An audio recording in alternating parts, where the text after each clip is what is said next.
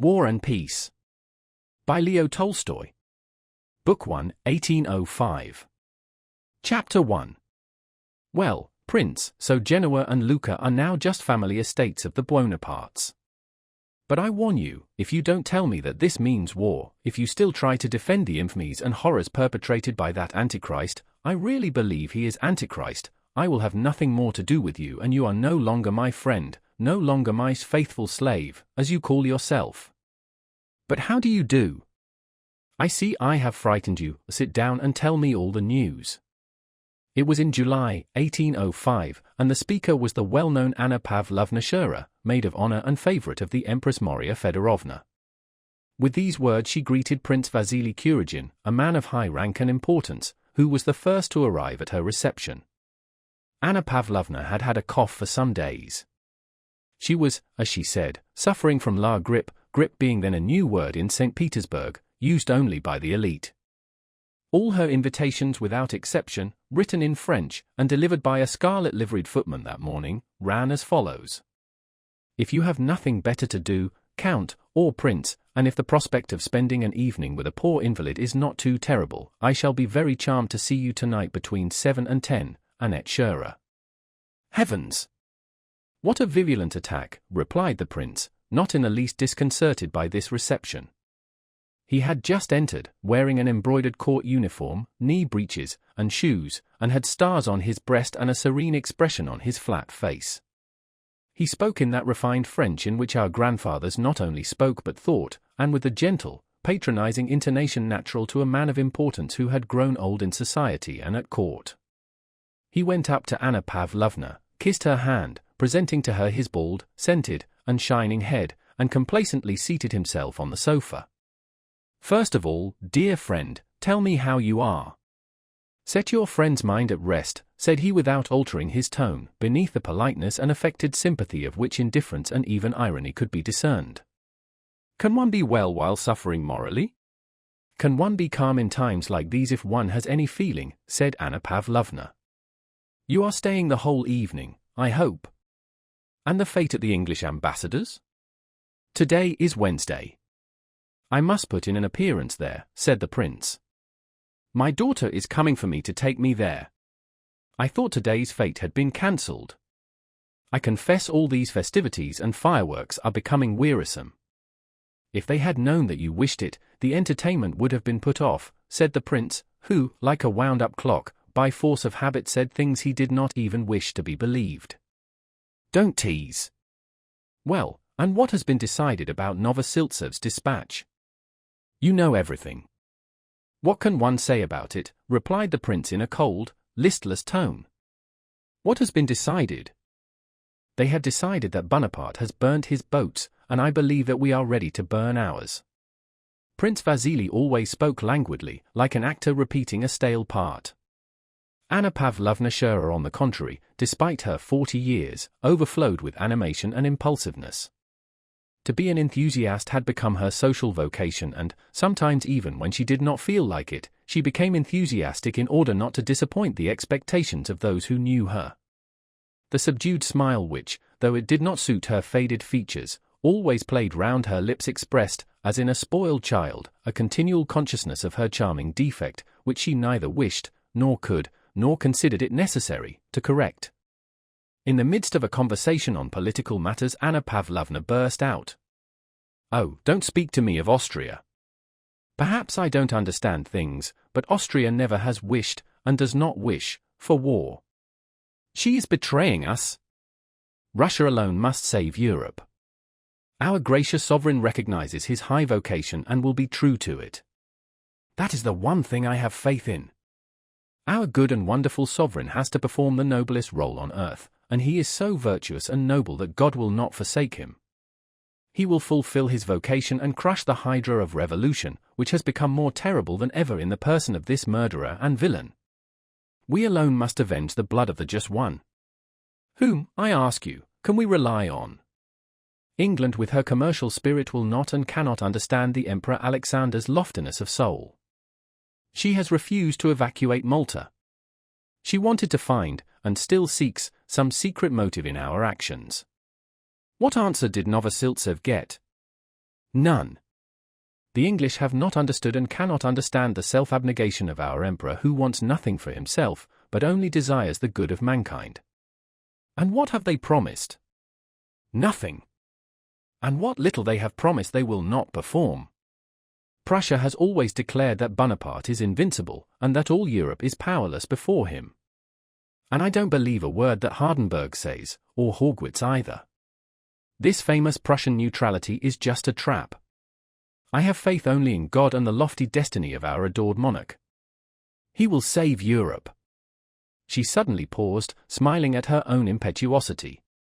I think, said the prince with a smile, that if you had been sent instead of our dear Wintzingerode you would have captured the King of Prussia's consent by assault. You are so eloquent. Will you give me a cup of tea? In a moment. Apropos, she added, becoming calm again, I am expecting two very interesting men tonight, Le Vicomte de Mortemart, who is connected with the Montmorencys through the Rohans, one of the best French families.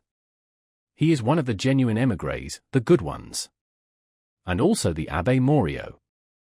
Do you know that profound thinker? He has been received by the emperor. Had you heard? I shall be delighted to meet them, said the prince.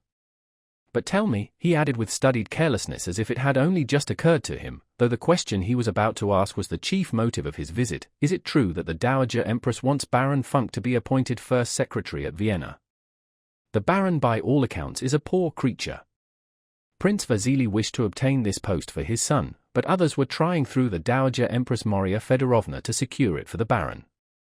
Anna Pavlovna almost closed her eyes to indicate that neither she nor anyone else had a right to criticize what the Empress desired or was pleased with. Baron Funk has been recommended to the Dowager Empress by her sister, was all she said, in a dry and mournful tone. As she named the Empress, Anna Pavlovna's face suddenly assumed an expression of profound and sincere devotion and respect mingled with sadness, and this occurred every time she mentioned her illustrious patroness. She added that Her Majesty had deigned to show Baron Funk beaucoup d'estime, and again her face clouded over with sadness. The prince was silent and looked indifferent.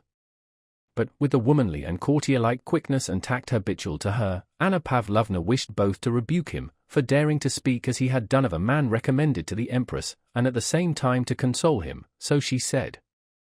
Now about your family. Do you know that since your daughter came out everyone has been enraptured by her? They say she is amazingly beautiful. The prince bowed to signify his respect and gratitude. I often think, she continued after a short pause, drawing nearer to the prince and smiling amiably at him as if to show that political and social topics were ended and the time had come for intimate conversation, I often think how unfairly sometimes the joys of life are distributed. Why has fate given you two such splendid children? I don't speak of Anatole, your youngest. I don't like him, she added in a tone admitting of no rejoinder and raising her eyebrows. Two such charming children. And really you appreciate them less than anyone, and so you don't deserve to have them. And she smiled her ecstatic smile. I can't help it, said the prince. Lavater would have said I lack the bump of paternity. Don't joke, I mean to have a serious talk with you. Do you know I am dissatisfied with your younger son? Between ourselves, and her face assumed its melancholy expression, he was mentioned at Her Majesty's and you were pitied. The prince answered nothing, but she looked at him significantly, awaiting a reply. He frowned. What would you have me do? He said at last. You know I did all a father could for their education, and they have both turned out fools. Hippolyte is at least a quiet fool, but Anatole is an active one. That is the only difference between them. He said this smiling in a way more natural and animated than usual, so that the wrinkles round his mouth very clearly revealed something unexpectedly coarse and unpleasant. And why are children born to such men as you?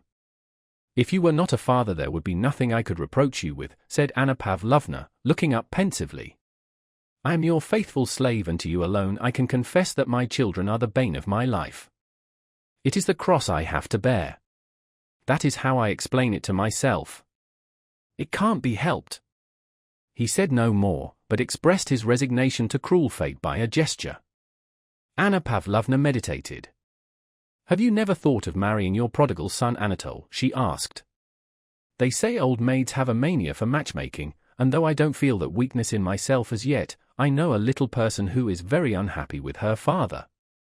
She is a relation of yours, Princess Mary Bolkonskaya. Prince Vasily did not reply, though, with the quickness of memory and perception befitting a man of the world, he indicated by a movement of the head that he was considering this information. Do you know, he said at last, evidently unable to check the sad current of his thoughts, that Anatole is costing me 40,000 rubles a year. And, he went on after a pause, what will it be in 5 years, if he goes on like this? Presently he added, that's what we fathers have to put up with. Is this princess of yours rich? Her father is very rich and stingy. He lives in the country. He is the well-known Prince Bolkonsky who had to retire from the army under the late emperor, and was nicknamed the King of Prussia. He is very clever but eccentric, and a bore. The poor girl is very unhappy. She has a brother, I think you know him, he married Lise Minen lately. He is an aide-de-camp of Kutuzov's and will be here tonight. Listen, dear Annette, said the prince, suddenly taking Anna Pavlovna's hand and for some reason drawing it downwards. Arrange that affair for me and I shall always be your most devoted slave with an F, as a village elder of mine writes in his reports. She is rich and of good family and that's all I want. And with the familiarity and easy grace peculiar to him, he raised the maid of honor's hand to his lips, kissed it, and swung it to and fro as he lay back in his armchair, looking in another direction. Attendes, said Anna Pavlovna, reflecting, I'll speak to Lise, young Bolkonsky's wife, this very evening, and perhaps the thing can be arranged. It shall be on your family's behalf that I'll start my apprenticeship as old maid. Chapter 2. Anna Pavlovna's drawing room was gradually filling. The highest Petersburg society was assembled there, people differing widely in age and character but alike in the social circle to which they belonged. Prince Vasily's daughter, the beautiful Helene, came to take her father to the ambassador's entertainment. She wore a ball dress and her badge as maid of honor. The youthful little Princess Bolkonskaya, known as la femme la plus séduisante de Petersburg, was also there. She had been married during the previous winter, and being pregnant did not go to any large gatherings, but only to small receptions. Prince Vasily's son, Hippolyte, had come with Mortemart, whom he introduced. The Abbé Morio and many others had also come. The most fascinating woman in Petersburg. To each new arrival Anna Pavlovna said, You have not yet seen my aunt, or you do not know my aunt, and very gravely conducted him or her to a little old lady, wearing large bows of ribbon in her cap, who had come sailing in from another room as soon as the guests began to arrive, and slowly turning her eyes from the visitor to her aunt, Anna Pavlovna mentioned each one's name and then left them. Each visitor performed the ceremony of greeting this old aunt whom not one of them knew, not one of them wanted to know, and not one of them cared about. Anna Pavlovna observed these greetings with mournful and solemn interest and silent approval. The aunt spoke to each of them in the same words, about their health and her own, and the health of Her Majesty, who, thank God, was better today. And each visitor, though politeness prevented his showing impatience, left the old woman with a sense of relief at having performed a vexatious duty and did not return to her the whole evening. The young Princess Bolkonskaya had brought some work in a gold-embroidered velvet bag. Her pretty little upper lip, on which a delicate dark down was just perceptible, was too short for her teeth, but it lifted all the more sweetly, and was especially charming when she occasionally drew it down to meet the lower lip. As is always the case with a thoroughly attractive woman, her defect, the shortness of her upper lip and her half-open mouth, seemed to be her own special and peculiar form of beauty.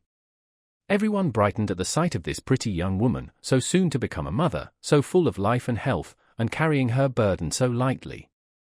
Old men and dull-dispirited young ones who looked at her, after being in her company and talking to her a little while, felt as if they too were becoming, like her, full of life and health.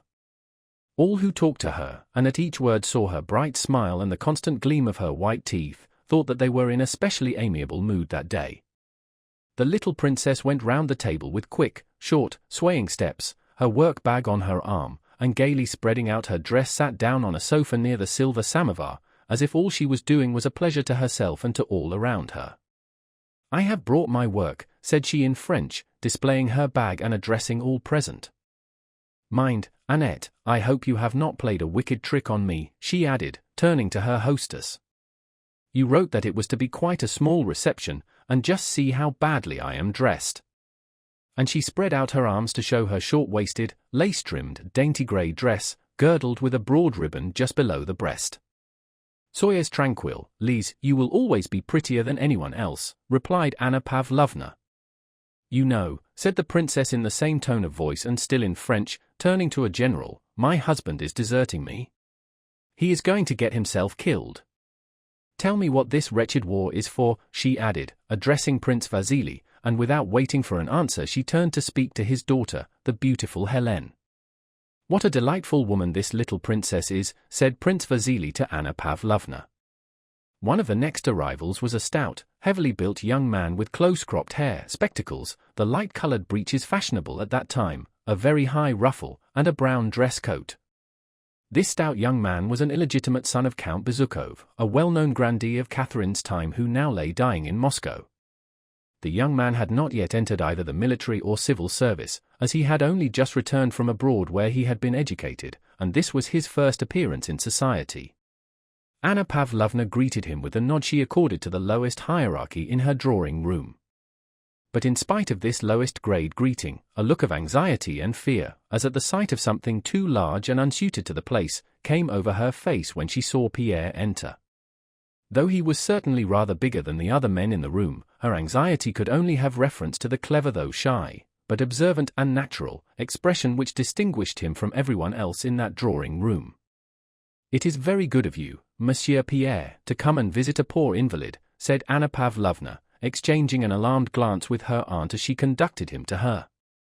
Pierre murmured something unintelligible, and continued to look round as if in search of something. On his way to the aunt he bowed to the little princess with a pleased smile, as to an intimate acquaintance. Anna Pavlovna's alarm was justified, for Pierre turned away from the aunt without waiting to hear her speech about Her Majesty's health.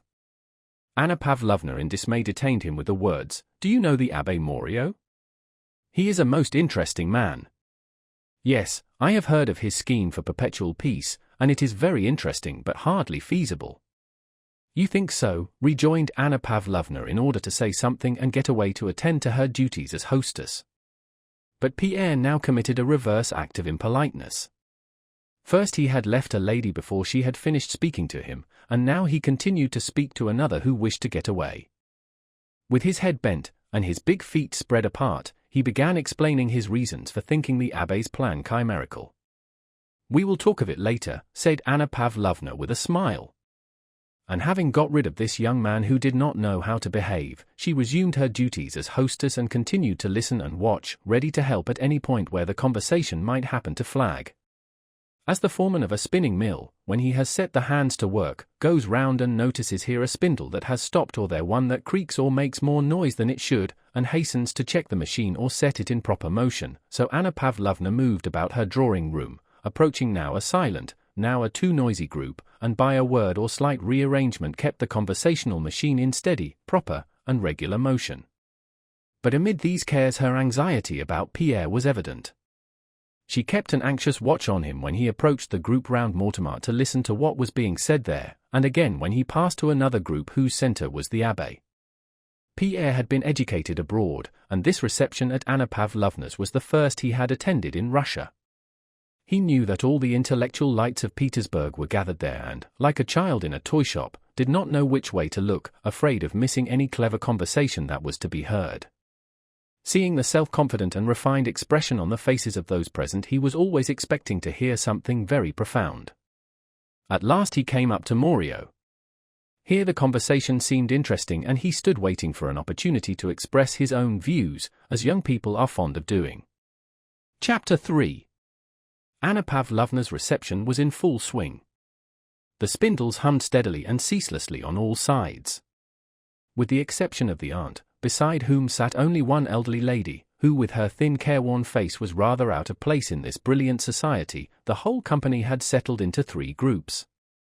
One, chiefly masculine, had formed round the Abbé. Another, of young people, was grouped round the beautiful Princess Helene, Prince Vasily's daughter, and the little Princess Bolkonskaya, very pretty and rosy, though rather too plump for her age. The third group was gathered round Mortemart and Anna Pavlovna. The Vicomte was a nice-looking young man with soft features and polished manners, who evidently considered himself a celebrity but out of politeness modestly placed himself at the disposal of the circle in which he found himself. Anna Pavlovna was obviously serving him up as a treat to her guests. As a clever maître d'hôtel serves up as a specially choice delicacy a piece of meat that no one who had seen it in the kitchen would have cared to eat, so Anna Pavlovna served up to her guests, first the Vicomte and then the Abbé, as peculiarly choice morsels. The group about Mortemart immediately began discussing the murder of the Duc d'Enghien. The Vicomte said that the Duc d'Enghien had perished by his own magnanimity, and that there were particular reasons for Bonaparte's hatred of him. "Ah, yes! Do tell us all about it, Vicomte," said Anna Pavlovna, with a pleasant feeling that there was something à la Louis XV in the sound of that sentence. "Comtesse now cela, Vicomte." The Vicomte bowed and smiled courteously in token of his willingness to comply. Anna Pavlovna arranged a group round him, inviting everyone to listen to his tale. "The Vicomte knew the Duc personally," whispered Anna Pavlovna to one of the guests. "The Vicomte is a wonderful raconteur," said she to another. "How evidently he belongs to the best society," said she to a third, and the Vicomte was served up to the company in the choicest and most advantageous style, like a well-garnished joint of roast beef on a hot dish. The Vicomte wished to begin his story and gave a subtle smile. "Come over here, Helene, dear," said Anna Pavlovna to the beautiful young princess who was sitting some way off, the center of another group. The princess smiled. She rose with the same unchanging smile with which she had first entered the room, the smile of a perfectly beautiful woman. With a slight rustle of her white dress trimmed with moss and ivy, with a gleam of white shoulders, glossy hair, and sparkling diamonds, she passed between the men who made way for her, not looking at any of them but smiling on all, as if graciously allowing each the privilege of admiring her beautiful figure and shapely shoulders, back, and bosom, which in the fashion of those days were very much exposed, and she seemed to bring the glamour of a ballroom with her as she moved toward Anna Pavlovna. Helene was so lovely that not only did she not show any trace of coquetry, but on the contrary she even appeared shy of her unquestionable and all too victorious beauty. She seemed to wish, but to be unable, to diminish its effect. "How lovely," said everyone who saw her, and the Vicomte lifted his shoulders and dropped his eyes as if startled by something extraordinary when she took her seat opposite and beamed upon him also with her unchanging smile. "Madam, I doubt my ability before such an audience," said he, smilingly inclining his head. The princess rested her bare round arm on a little table and considered a reply unnecessary. She smilingly waited. All the time the story was being told she sat upright, glancing now at her beautiful round arm, altered in shape by its pressure on the table, now at her still more beautiful bosom, on which she readjusted a diamond necklace. From time to time she smoothed the folds of her dress, and whenever the story produced an effect she glanced at Anna Pavlovna, at once adopted just the expression she saw on the maid of honor's face, and again relapsed into her radiant smile. The little princess had also left the tea table and followed Helene. "Wait a moment, I'll get my work. Now then, what are you thinking of?" she went on, turning to Prince Hippolyte. "Fetch me my work bag." There was a general movement as the princess, smiling and talking merrily to everyone at once, sat down and gaily arranged herself in her seat. "Now I am all right," she said, and asking the Vicomte to begin, she took up her work. Prince Hippolyte, having brought the work bag, joined the circle and moving a chair close to hers seated himself beside her. Le charmant Hippolyte was surprising by his extraordinary resemblance to his beautiful sister, but yet more by the fact that in spite of this resemblance he was exceedingly ugly. His features were like his sister's, but while in her case everything was lit up by a joyous, self-satisfied, youthful, and constant smile of animation, and by the wonderful classic beauty of her figure, his face on the contrary was dulled by imbecility and a constant expression of sullen self-confidence, while his body was thin and weak. His eyes, nose, and mouth all seemed puckered into a vacant, wearied grimace, and his arms and legs always fell into unnatural positions. "It's not going to be a ghost story," said he, sitting down beside the princess and hastily adjusting his lorgnette, as if without this instrument he could not begin to speak. "Why no, my dear fellow," said the astonished narrator, shrugging his shoulders. "Because I hate ghost stories," said Prince Hippolyte in a tone which showed that he only understood the meaning of his words after he had uttered them. He spoke with such self-confidence that his hearers could not be sure whether what he said was very witty or very stupid. He was dressed in a dark green dress coat, knee breeches of the colour of quista nymphae frei, as he called it, shoes, and silk stockings. The Vicomte told his tale very neatly. It was an anecdote, then current, to the effect that the Duc d'Enghien had gone secretly to Paris to visit Mademoiselle Georges, that at her house he came upon Bonaparte, who also enjoyed the famous actress's favours, and that in his presence Napoleon happened to fall into one of the fainting fits to which he was subject, and was thus at the Duke's mercy. The latter spared him, and this magnanimity Bonaparte subsequently repaid by death. The story was very pretty and interesting, especially at the point where the rivals suddenly recognized one another, and the ladies looked agitated. "Charming," said Anna Pavlovna with an inquiring glance at the little princess. "Charming," whispered the little princess, sticking the needle into her work as if to testify that the interest and fascination of the story prevented her from going on with it.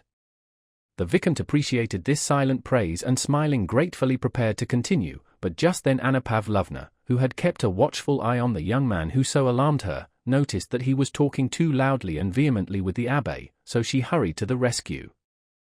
Pierre had managed to start a conversation with the abbé about the balance of power, and the latter, evidently interested by the young man's simple-minded eagerness, was explaining his pet theory.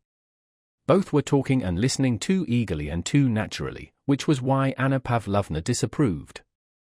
"The means are the balance of power in Europe and the rights of the people," the abbé was saying.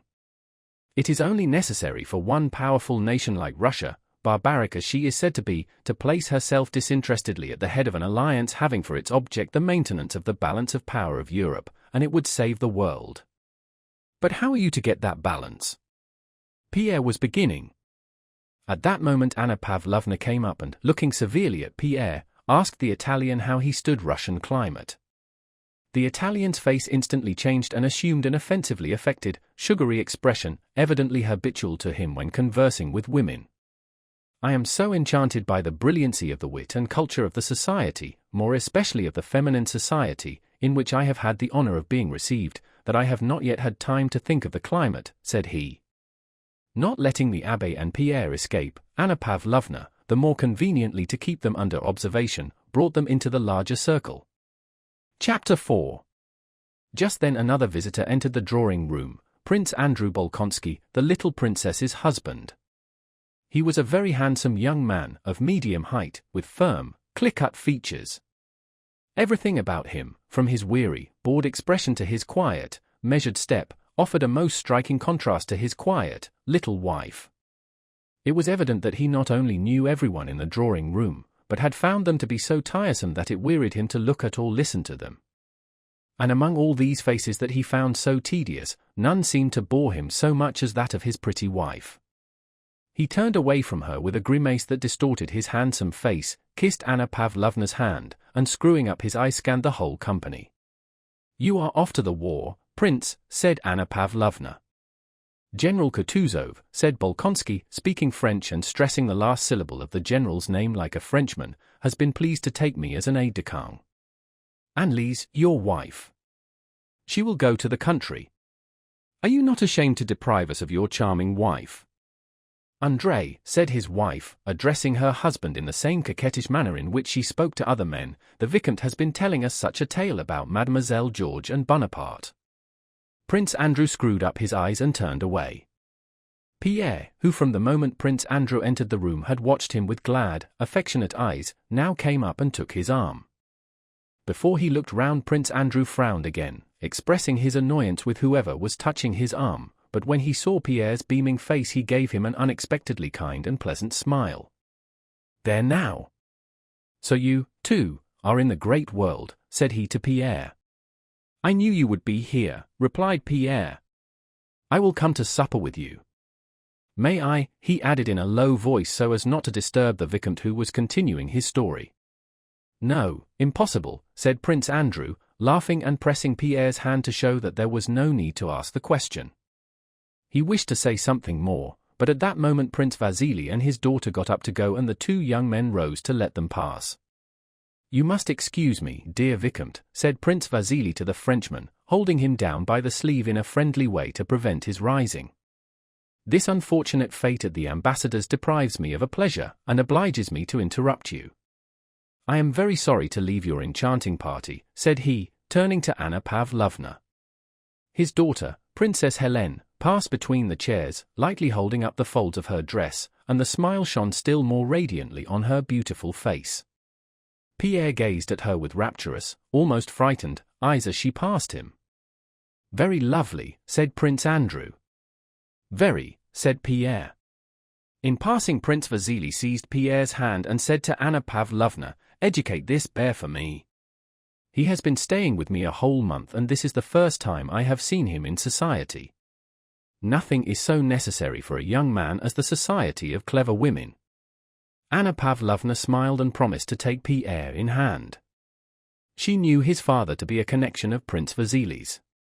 The elderly lady who had been sitting with the old aunt rose hurriedly and overtook Prince Vasily in the anteroom. All the affectation of interest she had assumed had left her kindly and careworn face, and it now expressed only anxiety and fear. "How about my son Boris, Prince?" said she, hurrying after him into the anteroom. "I can't remain any longer in Petersburg. Tell me what news I may take back to my poor boy." Although Prince Vasily listened reluctantly and not very politely to the elderly lady, even betraying some impatience, she gave him an ingratiating and appealing smile, and took his hand that he might not go away. "What would it cost you to say a word to the Emperor, and then he would be transferred to the Guards at once?" said she. "Believe me, Princess, I am ready to do all I can," answered Prince Vasily, "but it is difficult for me to ask the Emperor. I should advise you to appeal to Rumiantsev through Prince Golitsyn. That would be the best way." The elderly lady was a Princess Drubetskaya, belonging to one of the best families in Russia, but she was poor, and having long been out of society had lost her former influential connections. She had now come to Petersburg to procure an appointment in the Guards for her only son. It was, in fact, solely to meet Prince Vasily that she had obtained an invitation to Anna Pavlovna's reception and had sat listening to the Vicomte's story. Prince Vasily's words frightened her, an embittered look clouded her once handsome face, but only for a moment, then she smiled again and clutched Prince Vasily's arm more tightly. "Listen to me, Prince," said she. "I have never yet asked you for anything and I never will again, nor have I ever reminded you of my father's friendship for you, but now I entreat you for God's sake to do this for my son, and I shall always regard you as a benefactor," she added hurriedly. "No, don't be angry, but promise. I have asked Golitsyn and he has refused. Be the kind-hearted man you always were," she said, trying to smile though tears were in her eyes. "Papa, we shall be late," said Princess Helene, turning her beautiful head and looking over her classically molded shoulder as she stood waiting by the door. Influence in society, however, is a capital which has to be economized if it is to last. Prince Vasily knew this, and having once realized that if he asked on behalf of all who begged of him, he would soon be unable to ask for himself, he became chary of using his influence. But in Princess Drubetskaya's case he felt, after her second appeal, something like qualms of conscience. She had reminded him of what was quite true: he had been indebted to her father for the first steps in his career. Moreover, he could see by her manners that she was one of those women, mostly mothers, who, having once made up their minds, will not rest until they have gained their end, and are prepared if necessary to go on insisting day after day and hour after hour, and even to make scenes. This last consideration moved him.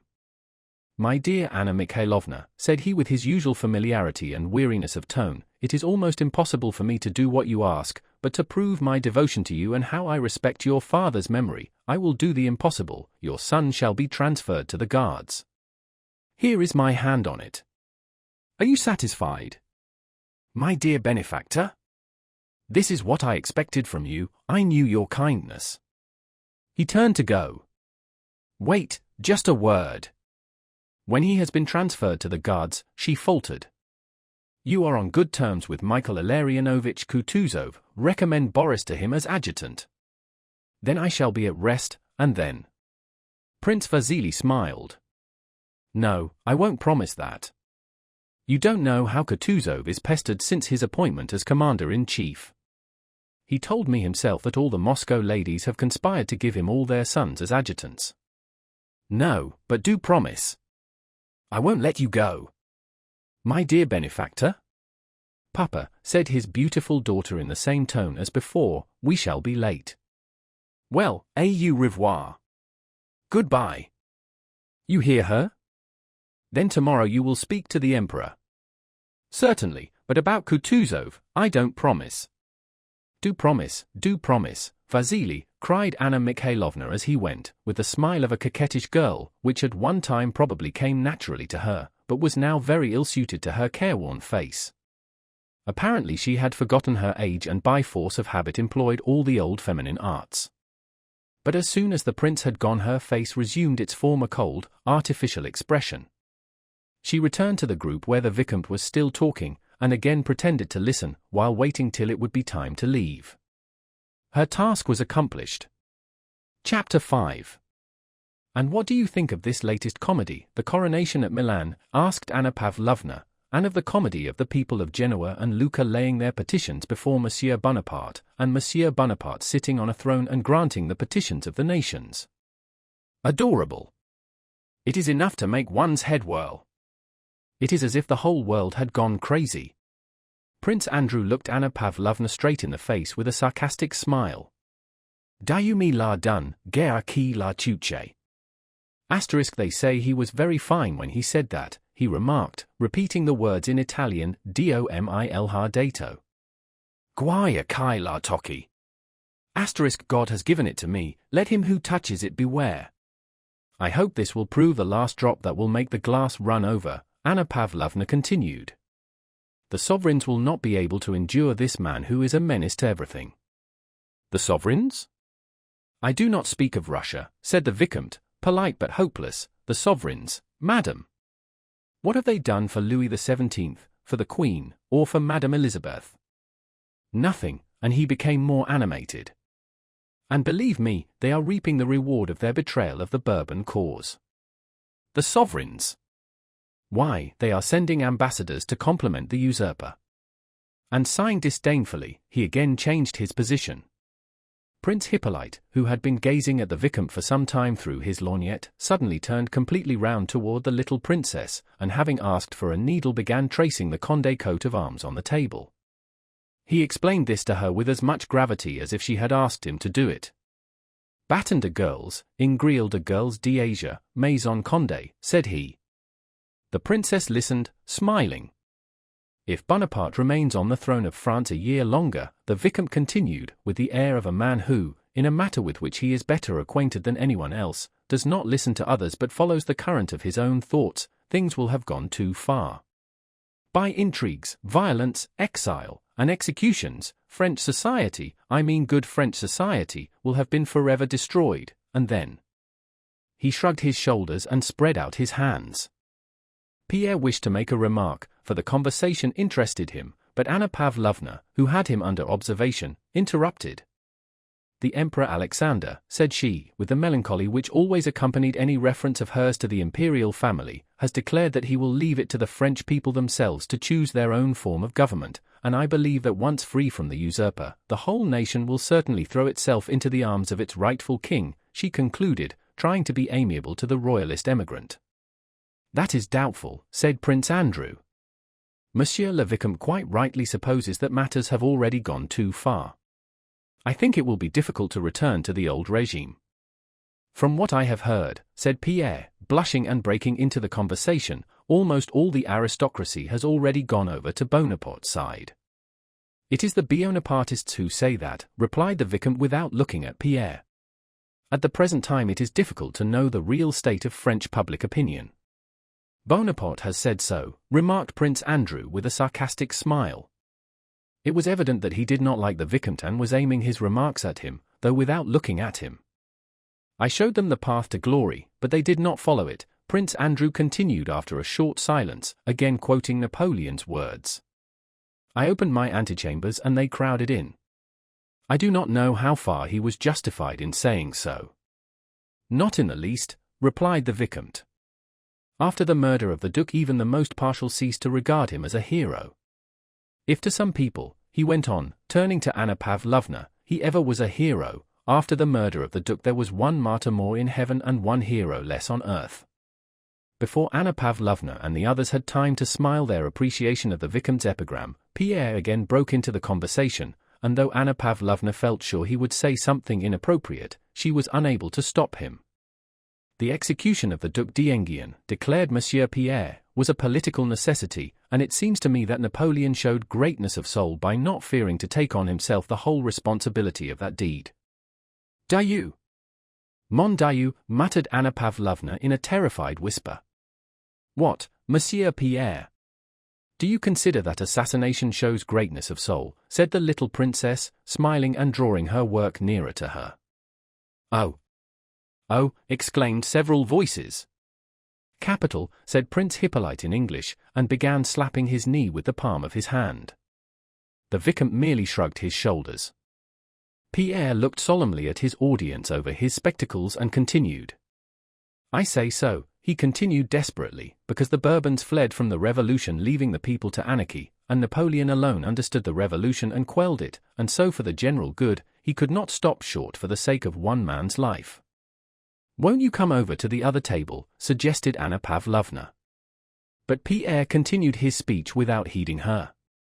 No, cried he, becoming more and more eager, Napoleon is great because he rose superior to the revolution, suppressed its abuses, preserved all that was good in it, equality of citizenship and freedom of speech and of the press, and only for that reason did he obtain power. Yes, if having obtained power, without availing himself of it to commit murder, he had restored it to the rightful king, I should have called him a great man, remarked the Vicomte. He could not do that. The people only gave him power that he might rid them of the Bourbons, and because they saw that he was a great man. The revolution was a grand thing, continued Monsieur Pierre, betraying by this desperate and provocative proposition his extreme youth and his wish to express all that was in his mind. What? Revolution and regicide a grand thing. Well, after that. But won't you come to this other table, repeated Anna Pavlovna. Rousseau's Contrat Social, said the Vicomte with a tolerant smile. I am not speaking of regicide, I am speaking about ideas. Yes, ideas of robbery, murder, and regicide, again interjected an ironical voice. Those were extremes, no doubt, but they are not what is most important. What is important are the rights of man, emancipation from prejudices, and equality of citizenship, and all these ideas Napoleon has retained in full force.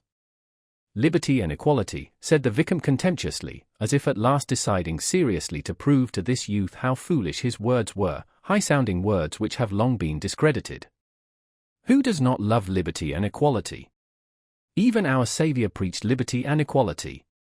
Have people since the revolution become happier? On the contrary.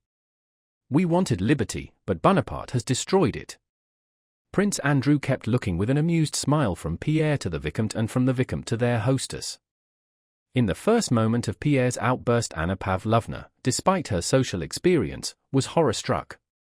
But when she saw that Pierre's sacrilegious words had not exasperated the Vicomte, and had convinced herself that it was impossible to stop him, she rallied her forces and joined the Vicomte in a vigorous attack on the orator. But, my dear Monsieur Pierre, said she, how do you explain the fact of a great man executing a duke, or even an ordinary man who is innocent and untried?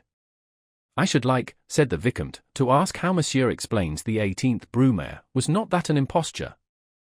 It was a swindle, and not at all like the conduct of a great man. And the prisoners he killed in Africa? That was horrible, said the little princess, shrugging her shoulders. He's a low fellow, say what you will, remarked Prince Hippolyte. Pierre, not knowing whom to answer, looked at them all and smiled. His smile was unlike the half-smile of other people. When he smiled, his grave, even rather gloomy, look was instantaneously replaced by another, a childlike, kindly, even rather silly look, which seemed to ask forgiveness. The Vicomte, who was meeting him for the first time, saw clearly that this young Jacobin was not so terrible as his words suggested. All were silent. How do you expect him to answer you all at once? Said Prince Andrew. Besides, in the actions of a statesman one has to distinguish between his acts as a private person, as a general, and as an emperor. So it seems to me. Yes, of course. Pierre chimed in, pleased at the arrival of this reinforcement. One must admit, continued Prince Andrew, that Napoleon as a man was great on the bridge of Arcola, and in the hospital at Jaffa where he gave his hand to the plague-stricken, but there are other acts which it is difficult to justify. Prince Andrew, who had evidently wished to tone down the awkwardness of Pierre's remarks, rose and made a sign to his wife that it was time to go.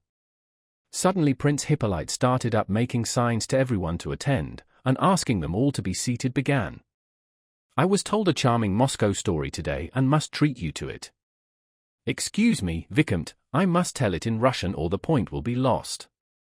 And Prince Hippolyte began to tell his story in such Russian as a Frenchman would speak after spending about a year in Russia. Everyone waited, so emphatically and eagerly did he demand their attention to his story. "There is in Moscow a lady, one dame, and she is very stingy. She must have 2 footmen behind her carriage, and very big ones. That was her taste. And she had a lady's maid, also big. She said—" Here Prince Hippolyte paused, evidently collecting his ideas with difficulty. "She said, 'Oh yes.' She said, 'Girl,' to the maid, 'put on a livery, get up behind the carriage, and come with me while I make some calls.'" Here Prince Hippolyte spluttered and burst out laughing long before his audience, which produced an effect unfavorable to the narrator. Several persons, among them the elderly lady and Anna Pavlovna, did however smile. She went. Suddenly there was a great wind. The girl lost her hat and her long hair came down. Here he could contain himself no longer and went on, between gasps of laughter, and the whole world knew. And so the anecdote ended.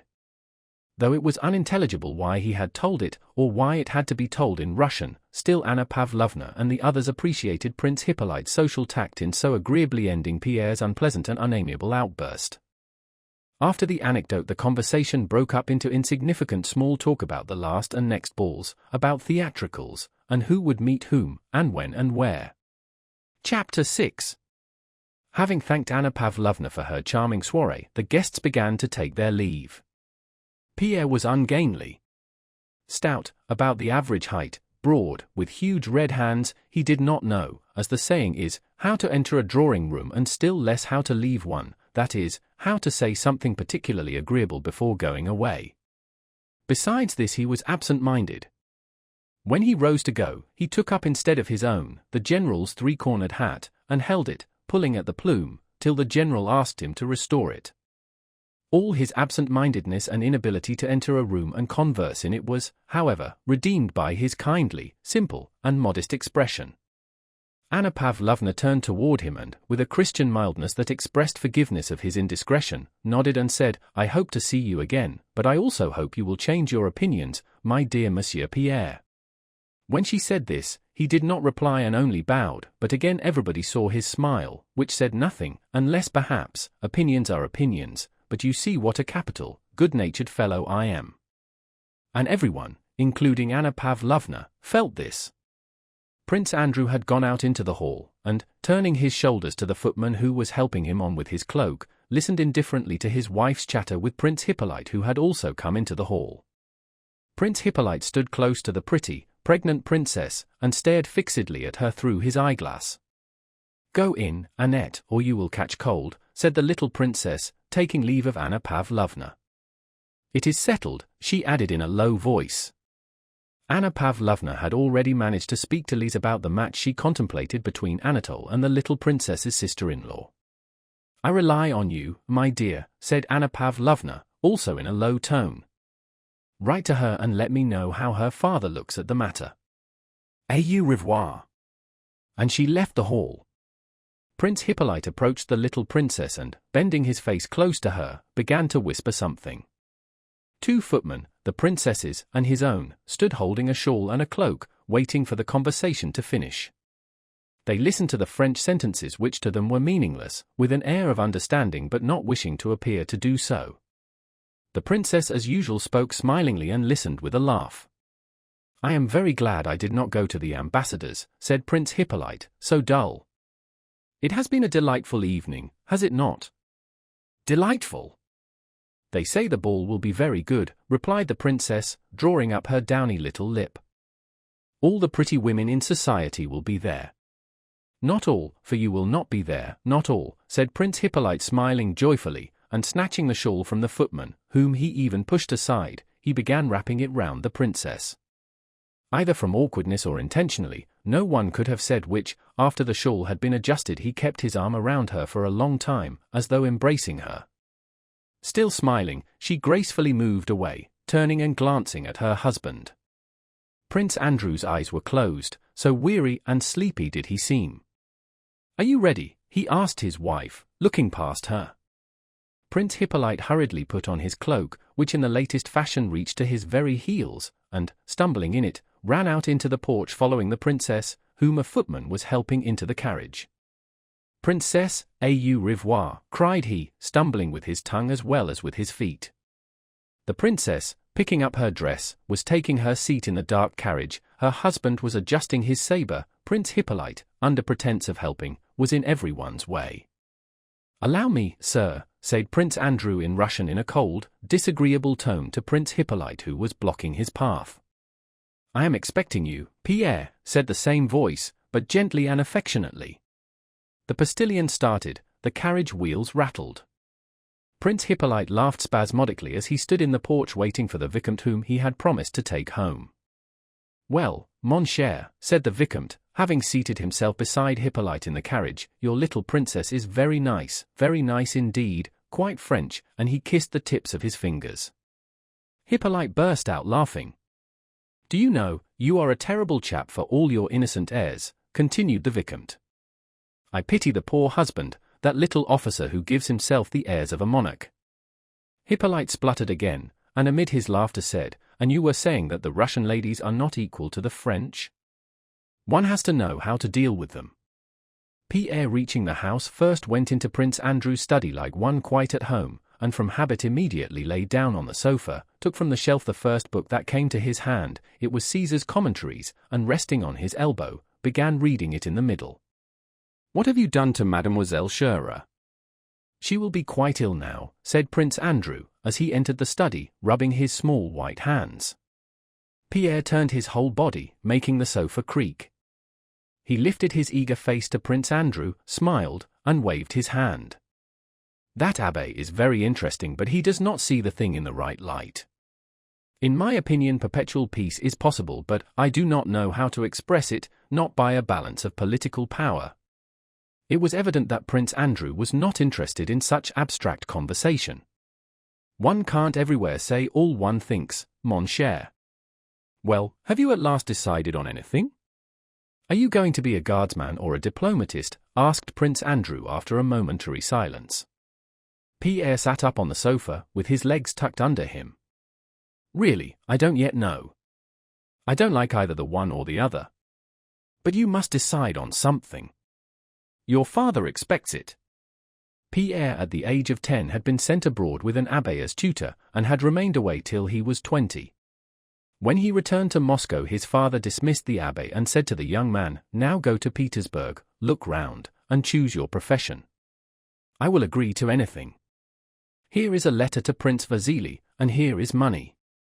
Write to me all about it, and I will help you in everything." Pierre had already been choosing a career for 3 months, and had not decided on anything. It was about this choice that Prince Andrew was speaking. Pierre rubbed his forehead. "But he must be a Freemason," said he, referring to the abbé whom he had met that evening. "That is all nonsense." Prince Andrew again interrupted him, "Let us talk business. Have you been to the Horse Guards?" "No, I have not, but this is what I have been thinking and wanted to tell you. There is a war now against Napoleon. If it were a war for freedom I could understand it and should be the first to enter the army, but to help England and Austria against the greatest man in the world is not right." Prince Andrew only shrugged his shoulders at Pierre's childish words. He put on the air of one who finds it impossible to reply to such nonsense, but it would in fact have been difficult to give any other answer than the one Prince Andrew gave to this naive question. If no one fought except on his own conviction, there would be no wars, he said. "And that would be splendid," said Pierre. Prince Andrew smiled ironically. "Very likely it would be splendid, but it will never come about." "Well, why are you going to the war?" asked Pierre. "What for?" "I don't know. I must. Besides that I am going." He paused. I am going because the life I am leading here does not suit me. Chapter 7. The rustle of a woman's dress was heard in the next room. Prince Andrew shook himself as if waking up, and his face assumed the look it had had in Anna Pavlovna's drawing room. Pierre removed his feet from the sofa. The princess came in. She had changed her gown for a house dress as fresh and elegant as the other. Prince Andrew rose and politely placed a chair for her. How is it, she began, as usual in French, settling down briskly and fussily in the easy chair, how is it Annette never got married? How stupid you men all are not to have married her? Excuse me for saying so, but you have no sense about women. What an argumentative fellow you are, Monsieur Pierre. And I am still arguing with your husband. I can't understand why he wants to go to the war, replied Pierre, addressing the princess with none of the embarrassment so commonly shown by young men in their intercourse with young women. The princess started. Evidently Pierre's words touched her to the quick.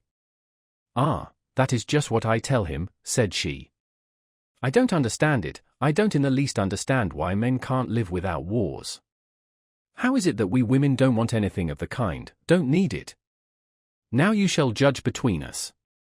I always tell him, here he is uncle's aide-de-camp, a most brilliant position. He is so well known, so much appreciated by everyone. The other day at the Apraxins I heard a lady asking, is that the famous Prince Andrew? I did indeed. She laughed. He is so well received everywhere. He might easily become aide-de-camp to the emperor. You know the emperor spoke to him most graciously. Annette and I were speaking of how to arrange it. What do you think? Pierre looked at his friend and, noticing that he did not like the conversation, gave no reply. When are you starting? He asked. Oh, don't speak of his going, don't. I won't hear it spoken of, said the princess in the same petulantly playful tone in which she had spoken to Hippolyte in the drawing room and which was so plainly ill-suited to the family circle of which Pierre was almost a member. Today when I remember that all these delightful associations must be broken off, and then you know, André, she looked significantly at her husband, I'm afraid, she whispered, and a shudder ran down her back. Her husband looked at her as if surprised to notice that someone besides Pierre and himself was in the room, and addressed her in a tone of frigid politeness. What is it you are afraid of, Lise? I don't understand, said he. There, what egotists men all are, all egotists. Just for a whim of his own, goodness only knows why, he leaves me and locks me up alone in the country. With my father and sister, remember, said Prince Andrew gently. Alone all the same, without my friends. And he expects me not to be afraid. Her tone was now querulous and her lip drawn up, giving her not a joyful, but an animal, squirrel-like expression. She paused as if she felt it indecorous to speak of her pregnancy before Pierre, though the gist of the matter lay in that. I still can't understand what you are afraid of, said Prince Andrew slowly, not taking his eyes off his wife. The princess blushed, and raised her arms with a gesture of despair. No, Andrew, I must say you have changed. Oh, how you have? Your doctor tells you to go to bed earlier, said Prince Andrew. You had better go. The princess said nothing, but suddenly her short downy lip quivered. Prince Andrew rose, shrugged his shoulders, and walked about the room. Pierre looked over his spectacles with naive surprise, now at him and now at her, moved as if about to rise too, but changed his mind. Why should I mind Monsieur Pierre being here? Exclaimed the little princess suddenly, her pretty face all at once distorted by a tearful grimace. I have long wanted to ask you, Andrew, why you have changed so to me. What have I done to you? You are going to the war and have no pity for me. Why is it? Lise, was all Prince Andrew said. But that one word expressed an entreaty, a threat, and above all conviction that she would herself regret her words. But she went on hurriedly. You treat me like an invalid or a child. I see it all. Did you behave like that 6 months ago? Lise, I beg you to desist, said Prince Andrew still more emphatically. Pierre, who had been growing more and more agitated as he listened to all this, rose and approached the princess. He seemed unable to bear the sight of tears and was ready to cry himself. Calm yourself, princess.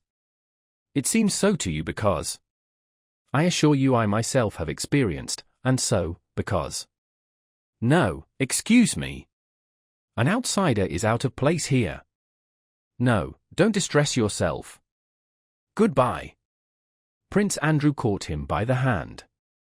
No, wait, Pierre. The princess is too kind to wish to deprive me of the pleasure of spending the evening with you. No, he thinks only of himself, muttered the princess without restraining her angry tears. Liz, said Prince Andrew dryly, raising his voice to the pitch which indicates that patience is exhausted. Suddenly the angry, squirrel-like expression of the princess's pretty face changed into a winning and piteous look of fear. Her beautiful eyes glanced askance at her husband's face, and her own assumed the timid, deprecating expression of a dog when it rapidly but feebly wags its drooping tail. Mon Dieu, she muttered, and lifting her dress with one hand she went up to her husband and kissed him on the forehead. Good night, Lise, said he, rising and courteously kissing her hand as he would have done to a stranger. Chapter 8. The friends were silent. Neither cared to begin talking. Pierre continually glanced at Prince Andrew. Prince Andrew rubbed his forehead with his small hand.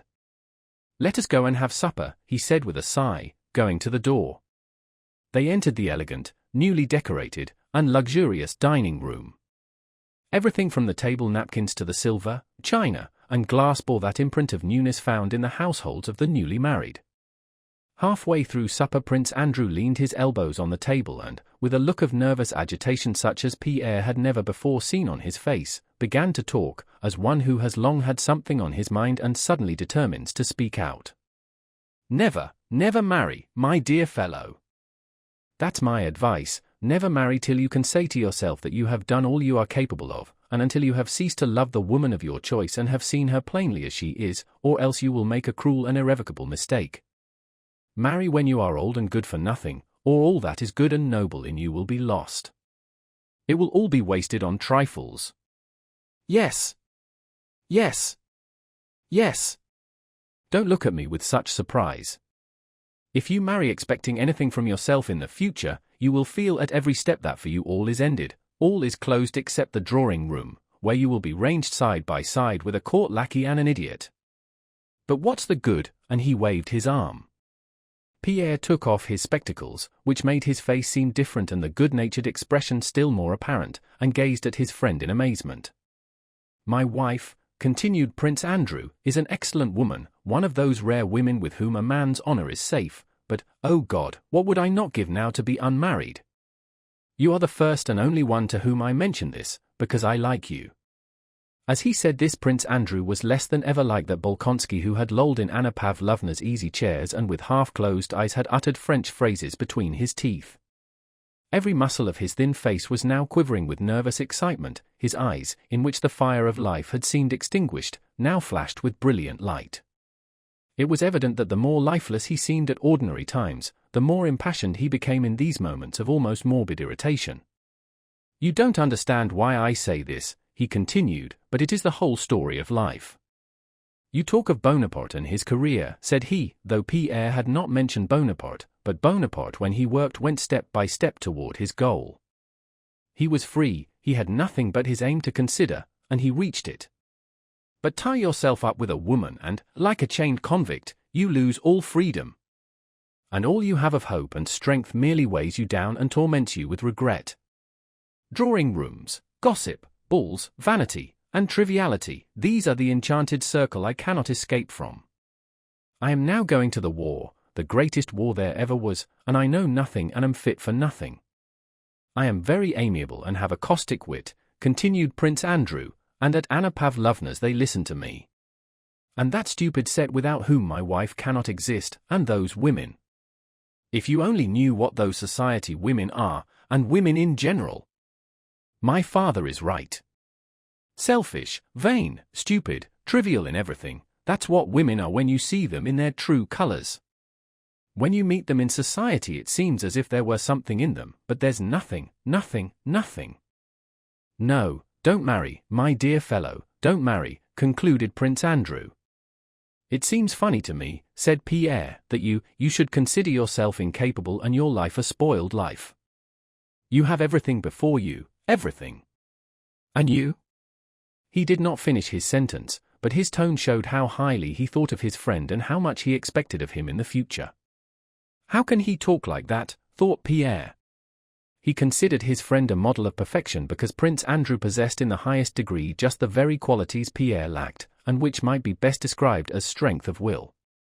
Pierre was always astonished at Prince Andrew's calm manner of treating everybody, his extraordinary memory, his extensive reading. He had read everything, knew everything, and had an opinion about everything, but above all at his capacity for work and study.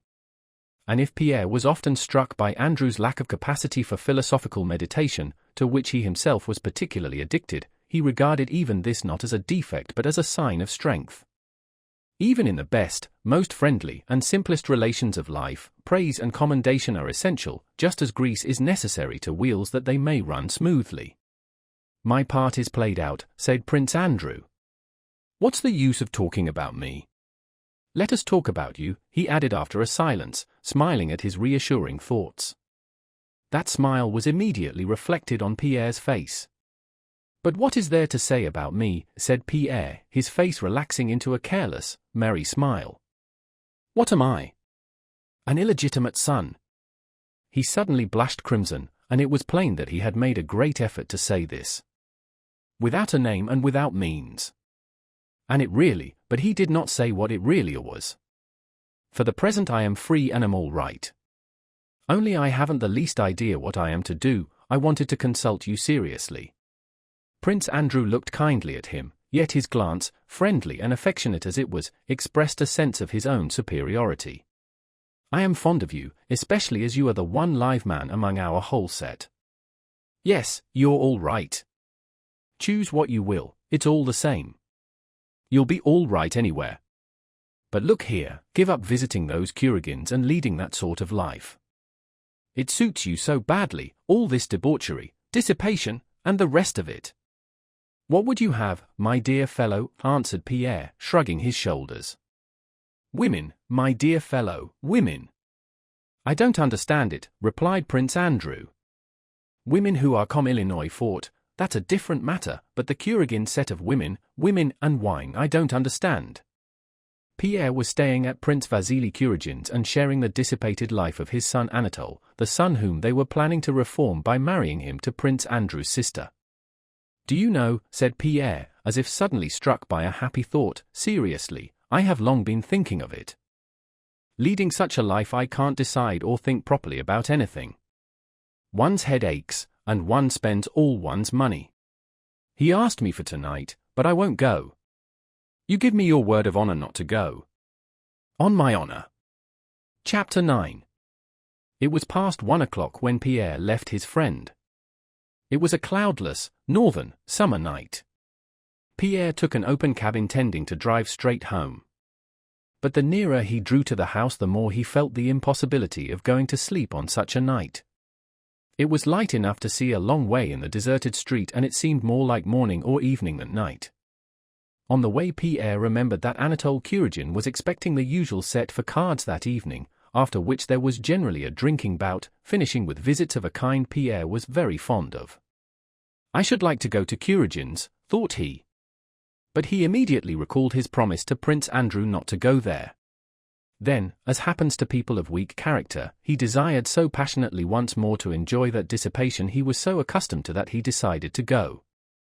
The thought immediately occurred to him that his promise to Prince Andrew was of no account, because before he gave it he had already promised Prince Anatole to come to his gathering. Besides, thought he, all such words of honor are conventional things with no definite meaning, especially if one considers that by tomorrow one may be dead, or something so extraordinary may happen to one that honor and dishonor will be all the same.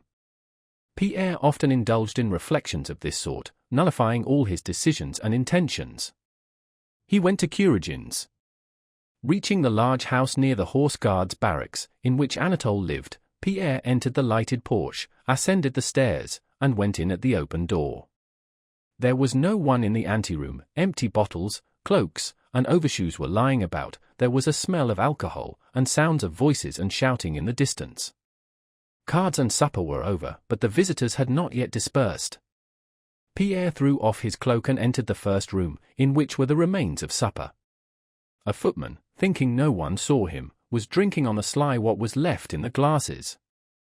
From the third room came sounds of laughter, the shouting of familiar voices, the growling of a bear, and general commotion. Some 8 or 9 young men were crowding anxiously round an open window. 3 others were romping with a young bear, one pulling him by the chain and trying to set him at the others. "I bet 100 on Stevens," shouted one. "Mind, no holding on," cried another. "I bet on Dolokhov," cried a third. "Kuragin, you part our hands." "There, leave Bruin alone, here's a bet on." "At 1 draught, or he loses," shouted a fourth. "Jacob, bring a bottle," shouted the host, a tall, handsome fellow who stood in the midst of the group, without a coat, and with his fine linen shirt unfastened in front. "Wait a bit, you fellows. Here is Petier." "Good man," cried he, addressing Pierre. Another voice, from a man of medium height with clear blue eyes, particularly striking among all these drunken voices by its sober ring, cried from the window, "Come here, part the bets." This was Dolokhov, an officer of the Semyonov regiment, a notorious gambler and duelist, who was living with Anatole. Pierre smiled, looking about him merrily. "I don't understand. What's it all about?" "Wait a bit, he is not drunk yet." "A bottle here," said Anatole, and taking a glass from the table he went up to Pierre. "First of all you must drink." Pierre drank 1 glass after another, looking from under his brows at the tipsy guests who were again crowding round the window, and listening to their chatter. Anatole kept on refilling Pierre's glass while explaining that Dolokhov was betting with Stevens, an English naval officer, that he would drink a bottle of rum sitting on the outer ledge of the 3rd-floor window with his legs hanging out. "Go on, you must drink it all," said Anatole, giving Pierre the last glass, "or I won't let you go." "No, I won't," said Pierre, pushing Anatole aside, and he went up to the window. Dolokhov was holding the Englishman's hand and clearly and distinctly repeating the terms of the bet, addressing himself particularly to Anatole and Pierre. Dolokhov was of medium height, with curly hair and light blue eyes. He was about 25. Like all infantry officers, he wore no mustache, so that his mouth, the most striking feature of his face, was clearly seen. The lines of that mouth were remarkably finely curved. The middle of the upper lip formed a sharp wedge and closed firmly on the firm lower one, and something like 2 distinct smiles played continually round the 2 corners of the mouth. This, together with the resolute, insolent intelligence of his eyes, produced an effect which made it impossible not to notice his face. Dolokhov was a man of small means and no connections. Yet, though Anatole spent tens of thousands of rubles, Dolokhov lived with him and had placed himself on such a footing that all who knew them, including Anatole himself, respected him more than they did Anatole. Dolokhov could play all games and nearly always won. However much he drank, he never lost his clear-headedness. Both Kuragin and Dolokhov were at that time notorious among the rakes and scapegraces of Petersburg. The bottle of rum was brought. The window frame which prevented anyone from sitting on the outer sill was being forced out by 2 footmen, who were evidently flurried and intimidated by the directions and shouts of the gentlemen around. Anatole with his swaggering air strode up to the window. He wanted to smash something. Pushing away the footman he tugged at the frame, but could not move it.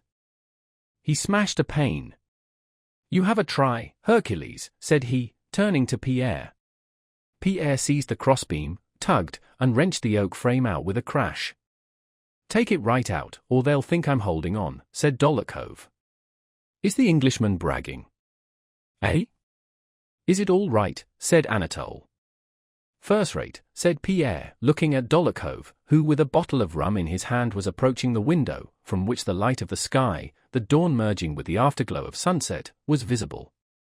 Dolokhov, the bottle of rum still in his hand, jumped onto the window sill. "Listen," cried he, standing there and addressing those in the room. All were silent. "I bet 50 imperials," he spoke French that the Englishman might understand him, but he did not speak it very well. "I bet 50 imperials, or do you wish to make it 100, added he, addressing the Englishman. "No, 50, replied the latter. "All right. 50 imperials, that I will drink a whole bottle of rum without taking it from my mouth, sitting outside the window on this spot." He stooped and pointed to the sloping ledge outside the window, and without holding on to anything. "Is that right?" "Quite right," said the Englishman. Anatole turned to the Englishman and taking him by one of the buttons of his coat and looking down at him, the Englishman was short, began repeating the terms of the wager to him in English. "Wait," cried Dólokhov, hammering with the bottle on the window sill to attract attention. "Wait a bit, Kuragin. Listen. If anyone else does the same, I will pay him 100 imperials. Do you understand?" The Englishman nodded, but gave no indication whether he intended to accept this challenge or not.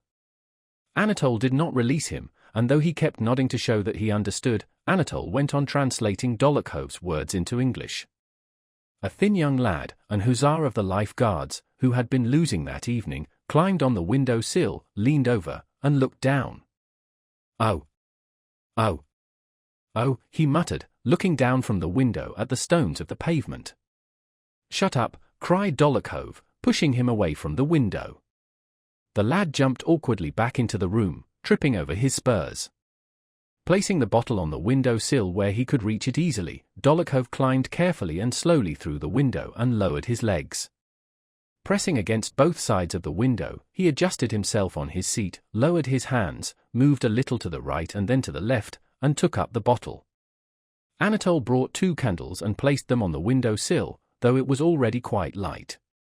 Dolokhov's back in his white shirt, and his curly head, were lit up from both sides. Everyone crowded to the window, the Englishman in front. Pierre stood smiling but silent.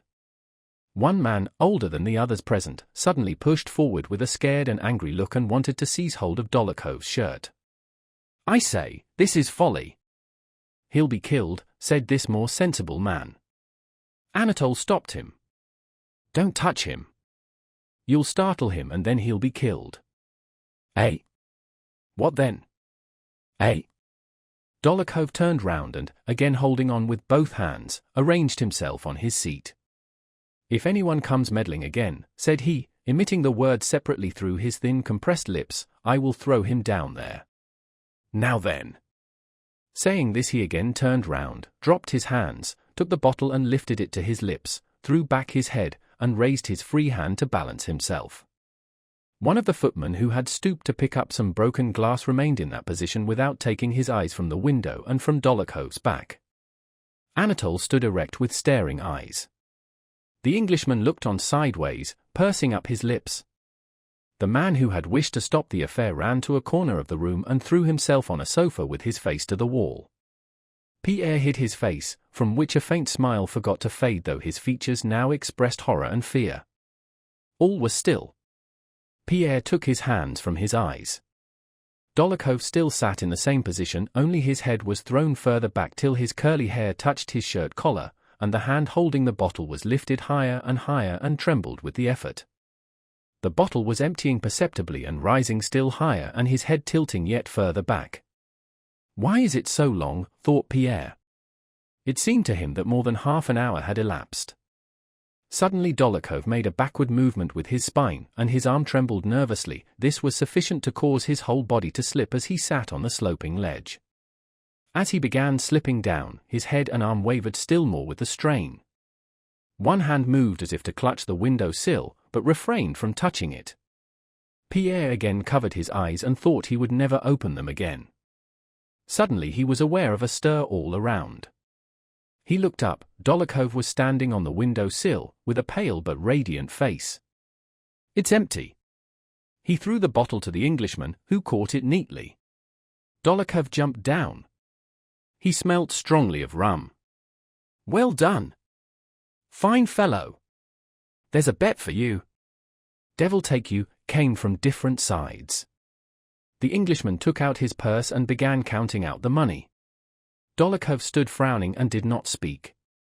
Pierre jumped upon the window sill. "Gentlemen, who wishes to bet with me?" "I'll do the same thing," he suddenly cried. "Even without a bet, there. Tell them to bring me a bottle." "I'll do it." "Bring a bottle." "Let him do it, let him do it," said Dólokhov, smiling. What next? Have you gone mad? No one would let you. Why, you go giddy even on a staircase, exclaimed several voices. I'll drink it.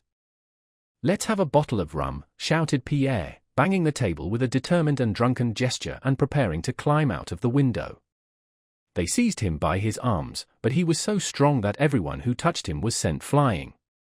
No, you'll never manage him that way, said Anatole.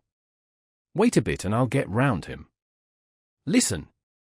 I'll take your bet tomorrow, but now we are all going to S. Come on then, cried Pierre. Come on. And we'll take Bruin with us. And he caught the bear, took it in his arms, lifted it from the ground, and began dancing round the room with it. Chapter 10. Prince Vasily kept the promise he had given to Princess Drubetskaya, who had spoken to him on behalf of her only son Boris on the evening of Anna Pavlovna's soirée. The matter was mentioned to the Emperor, an exception made, and Boris transferred into the regiment of Semyonov Guards with the rank of cornet. He received, however, no appointment to Kutuzov's staff despite all Anna Mikhailovna's endeavors and entreaties. Soon after Anna Pavlovna's reception, Anna Mikhailovna returned to Moscow and went straight to her rich relations, the Rostovs, with whom she stayed when in the town and where her darling Bori, who had only just entered a regiment of the line and was being at once transferred to the Guards as a cornet, had been educated from childhood and lived for years at a time. The Guards had already left Petersburg on the 10th of August, and her son, who had remained in Moscow for his equipment, was to join them on the march to Radzivilov. It was St. Natalia's Day and the name day of two of the Rostovs, the mother and the youngest daughter, both named Natalie. Ever since the morning, carriages with 6 horses had been coming and going continually, bringing visitors to the Countess Rostova's big house on the Povarskaya, so well known to all Moscow. The Countess herself and her handsome eldest daughter were in the drawing room with the visitors who came to congratulate, and who constantly succeeded one another in relays. The Countess was a woman of about 45, with a thin oriental type of face, evidently worn out with childbearing. She had had 12. A languor of motion and speech, resulting from weakness, gave her a distinguished air which inspired respect. Princess Anna Mikhailovna Drubetskaya, who as a member of the household was also seated in the drawing room, helped to receive and entertain the visitors. The young people were in one of the inner rooms, not considering it necessary to take part in receiving the visitors. The Count met the guests and saw them off, inviting them all to dinner. I am very, very grateful to you, mon cher, or ma chère, he called everyone without exception and without the slightest variation in his tone, my dear, whether they were above or below him in rank. I thank you for myself and for our 2 dear ones whose name day we are keeping. But mind you come to dinner or I shall be offended, ma chère. On behalf of the whole family I beg you to come, mon cher. These words he repeated to everyone without exception or variation, and with the same expression on his full, cheerful, clean-shaven face, the same firm pressure of the hand and the same quick, repeated bows. As soon as he had seen a visitor off, he returned to one of those who were still in the drawing room, drew a chair toward him or her, and jauntily spreading out his legs and putting his hands on his knees with the air of a man who enjoys life and knows how to live, he swayed to and fro with dignity, offered surmises about the weather, or touched on questions of health, sometimes in Russian and sometimes in very bad but self-confident French, then again, like a man weary but unflinching in the fulfillment of duty, he rose to see some visitors off and, stroking his scanty grey hairs over his bald patch, also asked them to dinner. Sometimes on his way back from the anteroom he would pass through the conservatory and pantry into the large marble dining hall, where tables were being set out for 80 people, and looking at the footmen, who were bringing in silver and china, moving tables, and unfolding damask table linen, he would call Dmitri Vasilovich, a man of good family and the manager of all his affairs, and while looking with pleasure at the enormous table would say, "Well, Dmitri, you'll see that things are all as they should be? That's right. The great thing is the serving, that's it." And with a complacent sigh he would return to the drawing room. Maria Lvovna Karagina and her daughter, announced the Countess' gigantic footman in his bass voice, entering the drawing room. The Countess reflected a moment and took a pinch from a gold snuff-box with her husband's portrait on it. "I'm quite worn out by these callers. However, I'll see her and no more. She is so affected. Ask her in," she said to the footman in a sad voice, as if saying, "Very well, finish me off." A tall, stout, and proud-looking woman, with a round-faced smiling daughter, entered the drawing-room, their dresses rustling. "Dear Countess, what an age! She has been laid up, poor child, at the Razumovsky's ball, and Countess Apraxina." I was so delighted, came the sounds of animated feminine voices, interrupting one another and mingling with the rustling of dresses and the scraping of chairs. Then one of those conversations began which last out until, at the first pause, the guests rise with a rustle of dresses and say, "I am so delighted. Mamma's health, and Countess Apraxina," and then, again rustling, pass into the anteroom, put on cloaks or mantles, and drive away. The conversation was on the chief topic of the day, the illness of the wealthy and celebrated beau of Catherine's day, Count Bezukhov, and about his illegitimate son Pierre, the one who had behaved so improperly at Anna Pavlovna's reception. "I am so sorry for the poor Count," said the visitor. "He is in such bad health, and now this vexation about his son is enough to kill him." "What is that?" asked the Countess as if she did not know what the visitor alluded to, though she had already heard about the cause of Count Bezukhov's distress some 15 times. "That's what comes of a modern education," exclaimed the visitor. "It seems that while he was abroad this young man was allowed to do as he liked. Now in Petersburg I hear he has been doing such terrible things that he has been expelled by the police." "You don't say so," replied the Countess. "He chose his friends badly," interposed Anna Mikhailovna. "Prince Vasili's son, he, and a certain Dolokhov have, it is said, been up to heaven only knows what. And they have had to suffer for it. Dolokhov has been degraded to the ranks and Bezukhov's son sent back to Moscow. Anatole Kurygin's father managed somehow to get his son's affair hushed up, but even he was ordered out of Petersburg." "But what have they been up to?" asked the Countess. "They are regular brigands, especially Dolokhov," replied the visitor. "He is a son of Maria Ivanovna Dolokhova, such a worthy woman, but there, just fancy. Those three got hold of a bear somewhere, put it in a carriage, and set off with it to visit some actresses. The police tried to interfere, and what did the young men do? They tied a policeman and the bear back to back and put the bear into the Moika Canal. And there was the bear swimming about with the policeman on his back. What a nice figure the policeman must have cut, my dear," shouted the Count, dying with laughter. "Oh, how dreadful! How can you laugh at it, Count?" Yet the ladies themselves could not help laughing. "It was all they could do to rescue the poor man," continued the visitor. "And to think it is Cyril Vladimirovich Bezukhov's son who amuses himself in this sensible manner. And he was said to be so well educated and clever. This is all that his foreign education has done for him. I hope that here in Moscow no one will receive him, in spite of his money. They wanted to introduce him to me, but I quite declined. I have my daughters to consider." "Why do you say this young man is so rich?" asked the Countess, turning away from the girls, who at once assumed an air of inattention. "His children are all illegitimate. I think Pierre also is illegitimate." The visitor made a gesture with her hand. "I should think he has a score of them." Princess Anna Mikhailovna intervened in the conversation, evidently wishing to show her connections and knowledge of what went on in society. "The fact of the matter is," said she significantly, and also in a half-whisper, "everyone knows Count Cyril's reputation. He has lost count of his children, but this Pierre was his favorite." "How handsome the old man still was only a year ago," remarked the Countess. "I have never seen a handsomer man." "He is very much altered now," said Anna Mikhailovna.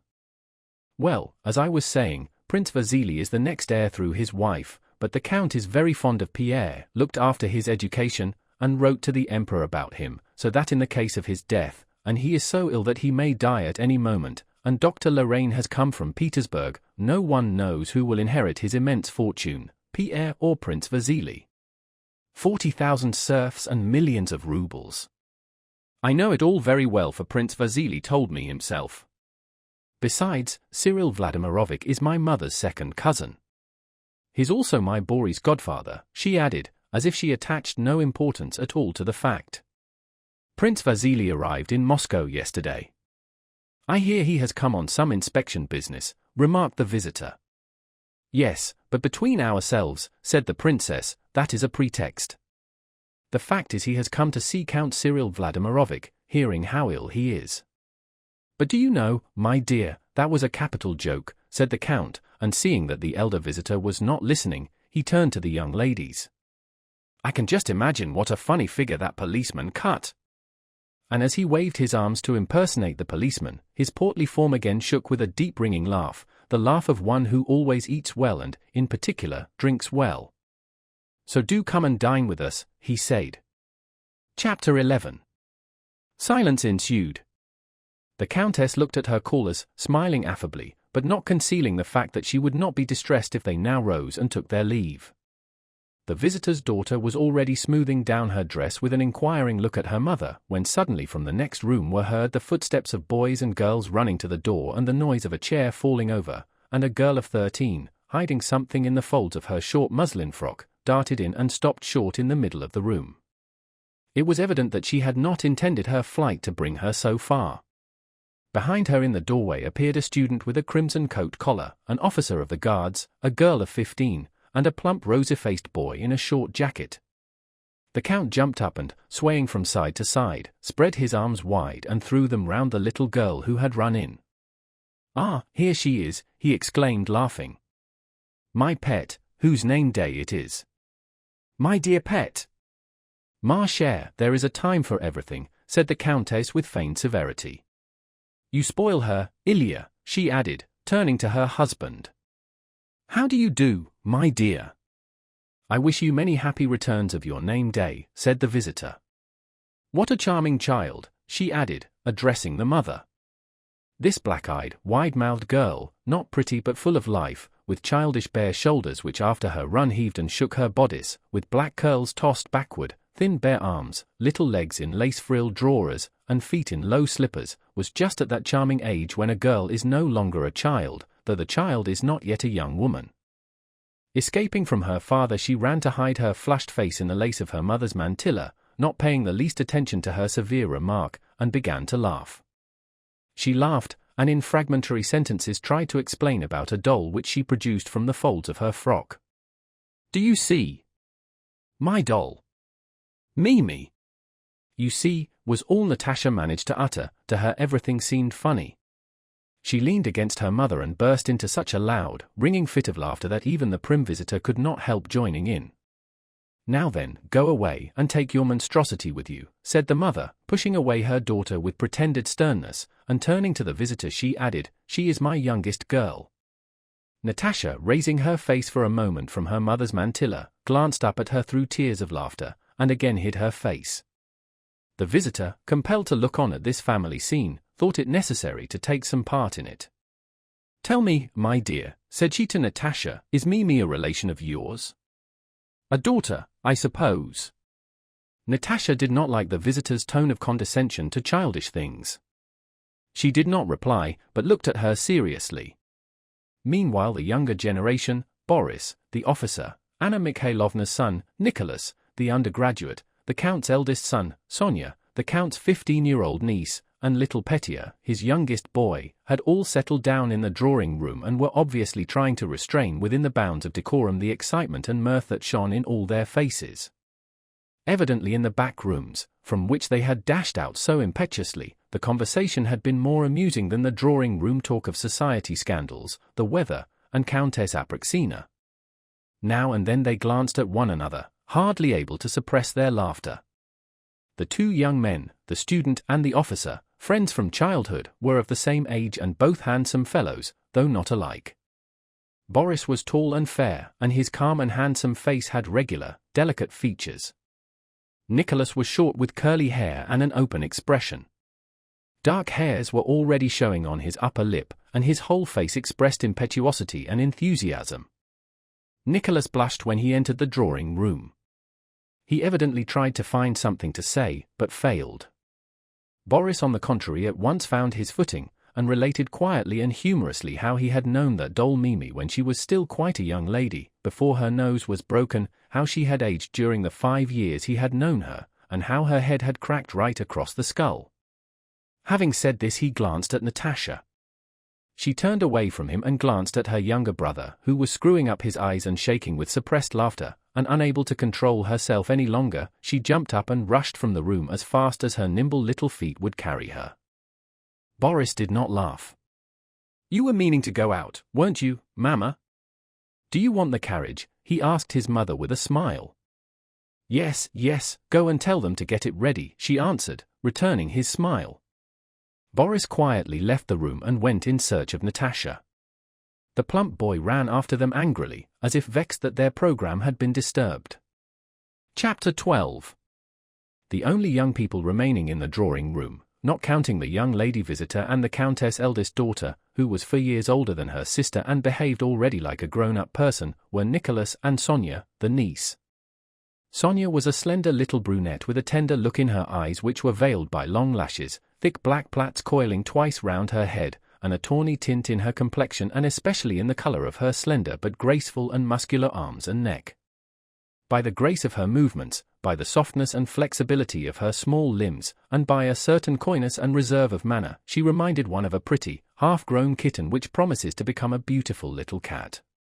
She evidently considered it proper to show an interest in the general conversation by smiling, but in spite of herself her eyes under their thick long lashes watched her cousin who was going to join the army, with such passionate girlish adoration that her smile could not for a single instant impose upon anyone, and it was clear that the kitten had settled down only to spring up with more energy and again play with her cousin as soon as they two could, like Natasha and Boris, escape from the drawing room. Yes, my dear," said the Count, addressing the visitor and pointing to Nicholas, "his friend Boris has become an officer, and so for friendship's sake he is leaving the university and me, his old father, and entering the military service, my dear. And there was a place and everything waiting for him in the archives department." "Isn't that friendship?" remarked the Count in an inquiring tone. "But they say that war has been declared," replied the visitor. "They've been saying so a long while," said the Count, "and they'll say so again and again, and that will be the end of it." "My dear, there's friendship for you," he repeated. "He's joining the Hussars." The visitor, not knowing what to say, shook her head. "It's not at all from friendship," declared Nicholas, flaring up and turning away as if from a shameful aspersion. "It is not from friendship at all, I simply feel that the army is my vocation." He glanced at his cousin and the young lady visitor, and they were both regarding him with a smile of approbation. "Schubert, the colonel of the Pavlograd Hussars, is dining with us today. He has been here on leave and is taking Nicholas back with him." "It can't be helped," said the Count, shrugging his shoulders and speaking playfully of a matter that evidently distressed him. "I have already told you, Papa," said his son, "that if you don't wish to let me go, I'll stay. But I know I am no use anywhere except in the army. I am not a diplomat or a government clerk. I don't know how to hide what I feel." As he spoke he kept glancing with the flirtatiousness of a handsome youth at Sonia and the young lady visitor. The little kitten, feasting her eyes on him, seemed ready at any moment to start her gambols again and display her kittenish nature. All right," said the old Count. "He always flares up. This Bonaparte has turned all their heads. They all think of how he rose from an ensign and became emperor. Well, God grant it," he added, not noticing his visitor's sarcastic smile. The elders began talking about Bonaparte. Julie Karagina turned to young Rostov. "What a pity you weren't at the Arkarovs on Thursday. It was so dull without you," said she, giving him a tender smile. The young man, flattered, sat down nearer to her with a coquettish smile, and engaged the smiling Julie in a confidential conversation without at all noticing that his involuntary smile had stabbed the heart of Sonia, who blushed and smiled unnaturally. In the midst of his talk he glanced round at her. She gave him a passionately angry glance, and hardly able to restrain her tears and maintain the artificial smile on her lips, she got up and left the room. All Nicholas' animation vanished. He waited for the first pause in the conversation, and then with a distressed face left the room to find Sonia. "How plainly all these young people wear their hearts on their sleeves," said Anna Mikhailovna, pointing to Nicholas as he went out. "Cousinage, dangero voisinage, asterisk," she added. Asterisk cousinhood is a dangerous neighborhood. "Yes," said the Countess when the brightness these young people had brought into the room had vanished, and as if answering a question no one had put but which was always in her mind, and how much suffering, how much anxiety one has had to go through that we might rejoice in them now. And yet really the anxiety is greater now than the joy. One is always anxious. Especially just at this age, so dangerous both for girls and boys. It all depends on the bringing up, remarked the visitor. Yes, you're quite right, continued the Countess. Till now I have always, thank God, been my children's friend and had their full confidence, said she, repeating the mistake of so many parents who imagine that their children have no secrets from them. I know I shall always be my daughter's first confidant, and that if Nicholas, with his impulsive nature, does get into mischief, a boy can't help it, he will all the same never be like those Petersburg young men. Yes, they are splendid youngsters, chimed in the Count, who always solved questions that seemed to him perplexing by deciding that everything was splendid. Just fancy, wants to be an hussar. What's one to do, my dear? What a charming creature your younger girl is, said the visitor, a little volcano. Yes, a regular volcano, said the Count. Takes after me. And what a voice she has, though she's my daughter, I tell the truth when I say she'll be a singer, a second Salomone. We have engaged an Italian to give her lessons. Isn't she too young? I have heard that it harms the voice to train it at that age. Oh no, not at all too young, replied the Count. Why, our mothers used to be married at 12 or 13. And she's in love with Boris already. Just fancy, said the Countess with a gentle smile, looking at Boris, and went on, evidently concerned with a thought that always occupied her. Now you see, if I were to be severe with her and to forbid it, goodness knows what they might be up to on the sly. She meant that they would be kissing, but as it is, I know every word she utters. She will come running to me of her own accord in the evening and tell me everything. Perhaps I spoil her, but really that seems the best plan. With her elder sister I was stricter.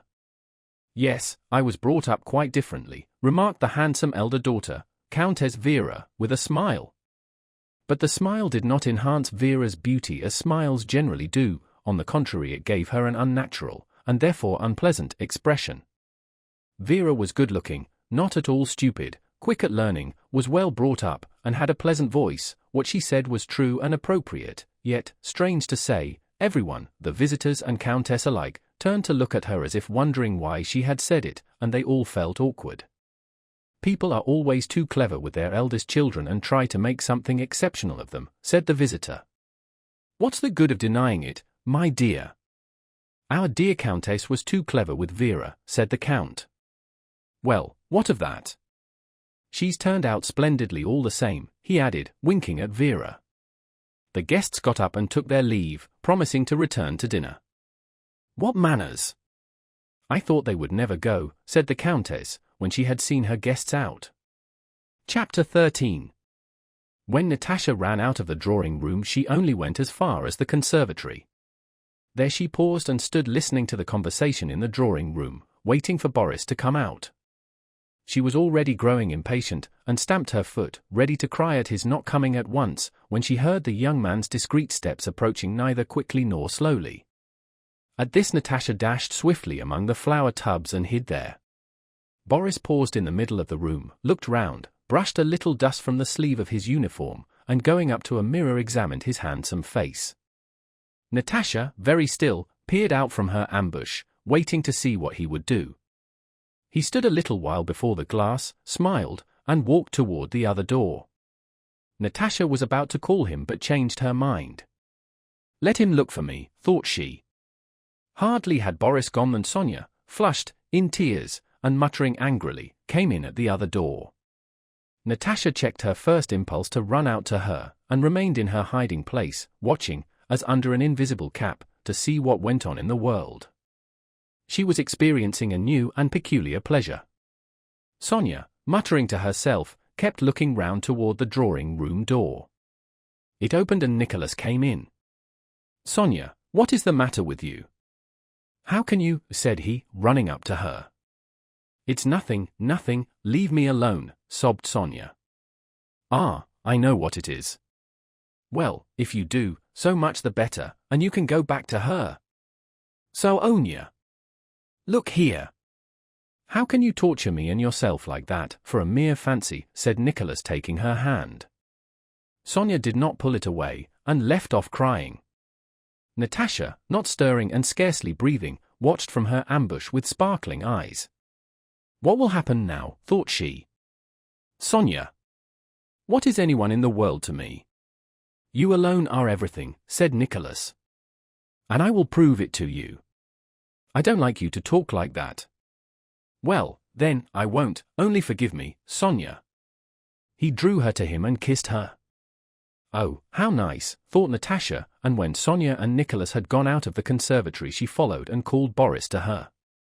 Boris, come here, said she with a sly and significant look. I have something to tell you. Here, here, and she led him into the conservatory to the place among the tubs where she had been hiding. Boris followed her, smiling.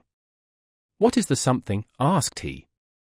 She grew confused, glanced round, and, seeing the doll she had thrown down on one of the tubs, picked it up. Kiss the doll, said she. Boris looked attentively and kindly at her eager face, but did not reply. Don't you want to? Well, then, come here, said she, and went further in among the plants and threw down the doll. Closer, closer, she whispered. She caught the young officer by his cuffs, and a look of solemnity and fear appeared on her flushed face. And me? Would you like to kiss me? She whispered almost inaudibly, glancing up at him from under her brows, smiling, and almost crying from excitement. Boris blushed. How funny you are, he said, bending down to her and blushing still more, but he waited and did nothing. Suddenly she jumped up onto a tub to be higher than he, embraced him so that both her slender bare arms clasped him above his neck, and, tossing back her hair, kissed him full on the lips. Then she slipped down among the flower pots on the other side of the tubs and stood, hanging her head. Natasha, he said, you know that I love you, but... You are in love with me. Natasha broke in. Yes, I am, but please don't let us do like that. In another 4 years, then I will ask for your hand. Natasha considered. 13, 14, 15, 16, she counted on her slender little fingers. All right. Then it's settled. A smile of joy and satisfaction lit up her eager face. Settled, replied Boris. Forever, said the little girl. Till death itself. She took his arm and with a happy face went with him into the adjoining sitting room. Chapter 14. After receiving her visitors, the Countess was so tired that she gave orders to admit no more, but the porter was told to be sure to invite to dinner all who came to congratulate. The Countess wished to have a tete-a-tete talk with the friend of her childhood, Princess Anna Mikhailovna, whom she had not seen properly since she returned from Petersburg.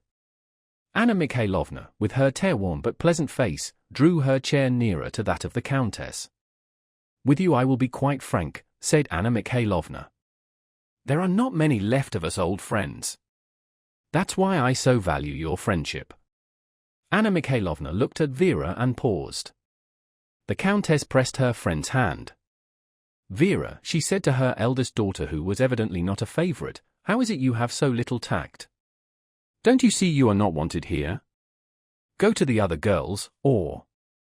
The handsome Vera smiled contemptuously but did not seem at all hurt. If you had told me sooner, Mamma, I would have gone, she replied as she rose to go to her own room. But as she passed the sitting room she noticed 2 couples sitting, one pair at each window. She stopped and smiled scornfully. Sonia was sitting close to Nicholas, who was copying out some verses for her, the first he had ever written. Boris and Natasha were at the other window and ceased talking when Vera entered. Sonia and Natasha looked at Vera with guilty, happy faces. It was pleasant and touching to see these little girls in love, but apparently the sight of them roused no pleasant feeling in Vera. How often have I asked you not to take my things, she said. You have a room of your own, and she took the inkstand from Nicholas. In a minute, he said, dipping his pen. You always manage to do things at the wrong time, continued Vera. You came rushing into the drawing room so that everyone felt ashamed of you. Though what she said was quite just, perhaps for that very reason no one replied, and the 4 simply looked at one another. She lingered in the room with the inkstand in her hand. And at your age, what secrets can there be between Natasha and Boris, or between you two? It's all nonsense. Now, Vera, what does it matter to you? Said Natasha in defense, speaking very gently. She seemed that day to be more than ever kind and affectionate to everyone. Very silly, said Vera. I am ashamed of you. Secrets indeed. All have secrets of their own, answered Natasha, getting warmer. We don't interfere with you and Berg. I should think not, said Vera, because there can never be anything wrong in my behavior. But I'll just tell Mama how you are behaving with Boris. Natalia Ilyinichna behaves very well to me, remarked Boris. I have nothing to complain of. Don't, Boris. You are such a diplomat that it is really tiresome, said Natasha in a mortified voice that trembled slightly. She used the word diplomat, which was just then much in vogue among the children, in the special sense they attached to it. Why does she bother me? And she added, turning to Vera, you'll never understand it, because you've never loved anyone. You have no heart. You are a Madame de Genlis and nothing more. This nickname, bestowed on Vera by Nicholas, was considered very stinging, and your greatest pleasure is to be unpleasant to people. Go and flirt with Berg as much as you please, she finished quickly. I shall at any rate not run after a young man before visitors. Well, now you've done what you wanted, put in Nicholas, said unpleasant things to everyone and upset them. Let's go to the nursery. All four, like a flock of scared birds, got up and left the room. The unpleasant things were said to me, remarked Vera. I said none to anyone. Madame de Genlis. Madame de Genlis, shouted laughing voices through the door. The handsome Vera, who produced such an irritating and unpleasant effect on everyone, smiled and, evidently unmoved by what had been said to her, went to the looking-glass and arranged her hair and scarf. Looking at her own handsome face, she seemed to become still colder and calmer. In the drawing-room the conversation was still going on. Ah, my dear, said the Countess, my life is not all roses either. Don't I know that at the rate we are living our means won't last long? It's all the club and his easygoing nature. Even in the country do we get any rest? Theatricals, hunting, and heaven knows what besides. But don't let's talk about me, tell me how you managed everything. I often wonder at you, Annette, how at your age you can rush off alone in a carriage to Moscow, to Petersburg, to those ministers and great people, and know how to deal with them all. It's quite astonishing. How did you get things settled? I couldn't possibly do it. Ah, my love, answered Anna Mikhailovna, God grant you never know what it is to be left a widow without means and with a son you love to distraction. One learns many things then, she added with a certain pride. That lawsuit taught me much. When I want to see one of those big people I write a note, Princess so-and-so desires an interview with so-and-so, and then I take a cab and go myself 2, 3, or 4 times, till I get what I want. I don't mind what they think of me.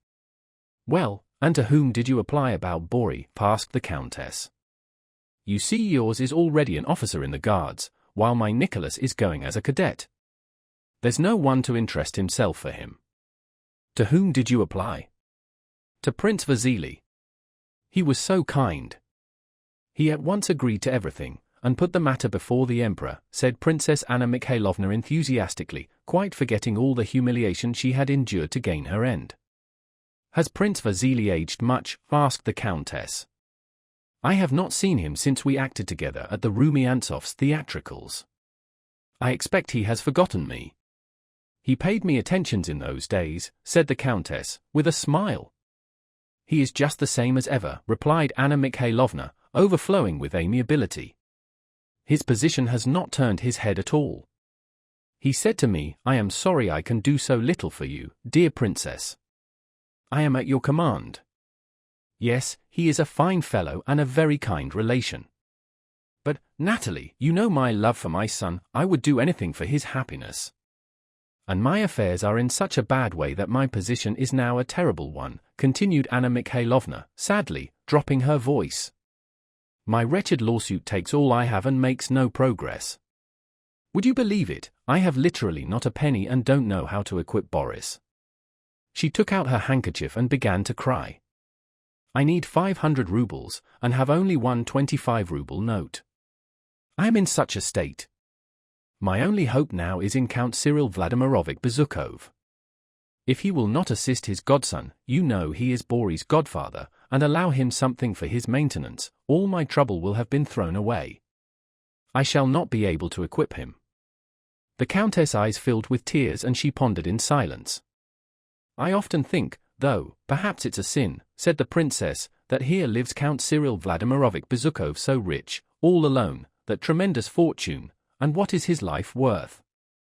It's a burden to him, and Boris' life is only just beginning. Surely he will leave something to Boris, said the countess. Heaven only knows, my dear. These rich grandees are so selfish. Still, I will take Boris and go to see him at once, and I shall speak to him straight out. Let people think what they will of me, it's really all the same to me when my son's fate is at stake. The princess rose. It's now 2 o'clock and you dine at 4. There will just be time. And like a practical Petersburg lady who knows how to make the most of time, Anna Mikhailovna sent someone to call her son, and went into the anteroom with him. Goodbye, my dear, said she to the countess who saw her to the door, and added in a whisper so that her son should not hear, wish me good luck. Are you going to Count Cyril Vladimirovich, my dear, said the count coming out from the dining hall into the anteroom, and he added, if he is better, ask Pierre to dine with us. He has been to the house, you know, and danced with the children. Be sure to invite him, my dear. We will see how Taras distinguishes himself today. He says Count Orlov never gave such a dinner as ours will be. Chapter 15. My dear Boris, said Princess Anna Mikhailovna to her son as Countess Rostova's carriage in which they were seated drove over the straw-covered street and turned into the wide courtyard of Count Cyril Vladimirovich Bezukov's house. My dear Boris, said the mother, drawing her hand from beneath her old mantle and laying it timidly and tenderly on her son's arm, be affectionate and attentive to him. Count Cyril Vladimirovich is your godfather after all, and your future depends on him. Remember that, my dear, and be nice to him, as you so well know how to be. If only I knew that anything besides humiliation would come of it, answered her son coldly. But I have promised and will do it for your sake.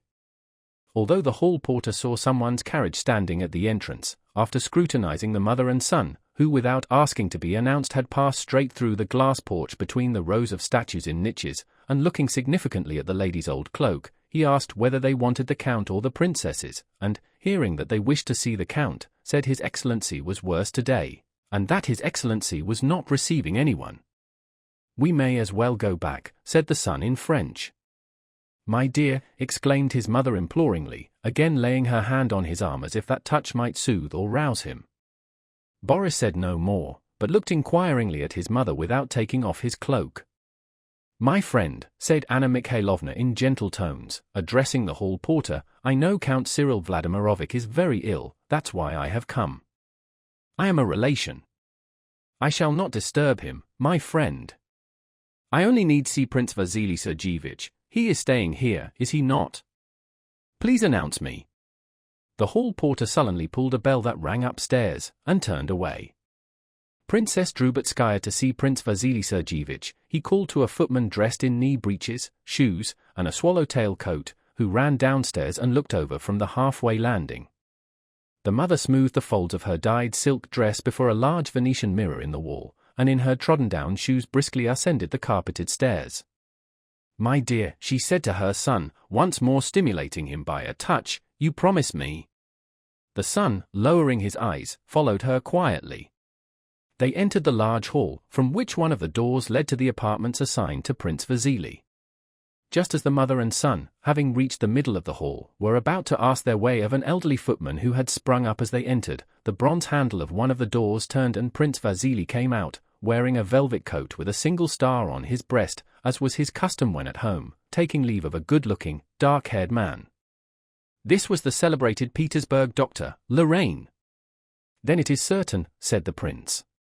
Prince, humanum est or asterisk, but, replied the doctor, swallowing his rs, and pronouncing the Latin words with a French accent. Asterisk to is human. Very well, very well. Seeing Anna Mikhailovna and her son, Prince Vasily dismissed the doctor with a bow and approached them silently and with a look of inquiry. The son noticed that an expression of profound sorrow suddenly clouded his mother's face, and he smiled slightly. "Ah, Prince! In what sad circumstances we meet again!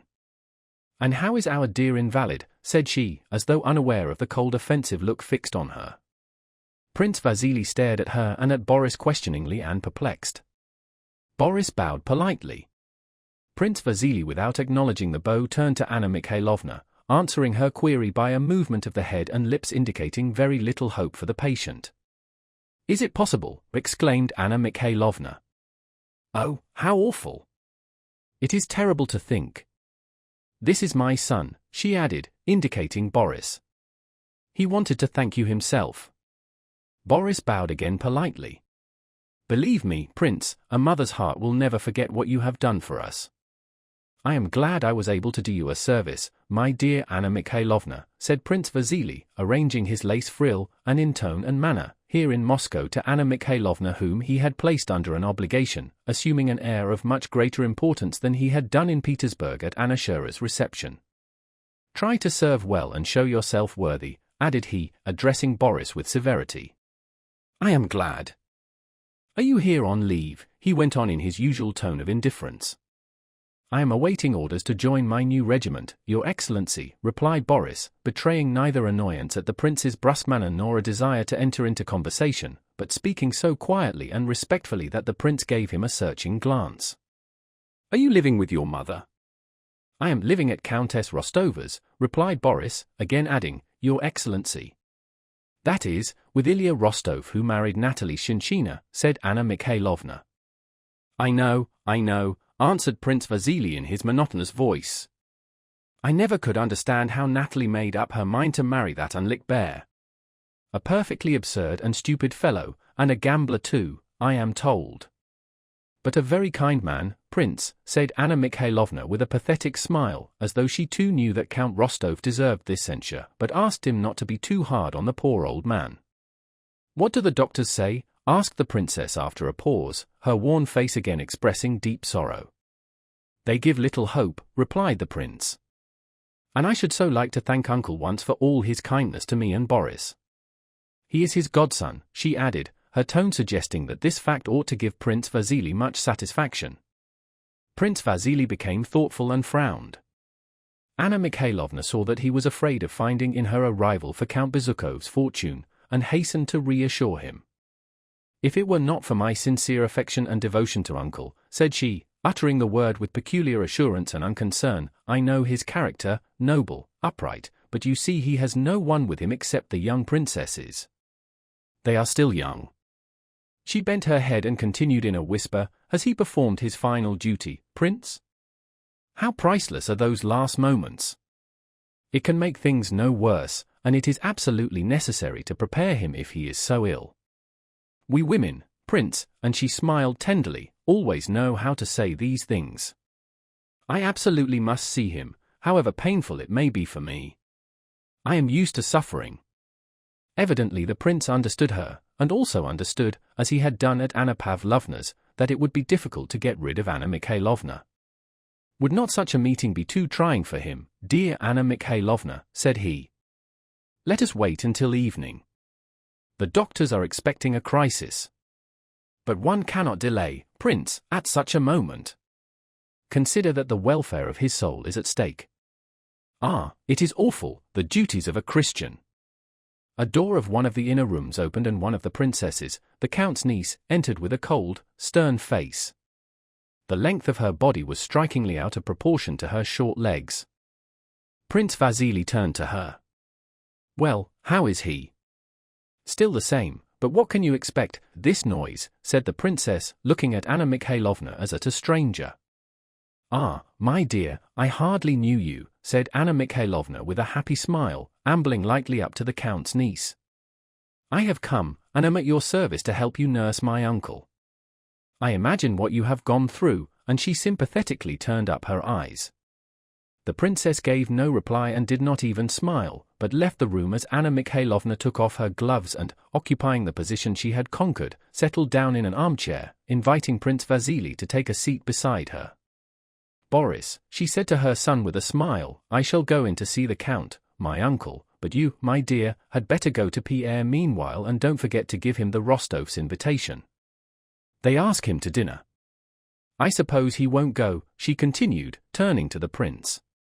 "On the contrary," replied the prince, who had plainly become depressed, "I shall be only too glad if you relieve me of that young man. Here he is, and the Count has not once asked for him." He shrugged his shoulders. A footman conducted Boris down one flight of stairs and up another, to Pierre's rooms. Chapter 16. Pierre, after all, had not managed to choose a career for himself in Petersburg, and had been expelled from there for riotous conduct and sent to Moscow. The story told about him at Count Rostov's was true.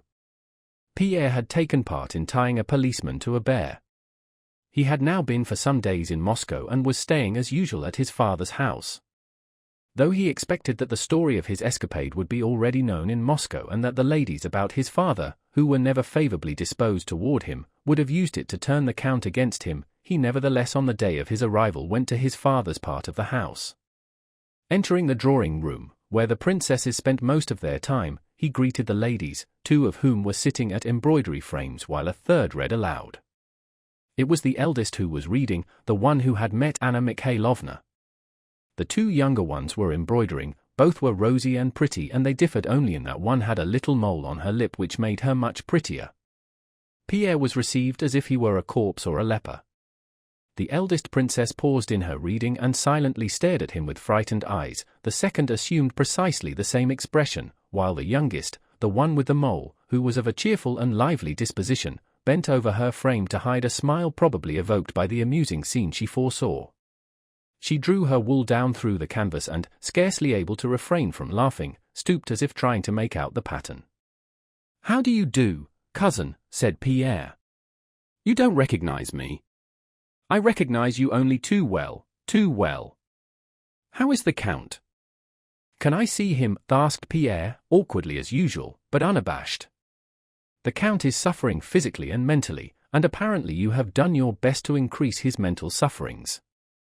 "Can I see the Count?" Pierre again asked. "Hm.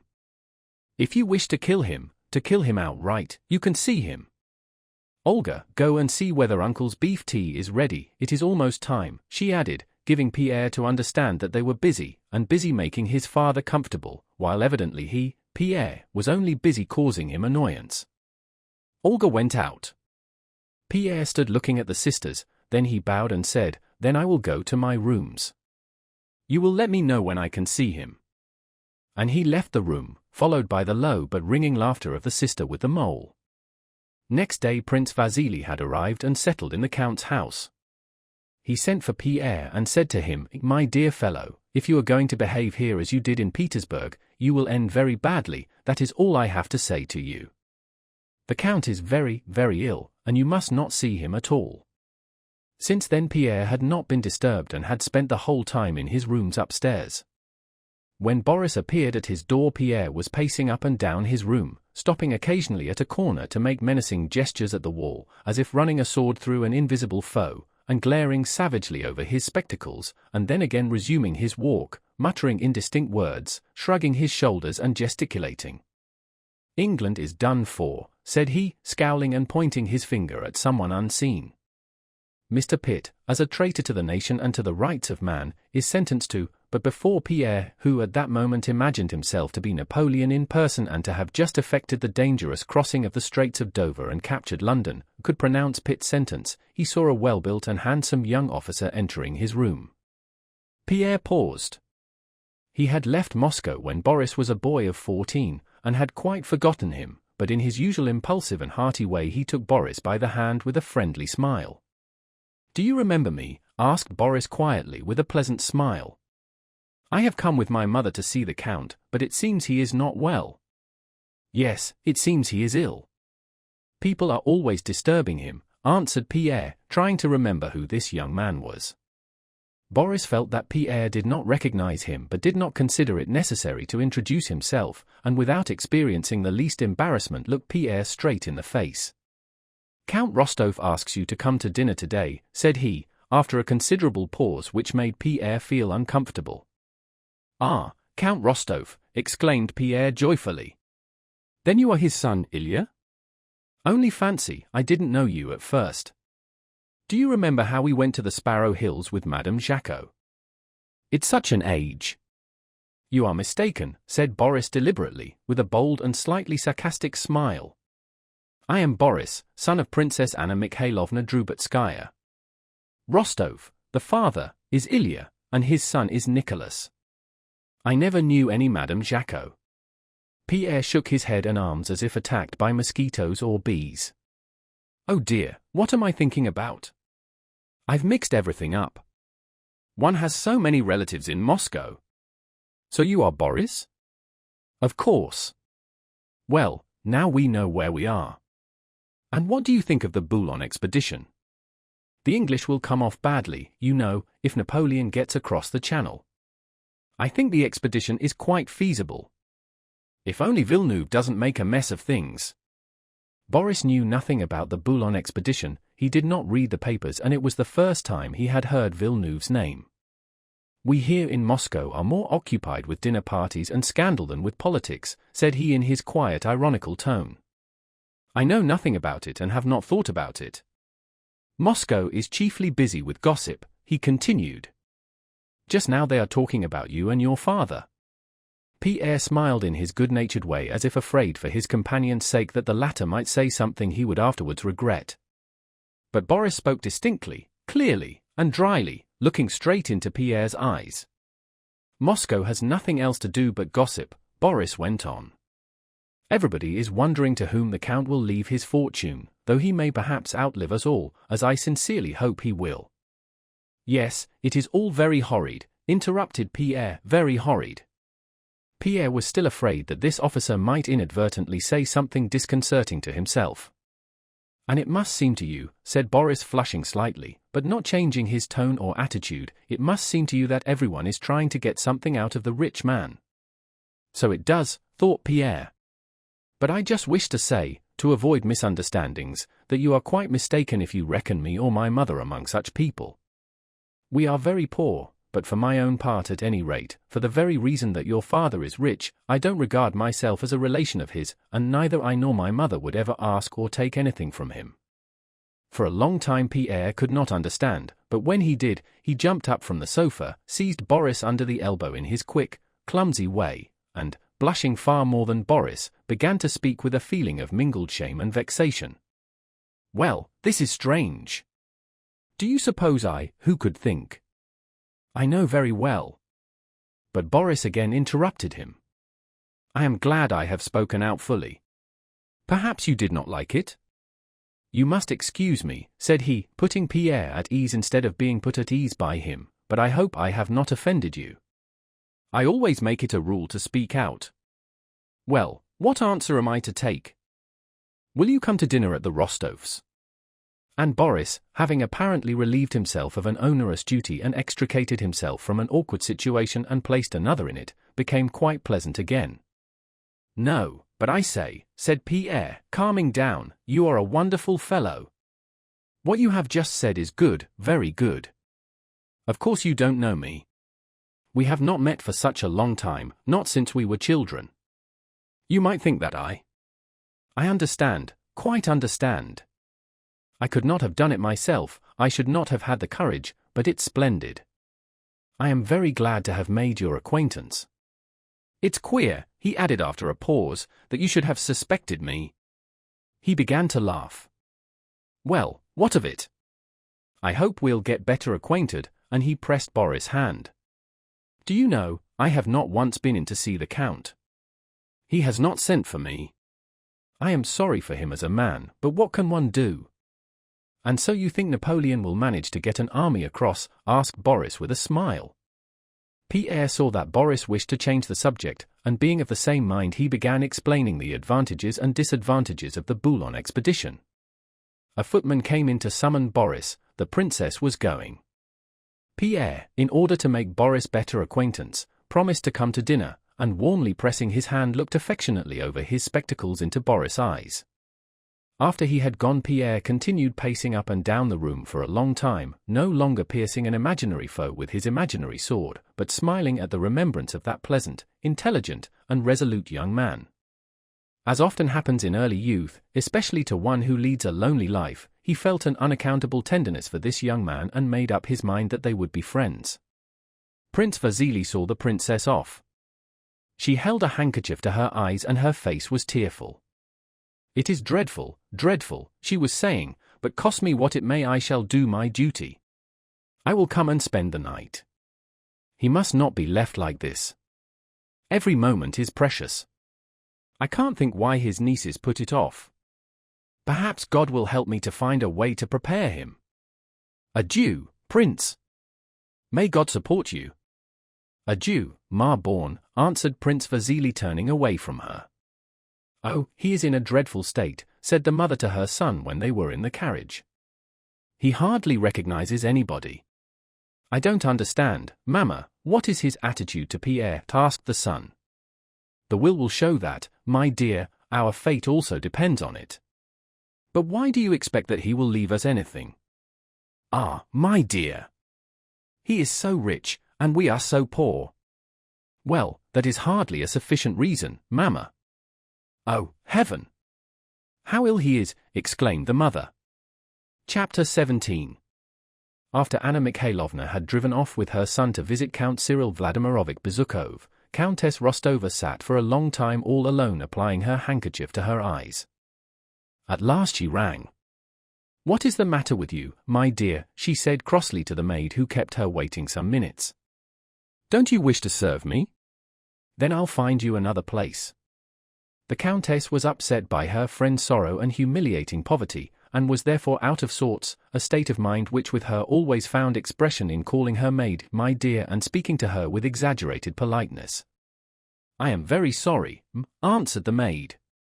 "Ask the Count to come to me." The Count came waddling in to see his wife with a rather guilty look as usual.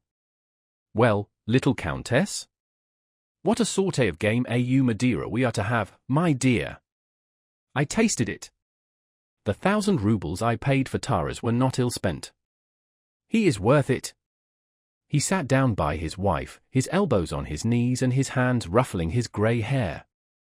"What are your commands, little Countess?" "You see, my dear." "What's that mess?" she said, pointing to his waistcoat. "It's the sauté, most likely," she added with a smile. "Well, you see, Count, I want some money." Her face became sad. "Oh, little Countess," and the Count began bustling to get out his pocket-book. "I want a great deal, Count. I want 500 rubles," and taking out her cambric handkerchief she began wiping her husband's waistcoat. "Yes, immediately, immediately." "Hey, who's there?" he called out in a tone only used by persons who are certain that those they call will rush to obey the summons. "Send Dmitri to me." Dmitri, a man of good family who had been brought up in the Count's house and now managed all his affairs, stepped softly into the room. "This is what I want, my dear fellow," said the Count to the deferential young man who had entered. "Bring me," he reflected a moment, "yes, bring me 700 rubles, yes. But mind, don't bring me such tattered and dirty notes as last time, but nice clean ones for the Countess." "Yes, Dmitri, clean ones, please," said the Countess, sighing deeply. "When would you like them, Your Excellency?" asked Dmitri. "Allow me to inform you. But don't be uneasy," he added, noticing that the Count was beginning to breathe heavily and quickly, which was always a sign of approaching anger. "I was forgetting. Do you wish it brought at once?" "Yes, yes, just so." "Bring it. Give it to the Countess." "What a treasure that Dmitri is," added the Count with a smile when the young man had departed. "There is never any impossibles with him. That's a thing I hate. Everything is possible. Ah, money, Count, money. How much sorrow it causes in the world," said the Countess. "But I am in great need of this sum." "You, my little Countess, are a notorious spendthrift," said the Count, and having kissed his wife's hand he went back to his study. When Anna Mikhailovna returned from Count Bezukhov's, the money, all in clean notes, was lying ready under a handkerchief on the Countess' little table, and Anna Mikhailovna noticed that something was agitating her. "Well, my dear?" asked the Countess. "Oh, what a terrible state he is in. One would not know him, he is so ill. I was only there a few moments and hardly said a word."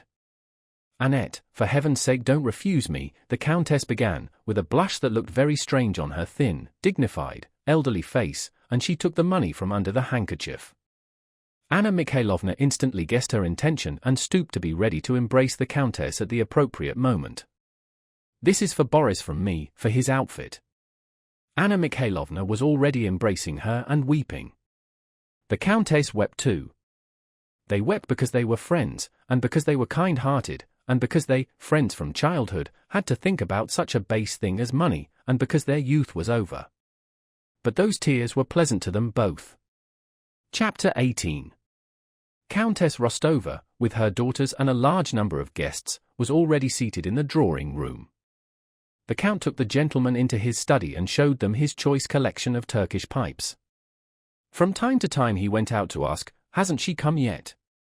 They were expecting Maria Dmitrievna Akrasimova, known in society as La Terrible Dragon, a lady distinguished not for wealth or rank, but for common sense and frank plainness of speech. Maria Dmitrievna was known to the imperial family as well as to all Moscow and Petersburg, and both cities wondered at her, laughed privately at her rudenesses, and told good stories about her, while none the less all without exception respected and feared her. In the Count's room, which was full of tobacco smoke, they talked of the war that had been announced in a manifesto, and about the recruiting. None of them had yet seen the manifesto, but they all knew it had appeared.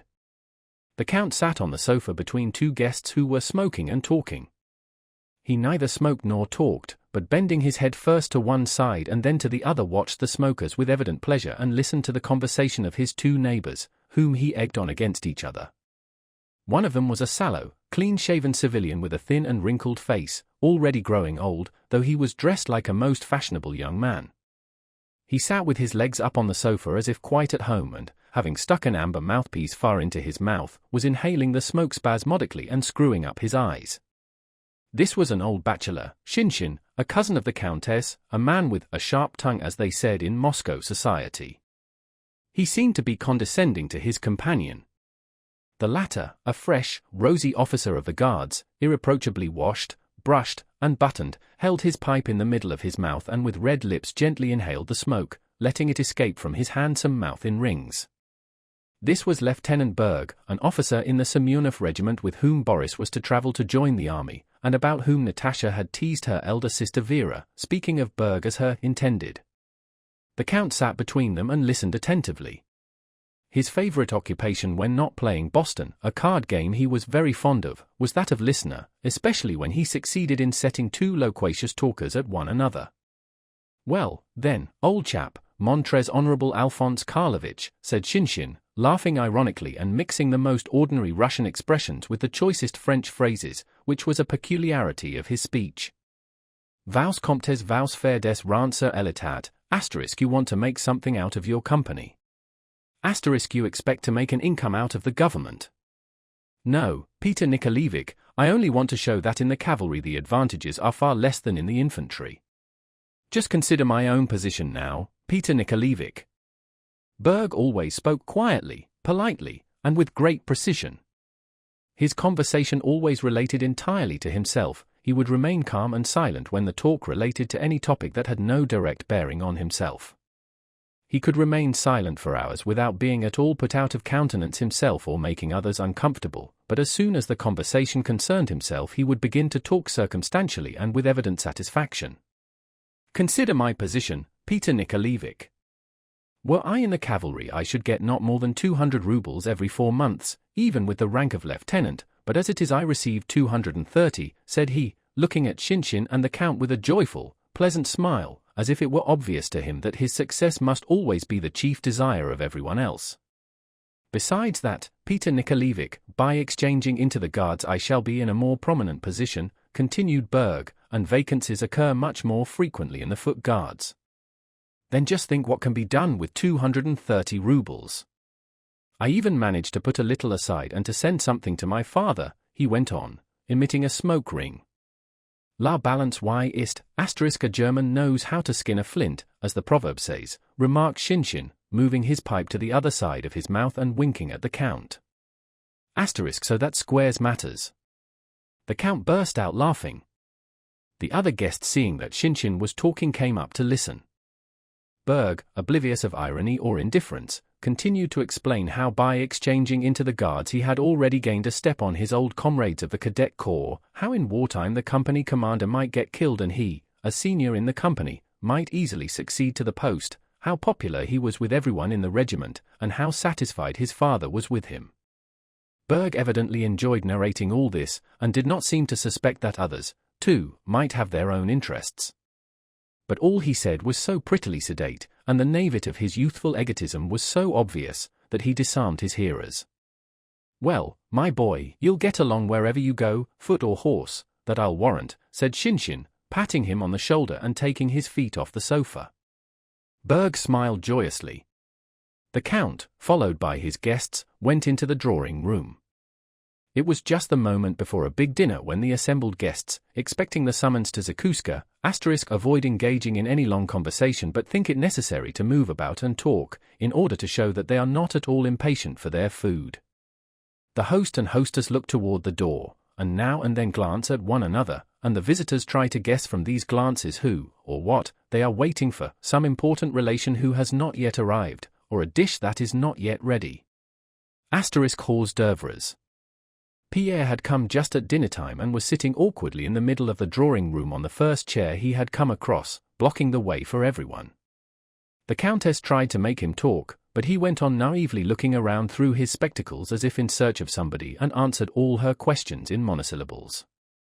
He was in the way and was the only one who did not notice the fact. Most of the guests, knowing of the affair with the bear, looked with curiosity at this big, stout, quiet man, wondering how such a clumsy, modest fellow could have played such a prank on a policeman. "You have only lately arrived?" the Countess asked him. "Oh, madam," replied he, looking around him. "You have not yet seen my husband?" "Non, madam." He smiled quite inappropriately. "You have been in Paris recently, I believe? I suppose it's very interesting." "Very interesting." The Countess exchanged glances with Anna Mikhailovna. The latter understood that she was being asked to entertain this young man, and sitting down beside him she began to speak about his father, but he answered her, as he had the Countess, only in monosyllables. The other guests were all conversing with one another. "The Razumovskis?" "It was charming." "You are very kind." "Countess Apraxina," was heard on all sides. The Countess rose and went into the ballroom. "Maria Dmitrievna," came her voice from there.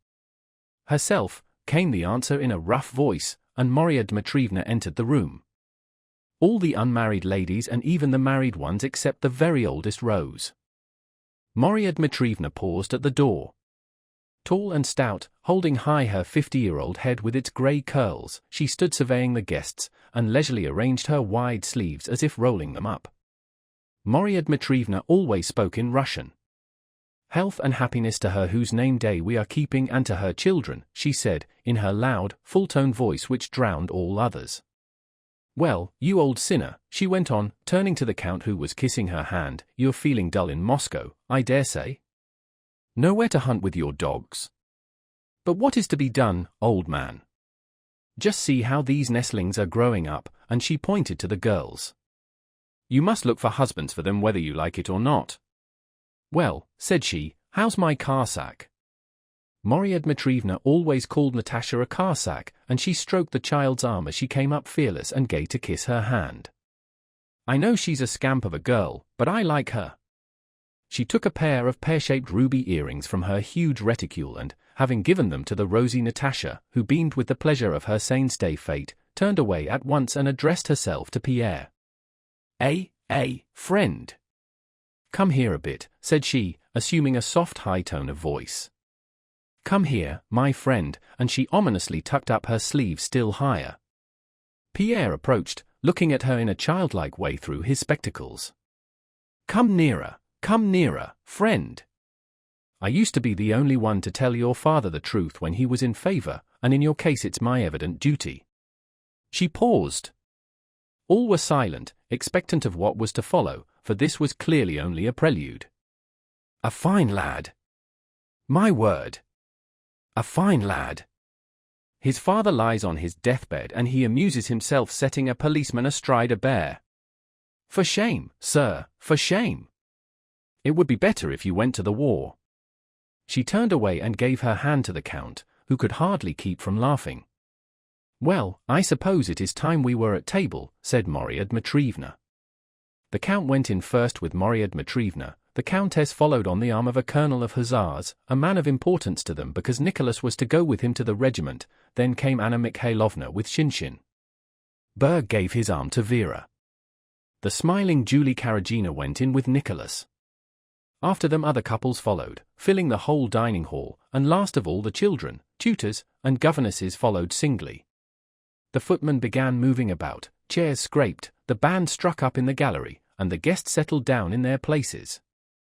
Then the strains of the Count's household band were replaced by the clatter of knives and forks, the voices of visitors, and the soft steps of the footmen. At one end of the table sat the Countess with Marya Dmitrievna on her right and Anna Mikhailovna on her left. The other lady visitors were farther down. At the other end sat the Count, with the hussar colonel on his left and Shinshin and the other male visitors on his right. Midway down the long table on one side sat the grown-up young people, Vera beside Berg, and Pierre beside Boris, and on the other side, the children, tutors, and governesses. From behind the crystal decanters and fruit vases, the Count kept glancing at his wife and her tall cap with its light blue ribbons, and busily filled his neighbors' glasses, not neglecting his own. The Countess in turn, without omitting her duties as hostess, threw significant glances from behind the pineapples at her husband whose face and bald head seemed by their redness to contrast more than usual with his grey hair. At the ladies' end an even chatter of voices was heard all the time. At the men's end the voices sounded louder and louder, especially that of the colonel of hussars who, growing more and more flushed, ate and drank so much that the Count held him up as a pattern to the other guests. Berg with tender smiles was saying to Vera that love is not an earthly but a heavenly feeling. Boris was telling his new friend Pierre who the guests were and exchanging glances with Natasha, who was sitting opposite. Pierre spoke little but examined the new faces, and ate a great deal. Of the two soups he chose turtle with savory patties and went on to the game without omitting a single dish or one of the wines. These latter the butler thrust mysteriously forward, wrapped in a napkin, from behind the next man's shoulders and whispered, "Dry Madeira." Hungarian, or Rhine wine as the case might be. Of the 4 crystal glasses engraved with the Count's monogram that stood before his plate, Pierre held out one at random and drank with enjoyment, gazing with ever-increasing amiability at the other guests. Natasha, who sat opposite, was looking at Boris as girls of 13 look at the boy they are in love with and have just kissed for the first time.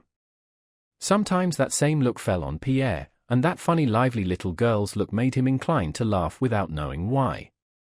Nicholas sat at some distance from Sonia, beside Julie Karagina, to whom he was again talking with the same involuntary smile.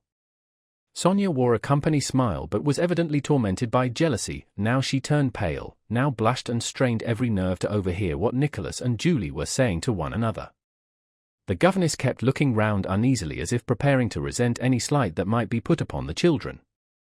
The German tutor was trying to remember all the dishes, wines, and kinds of dessert, in order to send a full description of the dinner to his people in Germany, and he felt greatly offended when the butler with a bottle wrapped in a napkin passed him by. He frowned, trying to appear as if he did not want any of that wine, but was mortified because no one would understand that it was not to quench his thirst or from greediness that he wanted it, but simply from a conscientious desire for knowledge. Chapter 19. At the men's end of the table the talk grew more and more animated. The colonel told them that the declaration of war had already appeared in Petersburg and that a copy, which he had himself seen, had that day been forwarded by courier to the commander-in-chief. "And why the deuce are we going to fight Bonaparte?" remarked Shinshin. "He has stopped Austria's cackle and I fear it will be our turn next." The colonel was a stout, tall, plethoric German, evidently devoted to the service and patriotically Russian. He resented Shinshin's remark. "It is for the reason, my good sir," said he, speaking with a German accent, "for the reason that the Emperor knows that. He declares in the manifesto that he cannot view with indifference the danger threatening Russia and that the safety and dignity of the empire as well as the sanctity of its alliances." He spoke this last word with particular emphasis as if in it lay the gist of the matter. Then with the unerring official memory that characterized him he repeated from the opening words of the manifesto. "And the wish, which constitutes the emperor's sole and absolute aim, to establish peace in Europe on firm foundations, has now decided him to dispatch part of the army abroad and to create a new condition for the attainment of that purpose. That, my dear sir, is why," he concluded, drinking a tumbler of wine with dignity and looking to the Count for approval.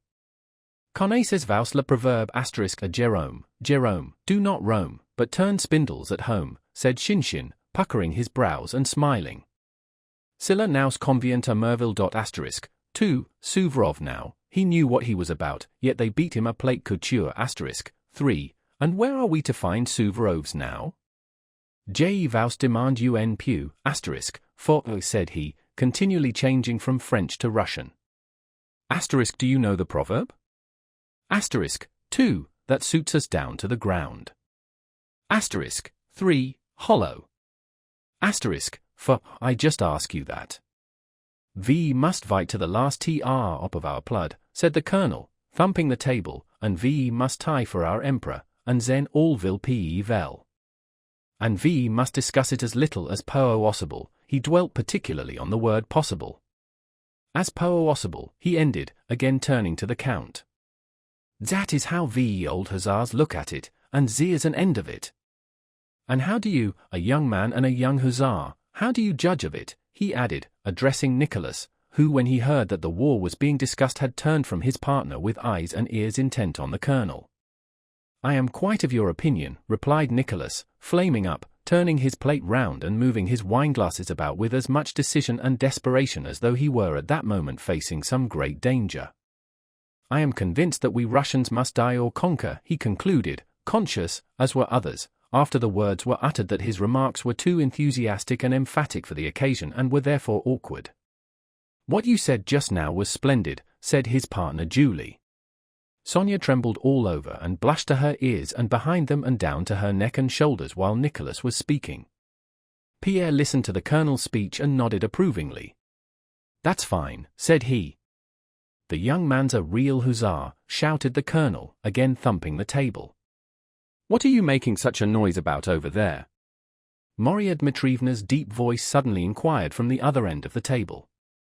What are you thumping the table for? She demanded of the hussar, and why are you exciting yourself? Do you think the French are here? I am speaking the truce, replied the hussar with a smile. It's all about the war, the Count shouted down the table. You know my son's going, Marya Dmitrievna? My son is going. I have 4 sons in the army, but still I don't fret. It is all in God's hands. You may die in your bed or God may spare you in a battle, replied Marya Dmitrievna's deep voice, which easily carried the whole length of the table. That's true.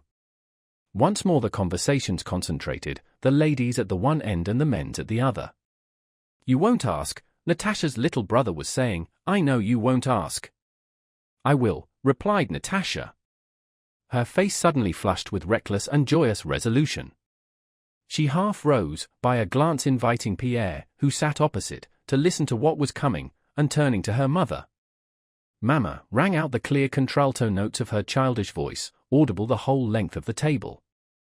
What is it? Asked the Countess, startled, but seeing by her daughter's face that it was only mischief, she shook a finger at her sternly with a threatening and forbidding movement of her head. The conversation was hushed. Mama! What sweets are we going to have? And Natasha's voice sounded still more firm and resolute. The Countess tried to frown, but could not. Marya Dmitrievna shook her fat finger. Karsak, she said threateningly. Most of the guests, uncertain how to regard this sally, looked at the elders.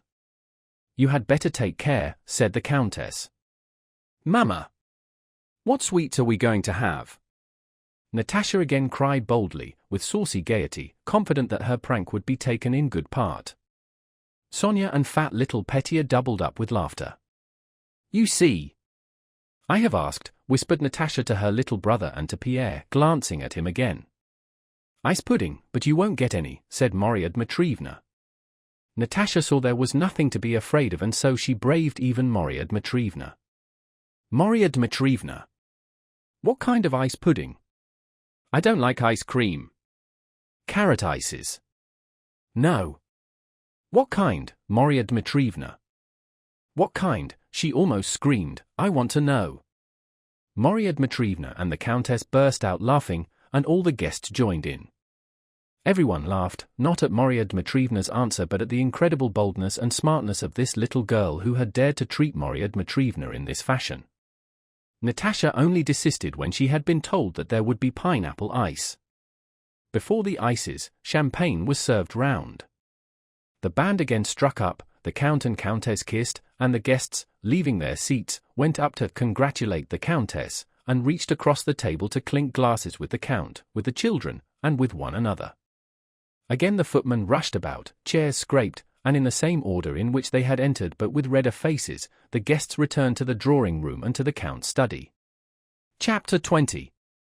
The card tables were drawn out, sets made up for Boston, and the Count's visitors settled themselves, some in the 2 drawing-rooms, some in the sitting-room, some in the library.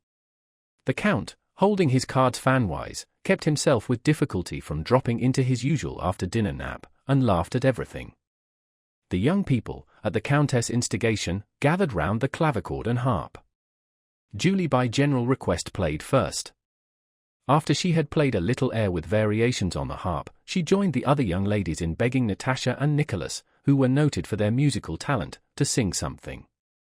Natasha, who was treated as though she were grown up, was evidently very proud of this but at the same time felt shy. What shall we sing? She said. The brook, suggested Nicholas. Well, then, let's be quick. Boris, come here, said Natasha. But where is Sonia? She looked round and seeing that her friend was not in the room ran to look for her. Running into Sonia's room and not finding her there, Natasha ran to the nursery, but Sonia was not there either. Natasha concluded that she must be on the chest in the passage. The chest in the passage was the place of mourning for the younger female generation in the Rostov household. And there in fact was Sonia lying face downward on nurse's dirty feather bed on the top of the chest, crumpling her gauzy pink dress under her, hiding her face with her slender fingers, and sobbing so convulsively that her bare little shoulders shook. Natasha's face, which had been so radiantly happy all that saint's day, suddenly changed, her eyes became fixed, and then a shiver passed down her broad neck and the corners of her mouth drooped. Sonia! What is it? What is the matter? Oh! Oh! Oh! And Natasha's large mouth widened, making her look quite ugly, and she began to wail like a baby without knowing why, except that Sonia was crying. Sonia tried to lift her head to answer but could not, and hid her face still deeper in the bed. Natasha wept, sitting on the blue-striped feather bed and hugging her friend. With an effort Sonia sat up and began wiping her eyes and explaining. Nicholas is going away in a week's time, his papers have come, he told me himself, but still I should not cry, and she showed a paper she held in her hand, with the verses Nicholas had written, still, I should not cry, but you can't, no one can understand, what a soul he has. And she began to cry again because he had such a noble soul. It's all very well for you. I am not envious. I love you and Boris also, she went on, gaining a little strength, he is nice, there are no difficulties in your way. But Nicholas is my cousin, one would have to, the Metropolitan himself, and even then it can't be done. And besides, if she tells Mama, Sonia looked upon the Countess as her mother and called her so, that I am spoiling Nicholas' career and am heartless and ungrateful, while truly. God is my witness, and she made the sign of the cross, I love her so much, and all of you, only Vera. And what for? What have I done to her? I am so grateful to you that I would willingly sacrifice everything, only I have nothing. Sonia could not continue, and again hid her face in her hands and in the feather bed. Natasha began consoling her, but her face showed that she understood all the gravity of her friend's trouble. Sonia, she suddenly exclaimed, as if she had guessed the true reason of her friend's sorrow. "I'm sure Vera has said something to you since dinner. Hasn't she?" "Yes, these verses Nicholas wrote himself and I copied some others, and she found them on my table and said she'd show them to Mama, and that I was ungrateful, and that Mama would never allow him to marry me, but that he'll marry Julie. You see how he's been with her all day. Natasha, what have I done to deserve it?" And again she began to sob, more bitterly than before. Natasha lifted her up, hugged her, and, smiling through her tears, began comforting her. "Sonia, don't believe her, darling. Don't believe her. Do you remember how we and Nicholas, all three of us, talked in the sitting room after supper? Why, we settled how everything was to be. I don't quite remember how, but don't you remember that it could all be arranged and how nice it all was? There's Uncle Shinshin's brother has married his first cousin. And we are only second cousins, you know. And Boris says it is quite possible. You know I have told him all about it. And he is so clever and so good," said Natasha. "Don't you cry, Sonia, dear love, darling Sonia," and she kissed her and laughed. "Vera's spiteful, never mind her. And all will come right and she won't say anything to Mama. Nicholas will tell her himself, and he doesn't care at all for Julie." Natasha kissed her on the hair. Sonia sat up. The little kitten brightened, its eyes shone, and it seemed ready to lift its tail, jump down on its soft paws, and begin playing with the ball of worsted as a kitten should. "Do you think so?" "Really?" "Truly," she said, quickly smoothing her frock and hair. "Really, truly," answered Natasha, pushing in a crisp lock that had strayed from under her friend's plaits. Both laughed. "Well, let's go and sing the brook. Come along." "Do you know, that fat Pierre who sat opposite me is so funny," said Natasha, stopping suddenly. "I feel so happy." And she set off at a run along the passage. Sonia, shaking off some down which clung to her and tucking away the verses in the bosom of her dress close to her bony little chest, ran after Natasha down the passage into the sitting room with flushed face and light, joyous steps. At the visitor's request the young people sang the quartet, The Brook, with which everyone was delighted. Then Nicholas sang a song he had just learned. At night time in the moon's fair glow. How sweet, as fancies wander free, to feel that in this world there's one who still is thinking but of thee. That while her fingers touch the harp, wafting sweet music o'er the lea, it is for thee thus swells her heart, sighing its message out to thee. A day or two, then bliss unspoilt. But oh, till then I cannot live. He had not finished the last verse before the young people began to get ready to dance in the large hall, and the sound of the feet and the coughing of the musicians were heard from the gallery. Pierre was sitting in the drawing room where Shinshin had engaged him, as a man recently returned from abroad, in a political conversation in which several others joined but which bored Pierre.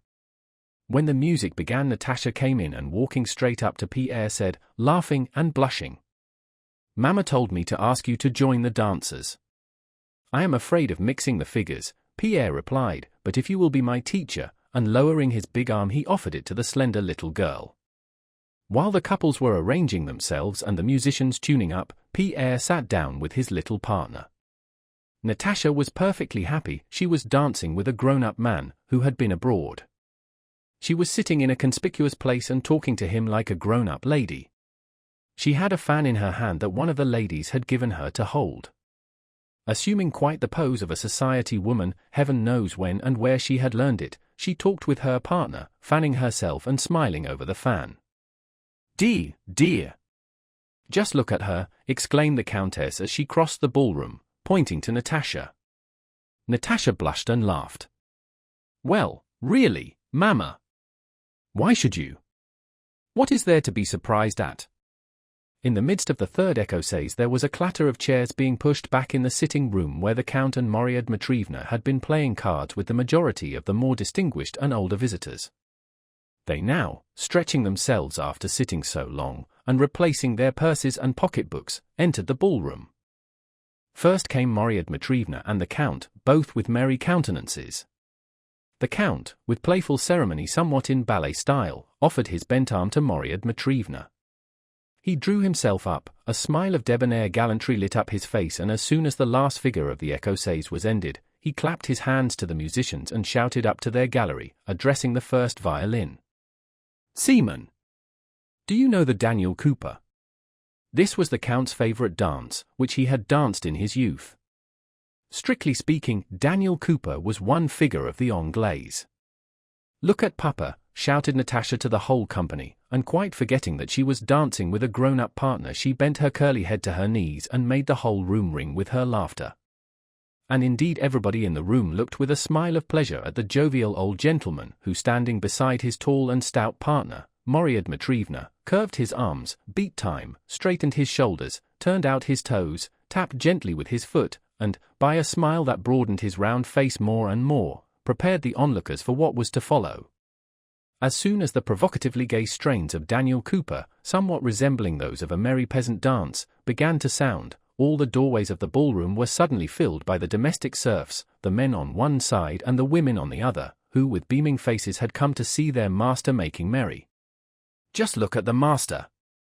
A regular eagle he is," loudly remarked the nurse, as she stood in one of the doorways. The Count danced well and knew it. But his partner could not and did not want to dance well.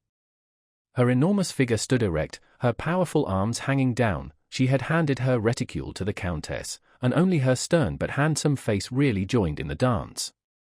What was expressed by the whole of the Count's plump figure, in Marya Dmitrievna found expression only in her more and more beaming face and quivering nose. But if the Count, getting more and more into the swing of it, charmed the spectators by the unexpectedness of his adroit maneuvers and the agility with which he capered about on his light feet, Marya Dmitrievna produced no less impression by slight exertions, the least effort to move her shoulders or bend her arms when turning, or stamp her foot, which everyone appreciated in view of her size and habitual severity. The dance grew livelier and livelier. The other couples could not attract a moment's attention to their own evolutions and did not even try to do so. All were watching the Count and Marya Dmitrievna. Natasha kept pulling everyone by sleeve or dress, urging them to look at Papa, though as it was they never took their eyes off the couple. In the intervals of the dance the Count, breathing deeply, waved and shouted to the musicians to play faster. Faster, faster, and faster, lightly, and yet more lightly whirled the Count, flying round Marya Dmitrievna, now on his toes, now on his heels, until, turning his partner round to her seat, he executed the final pas, raising his soft foot backwards, bowing his perspiring head, smiling and making a wide sweep with his arm, amid a thunder of applause and laughter led by Natasha. Both partners stood still, breathing heavily and wiping their faces with their cambric handkerchiefs. "That's how we used to dance in our time, ma chère," said the Count. "That was a Daniel Cooper," exclaimed Marya Dmitrievna, tucking up her sleeves and puffing heavily. Chapter 21. While in the Rostovs' ballroom the sixth Anglaise was being danced, to a tune in which the weary musicians blundered, and while tired footmen and cooks were getting the supper, Count Bezukov had a sixth stroke. The doctors pronounced recovery impossible. After a mute confession, communion was administered to the dying man, preparations made for the sacrament of unction, and in his house there was the bustle and thrill of suspense usual at such moments. Outside the house, beyond the gates, a group of undertakers, who hid whenever a carriage drove up, waited in expectation of an important order for an expensive funeral. The military governor of Moscow, who had been assiduous in sending aides to Kind to inquire after the Count's health, came himself that evening to bid a last farewell to the celebrated grandee of Catherine's court, Count Bezukov. The magnificent reception room was crowded. Everyone stood up respectfully when the military governor, having stayed about half an hour alone with the dying man, passed out, slightly acknowledging their bows and trying to escape as quickly as possible from the glances fixed on him by the doctors, clergy, and relatives of the family. Prince Vasily, who had grown thinner and paler during the last few days, escorted him to the door, repeating something to him several times in low tones. When the military governor had gone, Prince Vasily sat down all alone on a chair in the ballroom, crossing one leg high over the other, leaning his elbow on his knee and covering his face with his hand. After sitting so for a while he rose, and, looking about him with frightened eyes, went with unusually hurried steps down the long corridor leading to the back of the house, to the room of the eldest princess. Those who were in the dimly lit reception room spoke in nervous whispers, and, whenever anyone went into or came from the dying man's room, grew silent and gazed with eyes full of curiosity or expectancy at his door, which creaked slightly when opened. The limits of human life are fixed and may not be overpassed, said an old priest to a lady who had taken a seat beside him and was listening naively to his words. I wonder, is it not too late to administer unction? Asked the lady, adding the priest's clerical title, as if she had no opinion of her own on the subject. Ah, madam, it is a great sacrament, replied the priest, passing his hand over the thin grizzled strands of hair combed back across his bald head. Who was that? The military governor himself was being asked at the other side of the room. How young-looking he is. Yes, and he is over 60. I hear the count no longer recognizes anyone. They wish to administer the sacrament of unction. I knew someone who received that sacrament 7 times. The second princess had just come from the sick room with her eyes red from weeping and sat down beside Dr. Lorraine, who was sitting in a graceful pose under a portrait of Catherine, leaning his elbow on a table. Beautiful, said the doctor in answer to a remark about the weather. The weather is beautiful, princess, and besides, in Moscow one feels as if one were in the country. Yes, indeed, replied the princess with a sigh. So he may have something to drink? Lorraine considered. Has he taken his medicine? Yes. The doctor glanced at his watch. Take a glass of boiled water and put a pinch of cream of tartar, and he indicated with his delicate fingers what he meant by a pinch. Dear has never been a gas, a German doctor was saying to an aide-de-camp, that one lifts after the third stroke. And what a well-preserved man he was, remarked the aide-de-camp. And who will inherit his wealth, he added in a whisper. It won't go begging, replied the German with a smile. Everyone again looked toward the door, which creaked as the second princess went in with the drink she had prepared according to Lorraine's instructions. The German doctor went up to Lorraine.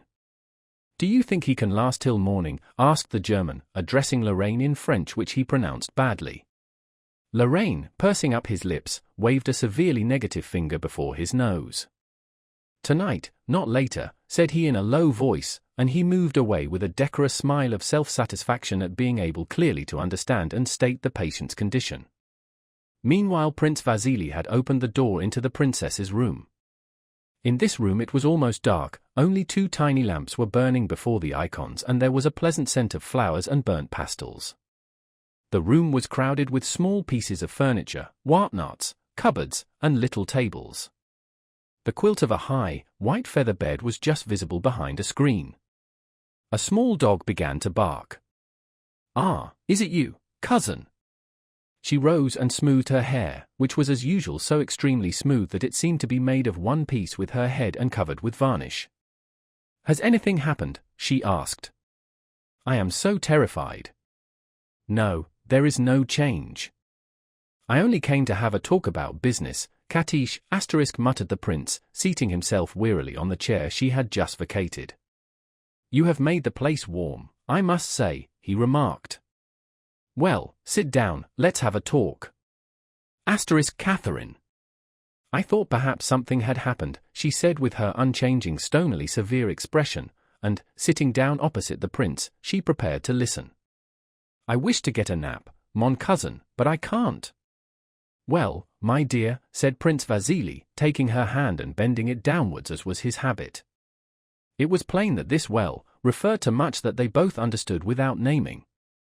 The princess, who had a straight, rigid body, abnormally long for her legs, looked directly at Prince Vasily with no sign of emotion in her prominent grey eyes. Then she shook her head and glanced up at the icons with a sigh. This might have been taken as an expression of sorrow and devotion, or of weariness and hope of resting before long. Prince Vasily understood it as an expression of weariness. And he said, do you think it is easier for me? I am as worn out as a post horse, but still I must have a talk with you, Katish, a very serious talk. Prince Vasily said no more and his cheeks began to twitch nervously, now on one side, now on the other, giving his face an unpleasant expression which was never to be seen on it in a drawing-room. His eyes too seemed strange, at one moment they looked impudently sly and at the next glance round in alarm. The princess, holding her little dog on her lap with her thin bony hands, looked attentively into Prince Vasili's eyes, evidently resolved not to be the first to break silence if she had to wait till morning. "Well, you see, my dear princess and cousin, Catherine Semenovna," continued Prince Vasili, returning to his theme, apparently not without an inner struggle, "at such a moment as this one must think of everything. One must think of the future, of all of you. I love you all, like children of my own, as you know." The princess continued to look at him without moving, and with the same dull expression. "And then of course my family has also to be considered," Prince Vasili went on, testily pushing away a little table without looking at her. "You know, Katish, that we, you three sisters, Mamontov, and my wife, are the Count's only direct heirs. I know how hard it is for you to talk or think of such matters. It is no easier for me, but, my dear, I am getting on for 60 and must be prepared for anything. Do you know I have sent for Pierre?" The Count, pointing to his portrait, definitely demanded that he should be called. Prince Vasili looked questioningly at the princess, but could not make out whether she was considering what he had just said or whether she was simply looking at him. "There is one thing I constantly pray God to grant, mon cousin," she replied, "and it is that he would be merciful to him and would allow his noble soul peacefully to leave this." Yes, of course," interrupted Prince Vasili impatiently, rubbing his bald head and angrily pulling back toward him the little table that he had pushed away. "But, in short, the fact is, you know yourself that last winter the Count made a will by which he left all his property, not to us his direct heirs, but to Pierre." "He has made wills enough," quietly remarked the princess. "But he cannot leave the estate to Pierre.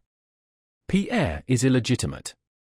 "But, my dear," said Prince Vasili suddenly, clutching the little table and becoming more animated and talking more rapidly, "what if a letter has been written to the Emperor in which the Count asks for Pierre's legitimation? Do you understand that in consideration of the Count's services, his request would be granted?" The princess smiled as people do who think they know more about the subject under discussion than those they are talking with. "I can tell you more," continued Prince Vasili, seizing her hand, "that letter was written, though it was not sent, and the Emperor knew of it. The only question is, has it been destroyed or not? If not, then as soon as all is over," and Prince Vasili sighed to intimate what he meant by the words "all is over," "and the Count's papers are opened, the will and letter will be delivered to the Emperor, and the petition will certainly be granted. Pierre will get everything as the legitimate son." "And our share?" asked the princess, smiling ironically, as if anything might happen, only not that. "But, my poor Katish, it is as clear as daylight. He will then be the legal heir to everything and you won't get anything. You must know, my dear, whether the will and letter were written, and whether they have been destroyed or not. And if they have somehow been overlooked, you ought to know where they are, and must find them, because—" "What next?" the princess interrupted, smiling sardonically and not changing the expression of her eyes. "I am a woman, and you think we are all stupid, but I know this, an illegitimate son cannot inherit, un baited. Asterisk," she added, as if supposing that this translation of the word would effectively prove to Prince Vasili the invalidity of his contention. Asterisk a bastard. "Well, really, Katish, can't you understand? You are so intelligent, how is it you don't see that if the Count has written a letter to the Emperor begging him to recognize Pierre as legitimate, it follows that Pierre will not be Pierre but will become Count Bezukhov, and will then inherit everything under the will? And if the will and letter are not destroyed, then you will have nothing but the consolation of having been dutiful et tout ce qui est ensuite, asterisk that's certain. Asterisk and all that follows therefrom. I know the will was made, but I also know that it is invalid, and you, mon cousin, seem to consider me a perfect fool," said the princess with the expression women assume when they suppose they are saying something witty and stinging. "My dear Princess Catherine Semenovna," began Prince Vasili impatiently, "I came here not to wrangle with you, but to talk about your interests as with a kinswoman, a good, kind, true relation. And I tell you for the 10th time that if the letter to the Emperor and the will in Pierre's favor are among the Count's papers, then, my dear girl, you and your sisters are not heiresses. If you don't believe me, then believe an expert. I have just been talking to Dmitri Onufrich, the family solicitor, and he says the same." At this a sudden change evidently took place in the princess's ideas, her thin lips grew white, though her eyes did not change, and her voice when she began to speak passed through such transitions as she herself evidently did not expect. "That would be a fine thing," said she. "I never wanted anything and I don't now." She pushed the little dog off her lap and smoothed her dress. "And this is gratitude, this is recognition for those who have sacrificed everything for his sake," she cried. "It's splendid." "Fine. I don't want anything, Prince." "Yes, but you are not the only one." "There are your sisters," replied Prince Vasily. But the princess did not listen to him. "Yes, I knew it long ago but had forgotten. I knew that I could expect nothing but meanness, deceit, envy, intrigue, and ingratitude, the blackest ingratitude, in this house." "Do you or do you not know where that will is?" insisted Prince Vasily, his cheeks twitching more than ever. "Yes, I was a fool. I still believed in people, loved them, and sacrificed myself. But only the base, the vile succeed. I know who has been intriguing." The princess wished to rise, but the prince held her by the hand. She had the air of one who has suddenly lost faith in the whole human race. She gave her companion an angry glance. "There is still time, my dear. You must remember, Katish, that it was all done casually in a moment of anger, of illness, and was afterwards forgotten. Our duty, my dear, is to rectify his mistake, to ease his last moments by not letting him commit this injustice, and not to let him die feeling that he is rendering unhappy those who sacrificed everything for him," chimed in the princess, who would again have risen had not the prince still held her fast, though he never could appreciate it. "No, mon cousin," she added with a sigh, "I shall always remember that in this world one must expect no reward, that in this world there is neither honor nor justice. In this world one has to be cunning and cruel. Now come, come. Be reasonable. I know your excellent heart." "No, I have a wicked heart." "I know your heart," repeated the prince. "I value your friendship and wish you to have as good an opinion of me. Don't upset yourself, and let us talk sensibly while there is still time, be it a day or be it but an hour. Tell me all you know about the will, and above all where it is. You must know. We will take it at once and show it to the count. He has, no doubt, forgotten it and will wish to destroy it. You understand that my sole desire is conscientiously to carry out his wishes, that is my only reason for being here. I came simply to help him and you. Now I see it all. I know who has been intriguing, I know," cried the princess. "That's not the point, my dear. It's that protégé of yours, that sweet Princess Drubetskaya, that Anna Mikhailovna whom I would not take for a housemaid, the infamous, vile woman. Do not let us lose any time." "Ah, don't talk to me. Last winter she wheedled herself in here and told the count such vile, disgraceful things about us, especially about Sophie, I can't repeat them, that it made the count quite ill and he would not see us for a whole fortnight. I know it was then he wrote this vile, infamous paper, but I thought the thing was invalid. We've got to it at last, why did you not tell me about it sooner?" "It's in the inlaid portfolio that he keeps under his pillow," said the princess, ignoring his question. "Now I know. Yes, if I have a sin, a great sin, it is hatred of that vile woman," almost shrieked the princess, now quite changed. "And what does she come worming herself in here for? But I will give her a piece of my mind. The time will come." Chapter 22. While these conversations were going on in the reception room and the princess's room, a carriage containing Pierre, who had been sent for, and Anna Mikhailovna, who found it necessary to accompany him, was driving into the court of Count Bezukhov's house. As the wheels rolled softly over the straw beneath the windows, Anna Mikhailovna, having turned with words of comfort to her companion, realized that he was asleep in his corner and woke him up.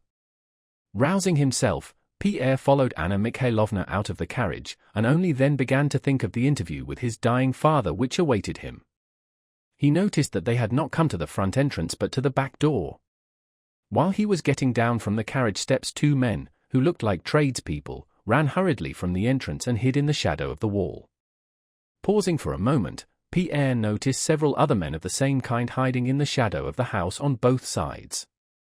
But neither Anna Mikhailovna nor the footman nor the coachman, who could not help seeing these people, took any notice of them. "It seems to be all right," Pierre concluded, and followed Anna Mikhailovna. She hurriedly ascended the narrow dimly lit stone staircase, calling to Pierre, who was lagging behind, to follow.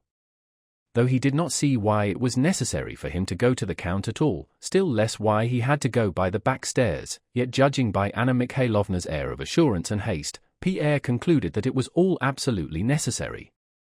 Halfway up the stairs they were almost knocked over by some men who, carrying pails, came running downstairs, their boots clattering. These men pressed close to the wall to let Pierre and Anna Mikhailovna pass and did not evince the least surprise at seeing them there. "Is this the way to the princess's apartments?" asked Anna Mikhailovna of one of them. "Yes," replied a footman in a bold loud voice, as if anything were now permissible, "the door to the left." "Perhaps the Count did not ask for me," said Pierre when he reached the landing. "I'd better go to my own room." Anna Mikhailovna paused and waited for him to come up. "Ah, my friend," she said, touching his arm as she had done her son's when speaking to him that afternoon, "believe me, I suffer no less than you do, but be a man." "But really, hadn't I better go away?" he asked, looking kindly at her over his spectacles. "Ah, my dear friend. Forget the wrongs that may have been done you. Think that he is your father, perhaps in the agony of death." She sighed. "I have loved you like a son from the first. Trust yourself to me, Pierre. I shall not forget your interests." Pierre did not understand a word, but the conviction that all this had to be grew stronger, and he meekly followed Anna Mikhailovna, who was already opening a door. This door led into a back anteroom. An old man, a servant of the princess's, sat in a corner knitting a stocking. Pierre had never been in this part of the house and did not even know of the existence of these rooms. Anna Mikhailovna, addressing a maid who was hurrying past with a decanter on a tray as "my dear" and "my sweet," asked about the princess's health and then led Pierre along a stone passage. The first door on the left led into the princess's apartments. The maid with the decanter in her haste had not closed the door. Everything in the house was done in haste at that time, and Pierre and Anna Mikhailovna in passing instinctively glanced into the room, where Prince Vasily and the eldest princess were sitting close together talking. Seeing them pass, Prince Vasily drew back with obvious impatience, while the princess jumped up and with a gesture of desperation slammed the door with all her might. This action was so unlike her usual composure and the fear depicted on Prince Vasily's face so out of keeping with his dignity that Pierre stopped and glanced inquiringly over his spectacles at his guide. Anna Mikhailovna evinced no surprise, she only smiled faintly and sighed, as if to say that this was no more than she had expected. "Be a man, my friend. I will look after your interests," said she in reply to his look, and went still faster along the passage. Pierre could not make out what it was all about, and still less what watching over his interests meant, but he decided that all these things had to be. From the passage they went into a large, dimly lit room adjoining the Count's reception room. It was one of those sumptuous but cold apartments known to Pierre only from the front approach, but even in this room there now stood an empty bath, and water had been spilled on the carpet. They were met by a deacon with a censer and by a servant who passed out on tiptoe without heeding them. They went into the reception room familiar to Pierre, with two Italian windows opening into the conservatory, with its large bust and full-length portrait of Catherine the Great. The same people were still sitting here in almost the same positions as before, whispering to one another. All became silent and turned to look at the pale careworn Anna Mikhailovna as she entered, and at the big stout figure of Pierre who, hanging his head, meekly followed her. Anna Mikhailovna's face expressed a consciousness that the decisive moment had arrived. With the air of a practical Petersburg lady she now, keeping Pierre close beside her, entered the room even more boldly than that afternoon. She felt that as she brought with her the person the dying man wished to see, her own admission was assured. Casting a rapid glance at all those in the room and noticing the Count's confessor there, she glided up to him with a sort of amble, not exactly bowing yet seeming to grow suddenly smaller, and respectfully received the blessing first of one and then of another priest. "God be thanked that you are in time," said she to one of the priests, "all we relatives have been in such anxiety. This young man is the Count's son," she added more softly. "What a terrible moment." Having said this she went up to the doctor. "Dear doctor," said she, "this young man is the Count's son. Is there any hope?" The doctor cast a rapid glance upwards and silently shrugged his shoulders. Anna Mikhailovna, with just the same movement, raised her shoulders and eyes, almost closing the latter, sighed, and moved away from the doctor to Pierre. To him, in a particularly respectful and tenderly sad voice, she said, "Trust in his mercy," and pointing out a small sofa for him to sit and wait for her, she went silently toward the door that everyone was watching, and it creaked very slightly as she disappeared behind it. Pierre, having made up his mind to obey his monitress implicitly, moved toward the sofa she had indicated. As soon as Anna Mikhailovna had disappeared, he noticed that the eyes of all in the room turned to him with something more than curiosity and sympathy. He noticed that they whispered to one another, casting significant looks at him with a kind of awe and even servility. A deference such as he had never before received was shown him. A strange lady, the one who had been talking to the priests, rose and offered him her seat. An aide-de-camp picked up and returned a glove Pierre had dropped. The doctors became respectfully silent as he passed by, and moved to make way for him.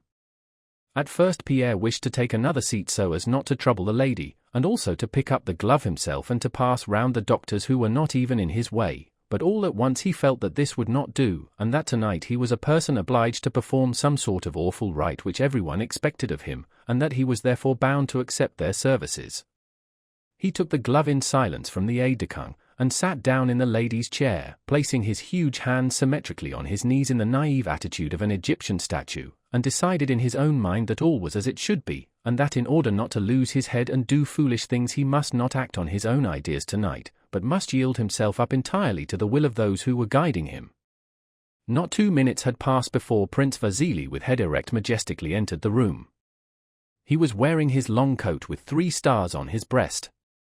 He seemed to have grown thinner since the morning. His eyes seemed larger than usual when he glanced round and noticed Pierre. He went up to him, took his hand, a thing he never used to do, and drew it downwards as if wishing to ascertain whether it was firmly fixed on. "Courage, courage, my friend. He has asked to see you. That is well," and he turned to go. But Pierre thought it necessary to ask, "How is," and hesitated, not knowing whether it would be proper to call the dying man the Count, yet ashamed to call him father. He had another stroke about half an hour ago. "Courage, my friend." Pierre's mind was in such a confused state that the word stroke suggested to him a blow from something. He looked at Prince Vasily in perplexity, and only later grasped that a stroke was an attack of illness. Prince Vasily said something to Lorraine in passing and went through the door on tiptoe. He could not walk well on tiptoe, and his whole body jerked at each step. The eldest princess followed him, and the priests and deacons and some servants also went in at the door. Through that door was heard a noise of things being moved about, and at last Anna Mikhailovna, still with the same expression, pale but resolute in the discharge of duty, ran out and touching Pierre lightly on the arm said, "The divine mercy is inexhaustible. Unction is about to be administered. Come." Pierre went in at the door, stepping on the soft carpet, and noticed that the strange lady, the aide-de-camp, and some of the servants, all followed him in, as if there were now no further need for permission to enter that room. Chapter 23. Pierre well knew this large room divided by columns and an arch, its walls hung round with Persian carpets. The part of the room behind the columns, with a high silk-curtained mahogany bedstead on one side and on the other an immense case containing icons, was brightly illuminated with red light like a Russian church during evening service. Under the gleaming icon stood a long invalid chair, and in that chair, on snowy white smooth pillows, evidently freshly changed, Pierre saw, covered to the waist by a bright green quilt, the familiar, majestic figure of his father, Count Bezukov, with that grey manet of hair above his broad forehead which reminded one of a lion, and the deep characteristically noble wrinkles of his handsome, ruddy face. He lay just under the icons, his large thick hands outside the quilt. Into the right hand, which was lying palm downwards, a wax taper had been thrust between forefinger and thumb, and an old servant, bending over from behind the chair, held it in position. By the chair stood the priests, their long hair falling over their magnificent glittering vestments, with lighted tapers in their hands, slowly and solemnly conducting the service. A little behind them stood the 2 younger princesses holding handkerchiefs to their eyes, and just in front of them their eldest sister, Katish, with a vicious and determined look steadily fixed on the icons, as though declaring to all that she could not answer for herself should she glance round. Anna Mikhailovna, with a meek, sorrowful, and all-forgiving expression on her face, stood by the door near the strange lady. Prince Vasily, in front of the door, near the invalid chair, a wax taper in his left hand, was leaning his left arm on the carved back of a velvet chair he had turned round for the purpose, and was crossing himself with his right hand, turning his eyes upward each time he touched his forehead. His face wore a calm look of piety and resignation to the will of God. If you do not understand these sentiments, he seemed to be saying, so much the worse for you. Behind him stood the aide-de-camp, the doctors, and the men-servants. The men and women had separated as in church. All were silently crossing themselves, and the reading of the church service, the subdued chanting of deep bass voices, and in the intervals sighs and the shuffling of feet were the only sounds that could be heard. Anna Mikhailovna, with an air of importance that showed that she felt she quite knew what she was about, went across the room to where Pierre was standing and gave him a taper.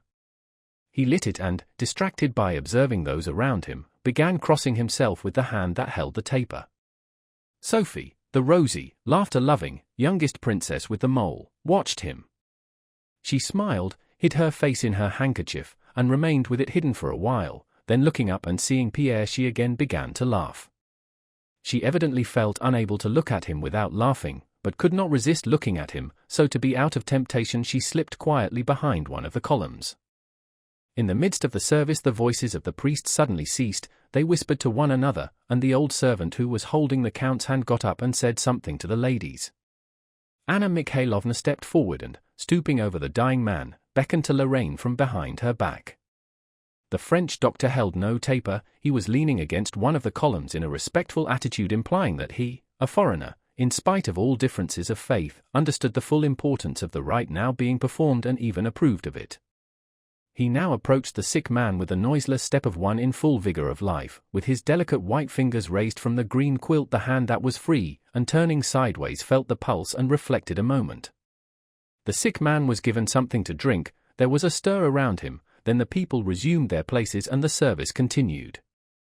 During this interval Pierre noticed that Prince Vasily left the chair on which he had been leaning, and, with an air which intimated that he knew what he was about and if others did not understand him it was so much the worse for them, did not go up to the dying man, but passed by him, joined the eldest princess, and moved with her to the side of the room where stood the high bedstead with its silken hangings.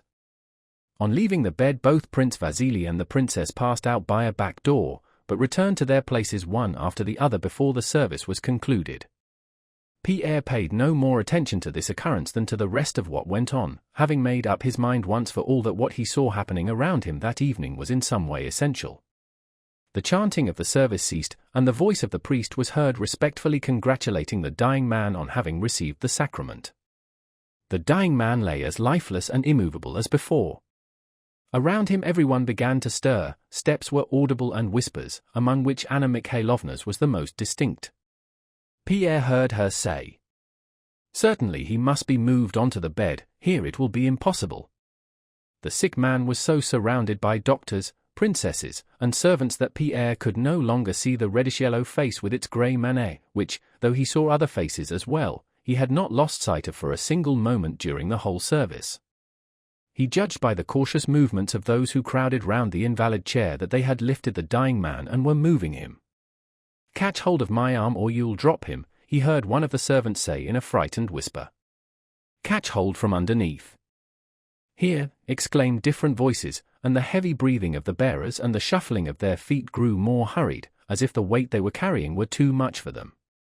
As the bearers, among whom was Anna Mikhailovna, passed the young man he caught a momentary glimpse between their heads and backs of the dying man's high, stout, uncovered chest and powerful shoulders, raised by those who were holding him under the armpits, and of his grey, curly, leonine head. This head, with its remarkably broad brow and cheekbones, its handsome, sensual mouth, and its cold, majestic expression, was not disfigured by the approach of death. It was the same as Pierre remembered it 3 months before, when the Count had sent him to Petersburg. But now this head was swaying helplessly with the uneven movements of the bearers, and the cold listless gaze fixed itself upon nothing. After a few minutes' bustle beside the high bedstead, those who had carried the sick man dispersed. Anna Mikhailovna touched Pierre's hand and said, "Come." Pierre went with her to the bed on which the sick man had been laid in a stately pose in keeping with the ceremony just completed. He lay with his head propped high on the pillows. His hands were symmetrically placed on the green silk quilt, the palms downward. When Pierre came up, the Count was gazing straight at him, but with a look the significance of which could not be understood by mortal man. Either this look meant nothing but that as long as one has eyes they must look somewhere, or it meant too much. Pierre hesitated, not knowing what to do, and glanced inquiringly at his guide. Anna Mikhailovna made a hurried sign with her eyes, glancing at the sick man's hand and moving her lips as if to send it a kiss. Pierre, carefully stretching his neck so as not to touch the quilt, followed her suggestion and pressed his lips to the large boned, fleshy hand. Neither the hand nor a single muscle of the Count's face stirred. Once more Pierre looked questioningly at Anna Mikhailovna to see what he was to do next. Anna Mikhailovna with her eyes indicated a chair that stood beside the bed. Pierre obediently sat down, his eyes asking if he were doing right. Anna Mikhailovna nodded approvingly. Again Pierre fell into the naively symmetrical pose of an Egyptian statue, evidently distressed that his stout and clumsy body took up so much room and doing his utmost to look as small as possible. He looked at the Count, who still gazed at the spot where Pierre's face had been before he sat down. Anna Mikhailovna indicated by her attitude her consciousness of the pathetic importance of these last moments of meeting between the father and son. This lasted about 2 minutes, which to Pierre seemed an hour. Suddenly the broad muscles and lines of the Count's face began to twitch. The twitching increased, the handsome mouth was drawn to one side. Only now did Pierre realize how near death his father was, and from that distorted mouth issued an indistinct, hoarse sound. Anna Mikhailovna looked attentively at the sick man's eyes, trying to guess what he wanted. She pointed first to Pierre, then to some drink, then named Prince Vasily in an inquiring whisper, then pointed to the quilt. The eyes and face of the sick man showed impatience. He made an effort to look at the servant who stood constantly at the head of the bed. "Wants to turn on the other side," whispered the servant, and got up to turn the Count's heavy body toward the wall. Pierre rose to help him. While the Count was being turned over, one of his arms fell back helplessly and he made a fruitless effort to pull it forward. Whether he noticed the look of terror with which Pierre regarded that lifeless arm, or whether some other thought flitted across his dying brain, at any rate he glanced at the refractory arm, at Pierre's terror-stricken face, and again at the arm, and on his face a feeble, piteous smile appeared, quite out of keeping with his features, that seemed to deride his own helplessness. At sight of this smile Pierre felt an unexpected quivering in his breast and a tickling in his nose, and tears dimmed his eyes. The sick man was turned onto his side with his face to the wall. He sighed. "He is dozing," said Anna Mikhailovna, observing that one of the princesses was coming to take her turn at watching. "Let us go." Pierre went out. Chapter 24. There was now no one in the reception room except Prince Vasily and the eldest princess, who were sitting under the portrait of Catherine the Great and talking eagerly. As soon as they saw Pierre and his companion they became silent, and Pierre thought he saw the princess hide something as she whispered, "I can't bear the sight of that woman." "Katish has had tea served in the small drawing room," said Prince Vasily to Anna Mikhailovna. "Go and take something, my poor Anna Mikhailovna, or you will not hold out." To Pierre he said nothing, merely giving his arm a sympathetic squeeze below the shoulder. Pierre went with Anna Mikhailovna into the small drawing room.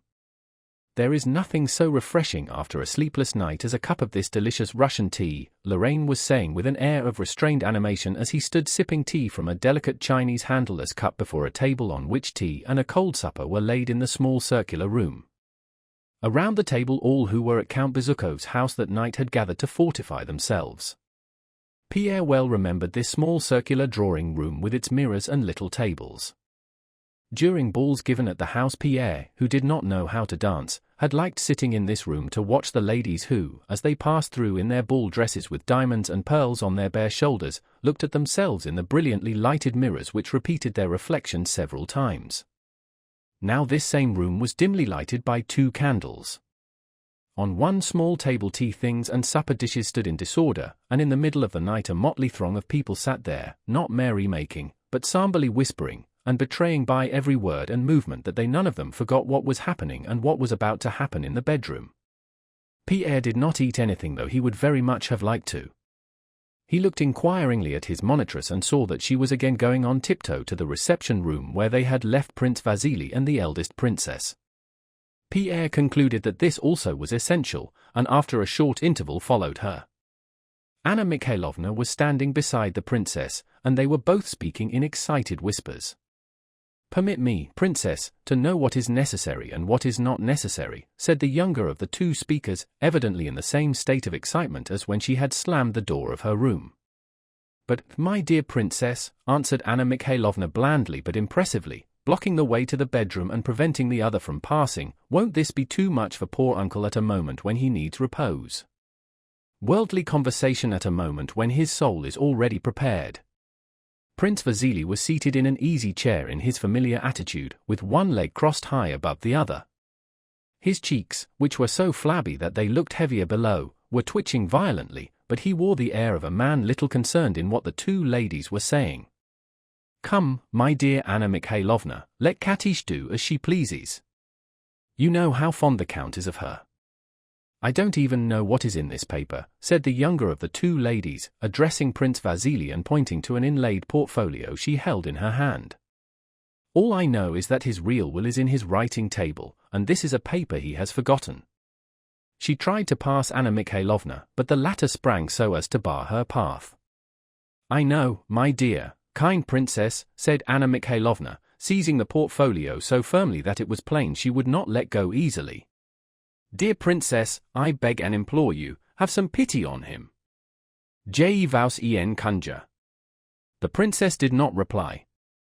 Their efforts in the struggle for the portfolio were the only sounds audible, but it was evident that if the princess did speak, her words would not be flattering to Anna Mikhailovna.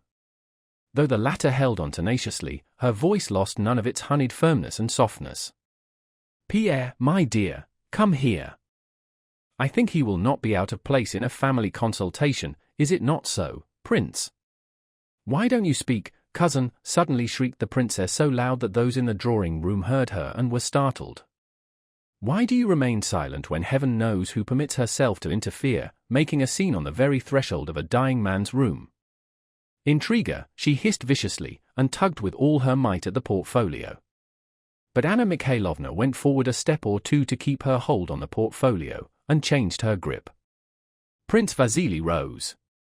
"Oh," said he with reproach and surprise, "this is absurd.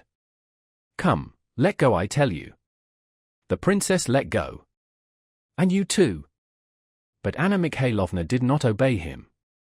"Let go, I tell you. I will take the responsibility. I myself will go and ask him, Does that satisfy you?" "But, Prince," said Anna Mikhailovna, "after such a solemn sacrament, allow him a moment's peace." "Here, Pierre, tell them your opinion," said she, turning to the young man who, having come quite close, was gazing with astonishment at the angry face of the princess which had lost all dignity, and at the twitching cheeks of Prince Vasily. "Remember that you will answer for the consequences," said Prince Vasily severely. "You don't know what you are doing." "Vile woman," shouted the princess, darting unexpectedly at Anna Mikhailovna and snatching the portfolio from her. Prince Vasily bent his head and spread out his hands. At this moment that terrible door, which Pierre had watched so long and which had always opened so quietly, burst noisily open and banged against the wall, and the second of the three sisters rushed out wringing her hands. "What are you doing?" she cried vehemently. "He is dying and you leave me alone with him." Her sister dropped the portfolio. Anna Mikhailovna, stooping, quickly caught up the object of contention and ran into the bedroom. The eldest princess and Prince Vasily, recovering themselves, followed her. A few minutes later the eldest sister came out with a pale, hard face, again biting her underlip. At sight of Pierre her expression showed an irrepressible hatred. "Yes, now you may be glad," said she, "this is what you have been waiting for." And bursting into tears she hid her face in her handkerchief and rushed from the room. Prince Vasily came next. He staggered to the sofa on which Pierre was sitting and dropped onto it, covering his face with his hand. Pierre noticed that he was pale and that his jaw quivered and shook as if in an ague. "Ah, my friend," said he, taking Pierre by the elbow, and there was in his voice a sincerity and weakness Pierre had never observed in it before. "How often we sin, how much we deceive, and all for what? I am near 60, dear friend. I too. All will end in death, all. Death is awful, and he burst into tears. Anna Mikhailovna came out last. She approached Pierre with slow, quiet steps. Pierre, she said. Pierre gave her an inquiring look. She kissed the young man on his forehead, wetting him with her tears. Then after a pause she said, "He is no more." Pierre looked at her over his spectacles. "Come, I will go with you. Try to weep, nothing gives such relief as tears." She led him into the dark drawing room and Pierre was glad no one could see his face. Anna Mikhailovna left him, and when she returned he was fast asleep with his head on his arm. In the morning Anna Mikhailovna said to Pierre, "Yes, my dear, this is a great loss for us all, not to speak of you. But God will support you, you are young, and are now, I hope, in command of an immense fortune. The will has not yet been opened. I know you well enough to be sure that this will not turn your head, but it imposes duties on you, and you must be a man." Pierre was silent. "Perhaps later on I may tell you, my dear boy, that if I had not been there, God only knows what would have happened. You know, Uncle promised me only the day before yesterday not to forget Boris. But he had no time. I hope, my dear friend, you will carry out your father's wish." Pierre understood nothing of all this and colouring shyly looked in silence at Princess Anna Mikhailovna. After her talk with Pierre, Anna Mikhailovna returned to the Rostovs and went to bed. On waking in the morning she told the Rostovs and all her acquaintances the details of Count Bezukhov's death. She said the Count had died as she would herself wish to die, that his end was not only touching but edifying. As to the last meeting between father and son, it was so touching that she could not think of it without tears, and did not know which had behaved better during those awful moments, the father who so remembered everything and everybody at last and had spoken such pathetic words to the son, or Pierre, whom it had been pitiful to see, so stricken was he with grief, though he tried hard to hide it in order not to sadden his dying father. It is painful, but it does one good. It uplifts the soul to see such men as the old Count and his worthy son, said she. Of the behavior of the eldest princess and Prince Vasily she spoke disapprovingly, but in whispers and as a great secret. Chapter 25. At Bald Hills, Prince Nicholas Andreevich Bolkonsky's estate, the arrival of young Prince Andrew and his wife was daily expected, but this expectation did not upset the regular routine of life in the old prince's household. General-in-Chief Prince Nicholas Andreevich, nicknamed in society, the King of Prussia, ever since the Emperor Paul had exiled him to his country estate had lived there continuously with his daughter, Princess Mary, and her companion, Mademoiselle Bourienne. Though in the new reign he was free to return to the capitals, he still continued to live in the country, remarking that anyone who wanted to see him could come the 100 miles from Moscow to Bald Hills, while he himself needed no one and nothing. He used to say that there are only two sources of human vice, idleness and superstition, and only two virtues, activity and intelligence. He himself undertook his daughter's education, and to develop these two cardinal virtues in her gave her lessons in algebra and geometry till she was 20, and arranged her life so that her whole time was occupied. He was himself always occupied, writing his memoirs, solving problems in higher mathematics, turning snuff-boxes on a lathe, working in the garden, or superintending the building that was always going on at his estate. As regularity is a prime condition facilitating activity, regularity in his household was carried to the highest point of exactitude. He always came to table under precisely the same conditions, and not only at the same hour but at the same minute. With those about him, from his daughter to his serfs, the prince was sharp and invariably exacting, so that without being a hard-hearted man he inspired such fear and respect as few hard-hearted men would have aroused. Although he was in retirement and had now no influence in political affairs, every high official appointed to the province in which the prince's estate lay considered it his duty to visit him and waited in the lofty antechamber just as the architect, gardener, or Princess Mary did, till the prince appeared punctually to the appointed hour. Everyone sitting in this antechamber experienced the same feeling of respect and even fear when the enormously high study door opened and showed the figure of a rather small old man, with powdered wig, small withered hands, and bushy grey eyebrows which, when he frowned, sometimes hid the gleam of his shrewd, youthfully glittering eyes. On the morning of the day that the young couple were to arrive, Princess Mary entered the antechamber as usual at the time appointed for the morning greeting, crossing herself with trepidation and repeating a silent prayer. Every morning she came in like that, and every morning prayed that the daily interview might pass off well. An old powdered manservant who was sitting in the antechamber rose quietly and said in a whisper, "Please walk in." Through the door came the regular hum of a lathe. The princess timidly opened the door, which moved noiselessly and easily. She paused at the entrance. The prince was working at the lathe and after glancing round continued his work. The enormous study was full of things evidently in constant use. The large table covered with books and plans, the tall glass-fronted bookcases with keys in the locks, the high desk for writing while standing up, on which lay an open exercise book, and the lathe with tools laid ready to hand and shavings scattered around, all indicated continuous, varied, and orderly activity. The motion of the small foot shod in a Tartar boot embroidered with silver, and the firm pressure of the lean sinewy hand, showed that the prince still possessed the tenacious endurance and vigor of hardy old age. After a few more turns of the lathe he removed his foot from the pedal, wiped his chisel, dropped it into a leather pouch attached to the lathe, and, approaching the table, summoned his daughter. He never gave his children a blessing, so he simply held out his bristly cheek, as yet unshaven, and, regarding her tenderly and attentively, said severely, "Quite well? All right then, sit down." He took the exercise book containing lessons in geometry written by himself and drew up a chair with his foot. "For tomorrow," said he, quickly finding the page and making a scratch from one paragraph to another with his hard nail. The princess bent over the exercise book on the table.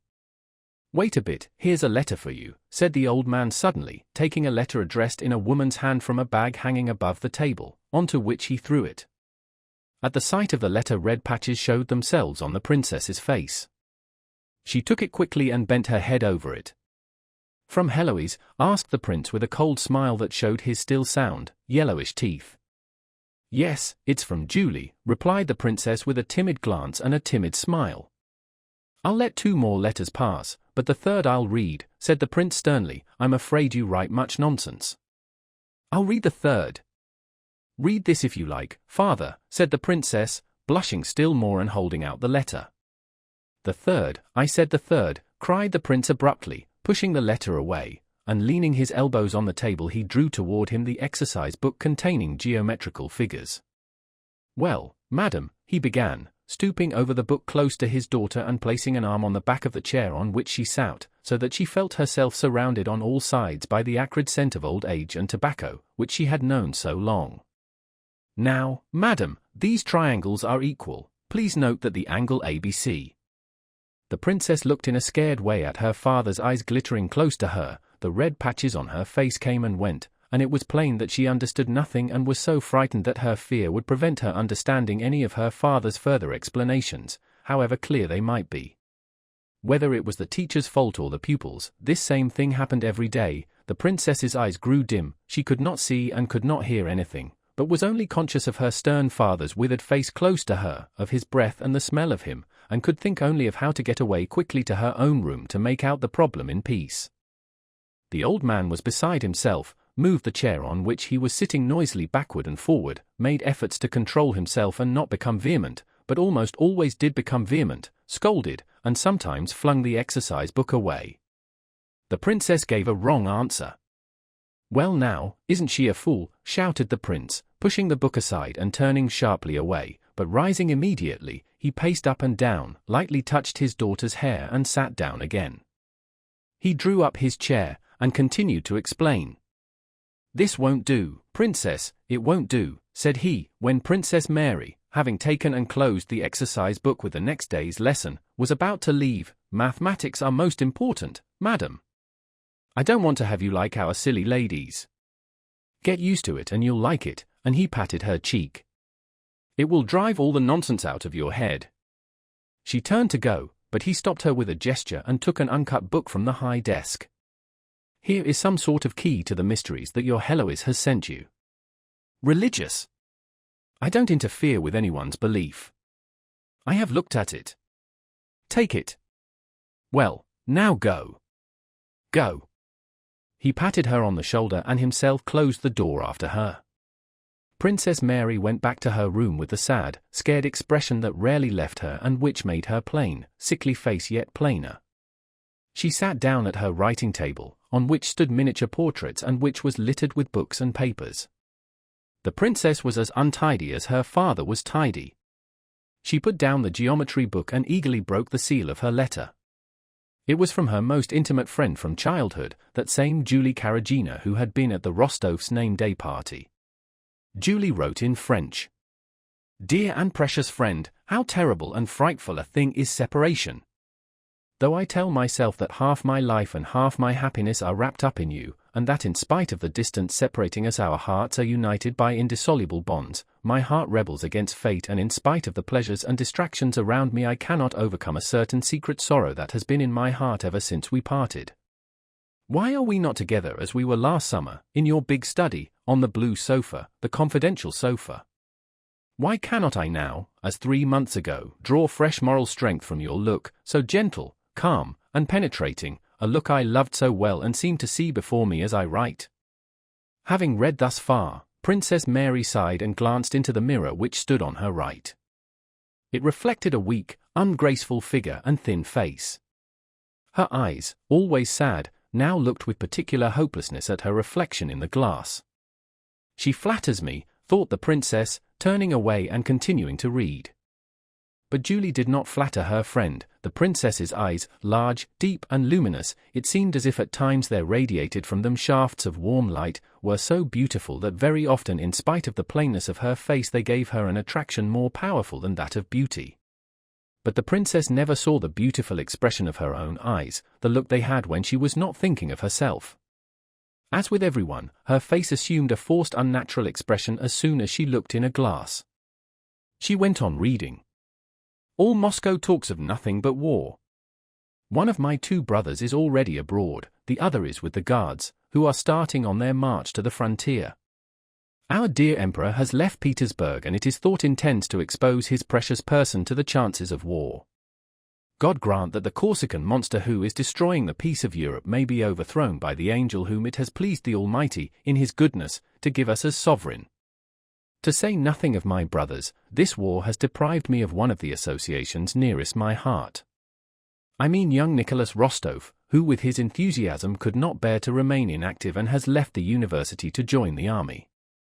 I will confess to you, dear Mary, that in spite of his extreme youth his departure for the army was a great grief to me. This young man, of whom I spoke to you last summer, is so noble-minded and full of that real youthfulness which one seldom finds nowadays among our old men of 20 and, particularly, he is so frank and has so much heart.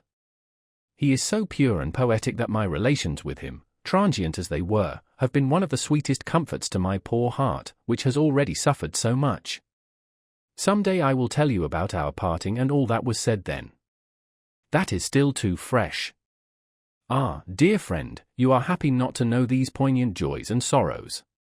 You are fortunate, for the latter are generally the stronger. I know very well that Count Nicholas is too young ever to be more to me than a friend, but this sweet friendship, this poetic and pure intimacy, were what my heart needed. But enough of this. The chief news, about which all Moscow gossips, is the death of old Count Bezukov, and his inheritance. Fancy! The 3 princesses have received very little, Prince Vasily nothing, and it is Monsieur Pierre who has inherited all the property and has besides been recognized as legitimate, so that he is now Count Bezukov and possessor of the finest fortune in Russia. It is rumored that Prince Vasily played a very despicable part in this affair and that he returned to Petersburg quite crestfallen. I confess I understand very little about all these matters of wills and inheritance, but I do know that since this young man, whom we all used to know as plain Monsieur Pierre, has become Count Bezukov and the owner of one of the largest fortunes in Russia, I am much amused to watch the change in the tone and manners of the mammas burdened by marriageable daughters, and of the young ladies themselves, toward him, though, between you and me, he always seemed to me a poor sort of fellow. As for the past 2 years people have amused themselves by finding husbands for me, most of whom I don't even know. The matchmaking chronicles of Moscow now speak of me as the future Countess Bezukova. But you will understand that I have no desire for the post. Apropos of marriages, do you know that a while ago that universal Auntie Anna Mikhailovna told me, under the seal of strict secrecy, of a plan of marriage for you? It is neither more nor less than with Prince Vasili's son Anatole, whom they wish to reform by marrying him to someone rich and distinguished, and it is on you that his relation's choice has fallen. I don't know what you will think of it, but I consider it my duty to let you know of it. He is said to be very handsome and a terrible scapegrace. That is all I have been able to find out about him.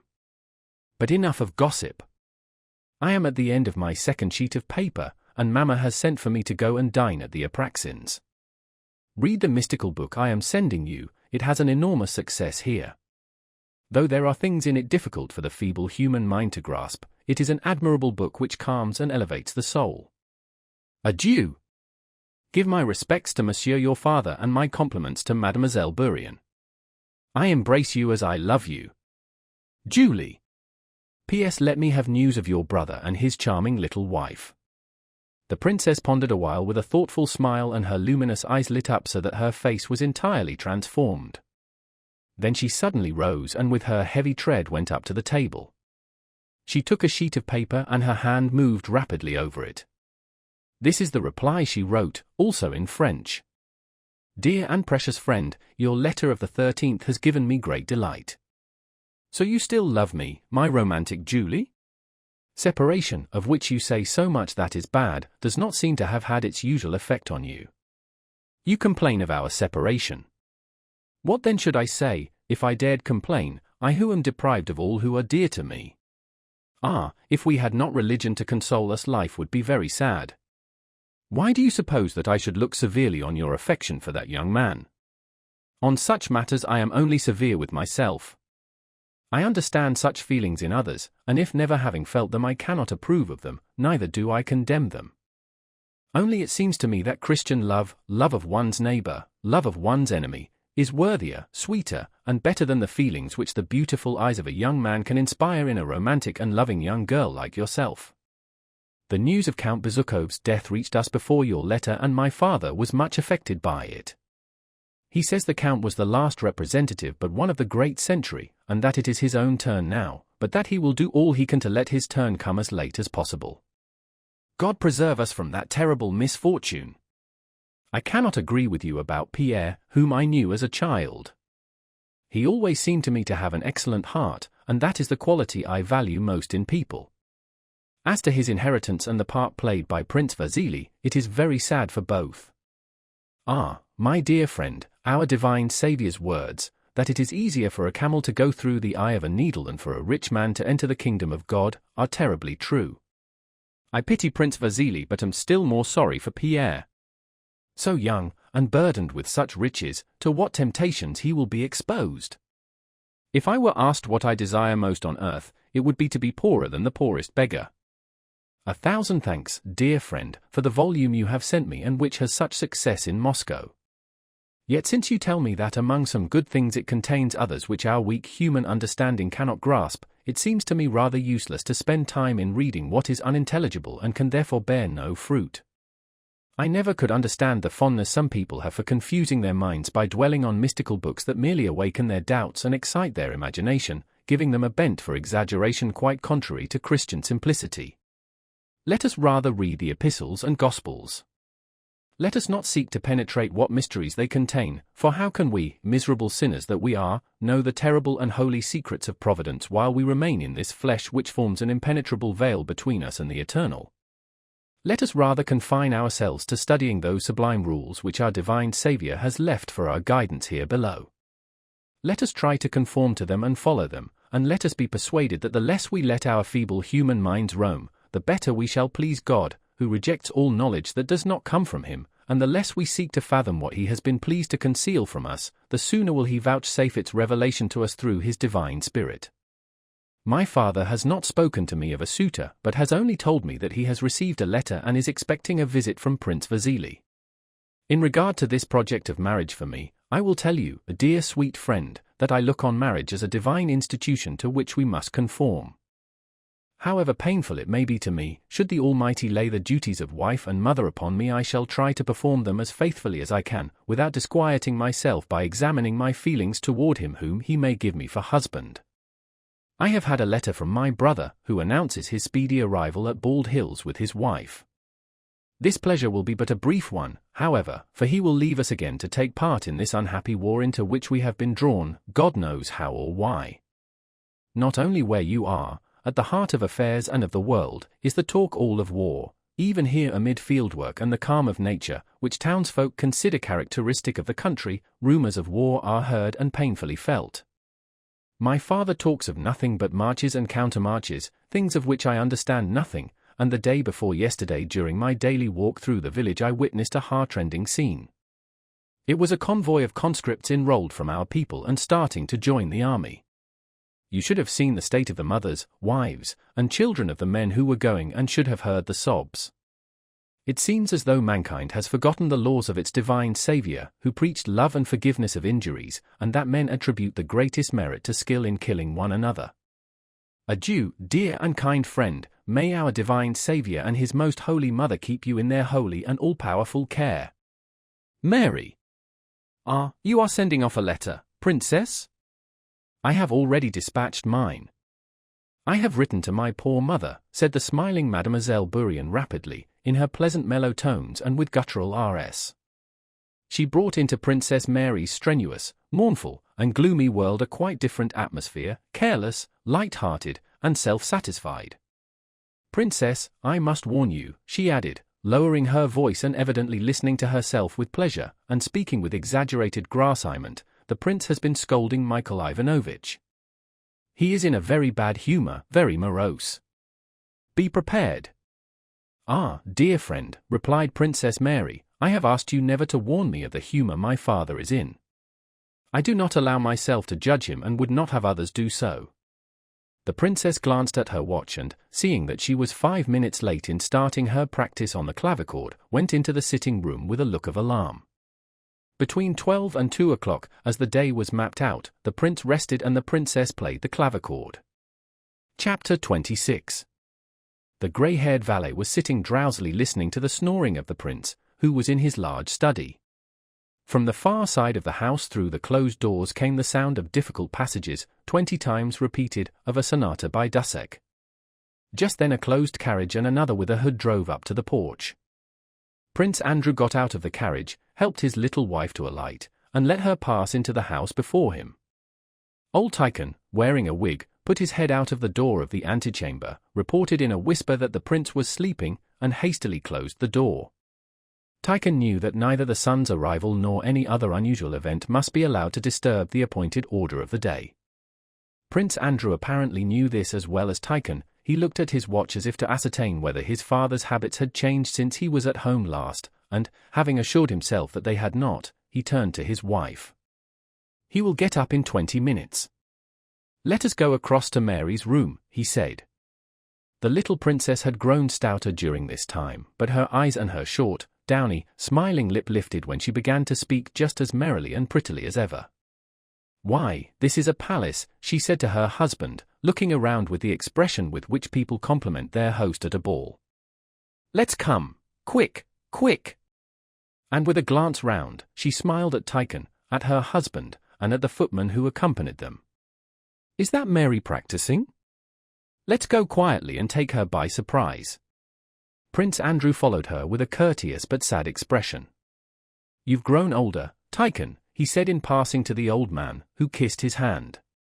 Before they reached the room from which the sounds of the clavichord came, the pretty, fair-haired Frenchwoman, Mademoiselle Bourrienne, rushed out apparently beside herself with delight. Ah!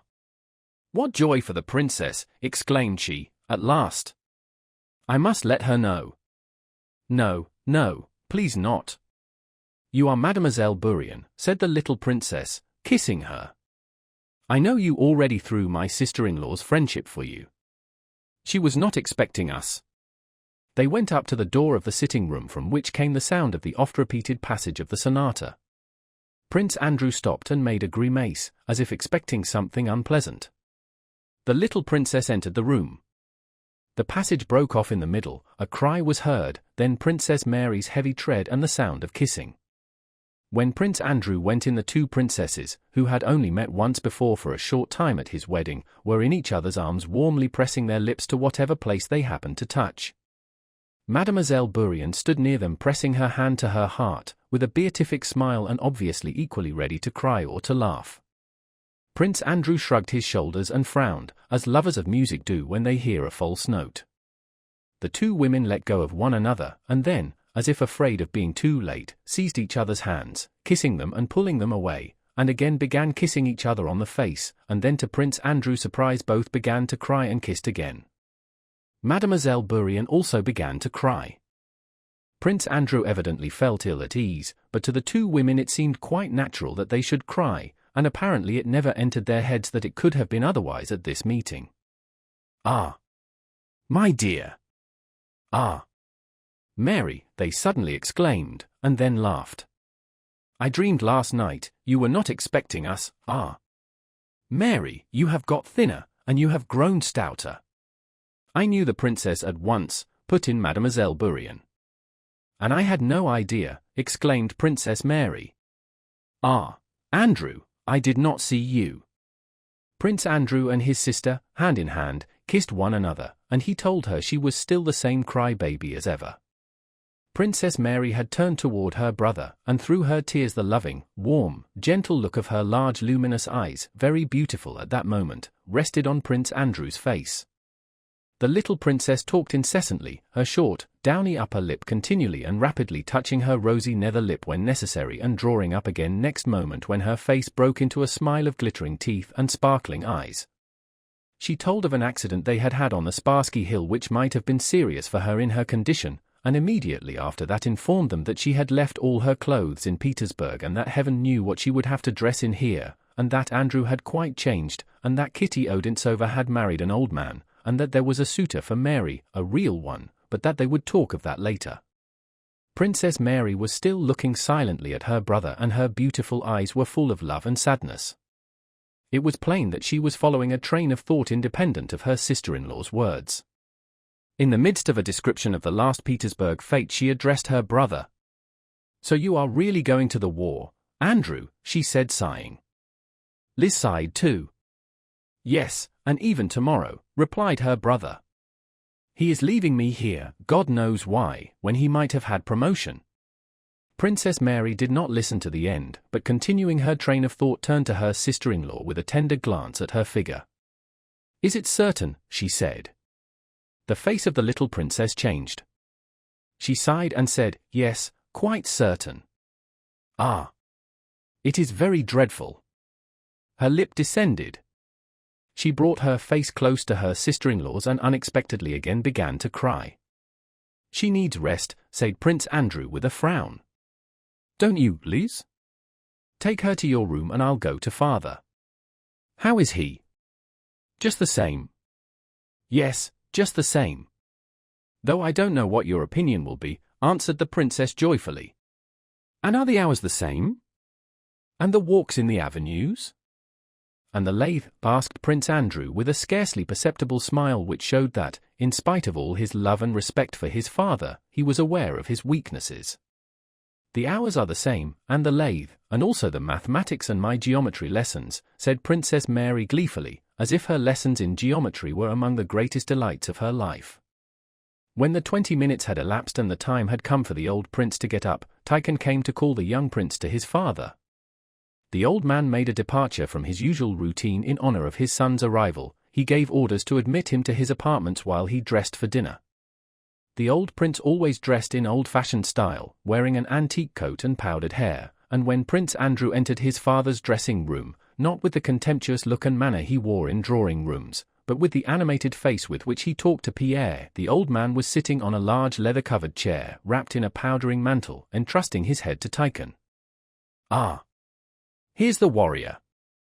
Wants to vanquish Bonaparte," said the old man, shaking his powdered head as much as the tail, which Tikhon was holding fast to plait, would allow.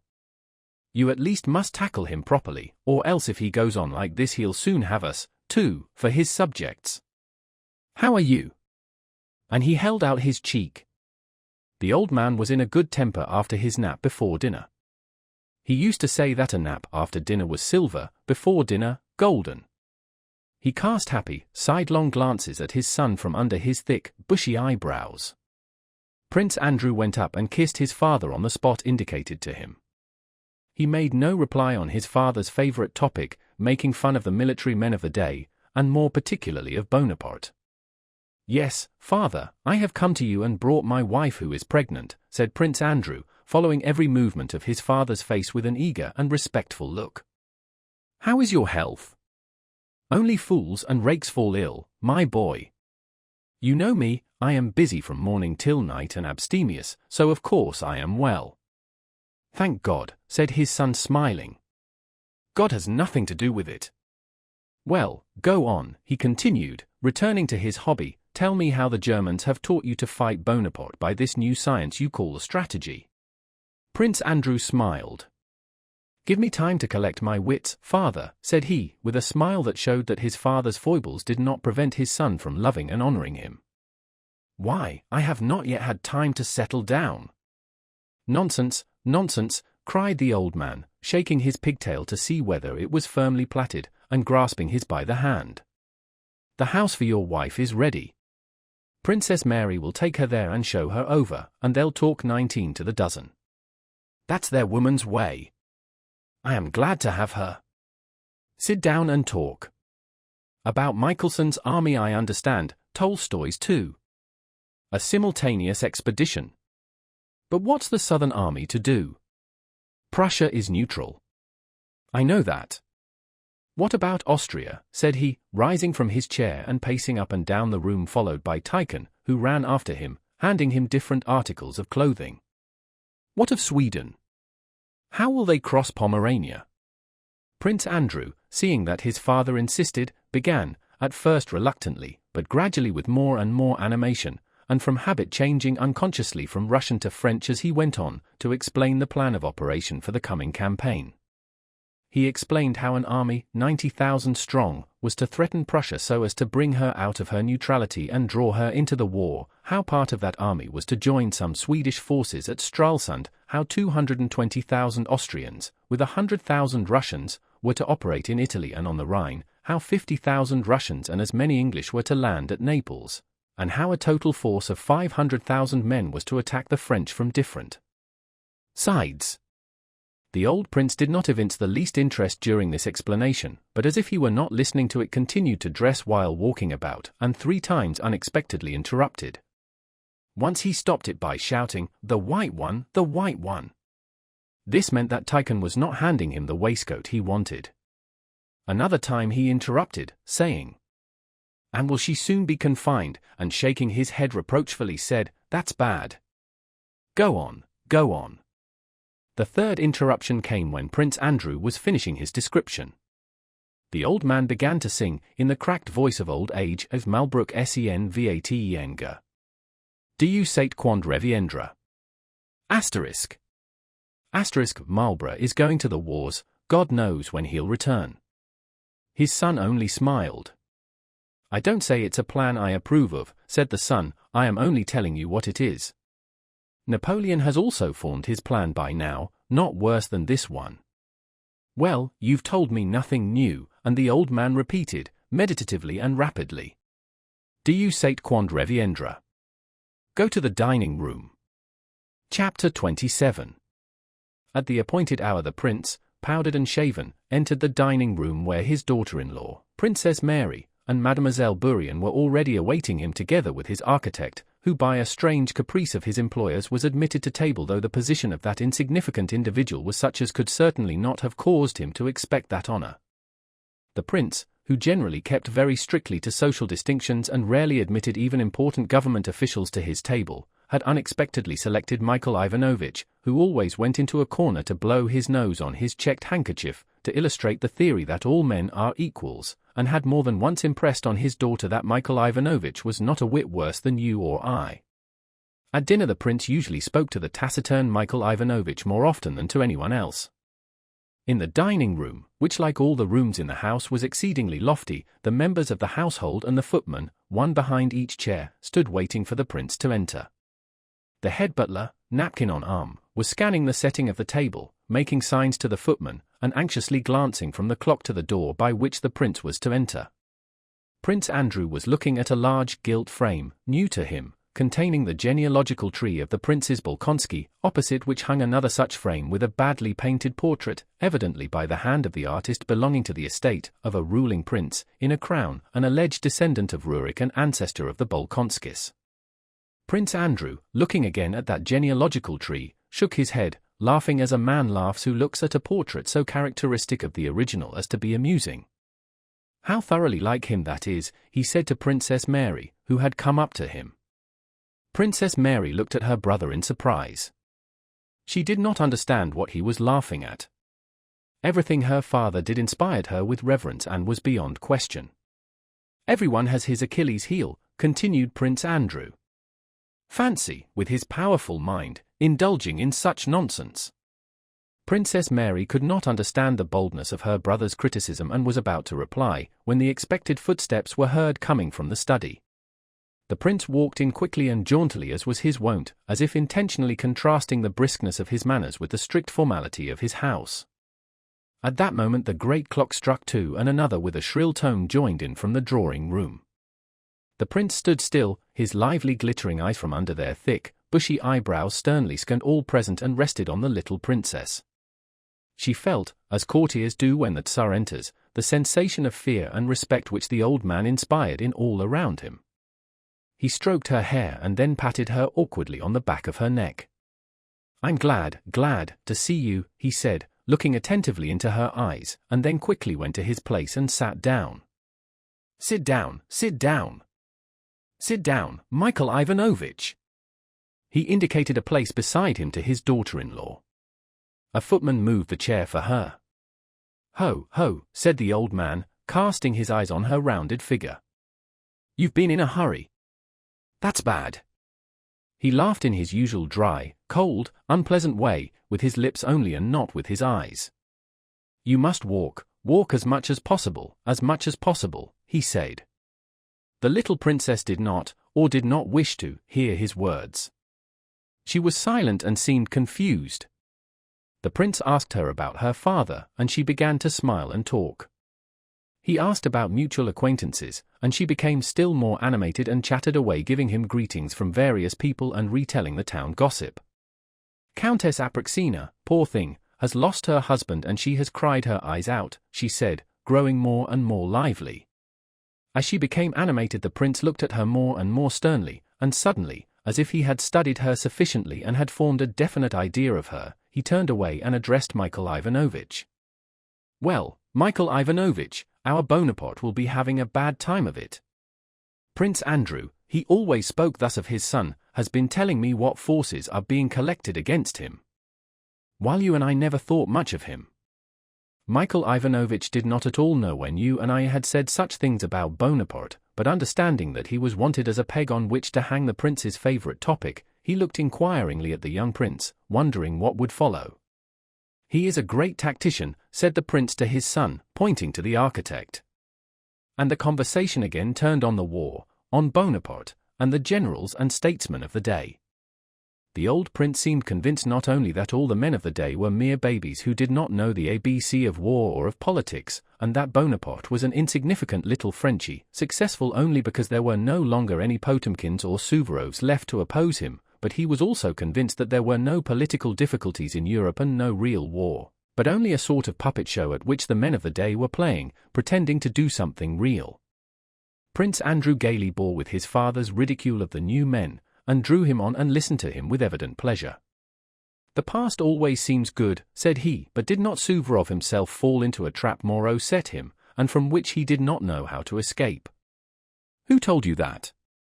"Who?" cried the prince. "Suvorov." And he jerked away his plate, which Tikhon briskly caught. "Suvorov. Consider, Prince Andrew. 2. Frederick and Suvorov, Moreau." Moreau would have been a prisoner if Suvorov had had a free hand, but he had the Hofkriegswurstschnapsrath on his hands. It would have puzzled the devil himself. When you get there you'll find out what those Hofkriegswurstraths are. Suvorov couldn't manage them, so what chance has Michael Kutuzov? "No, my dear boy," he continued, "you and your generals won't get on against Bonaparte, you'll have to call in the French, so that birds of a feather may fight together. The German, Parlin, has been sent to New York in America to fetch the Frenchman, Moreau, he said, alluding to the invitation made that year to Moreau to enter the Russian service. Wonderful!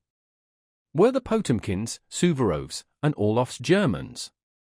No, lad, either you fellows have all lost your wits, or I have outlived mine. May God help you, but we'll see what will happen. Bonaparte has become a great commander among them.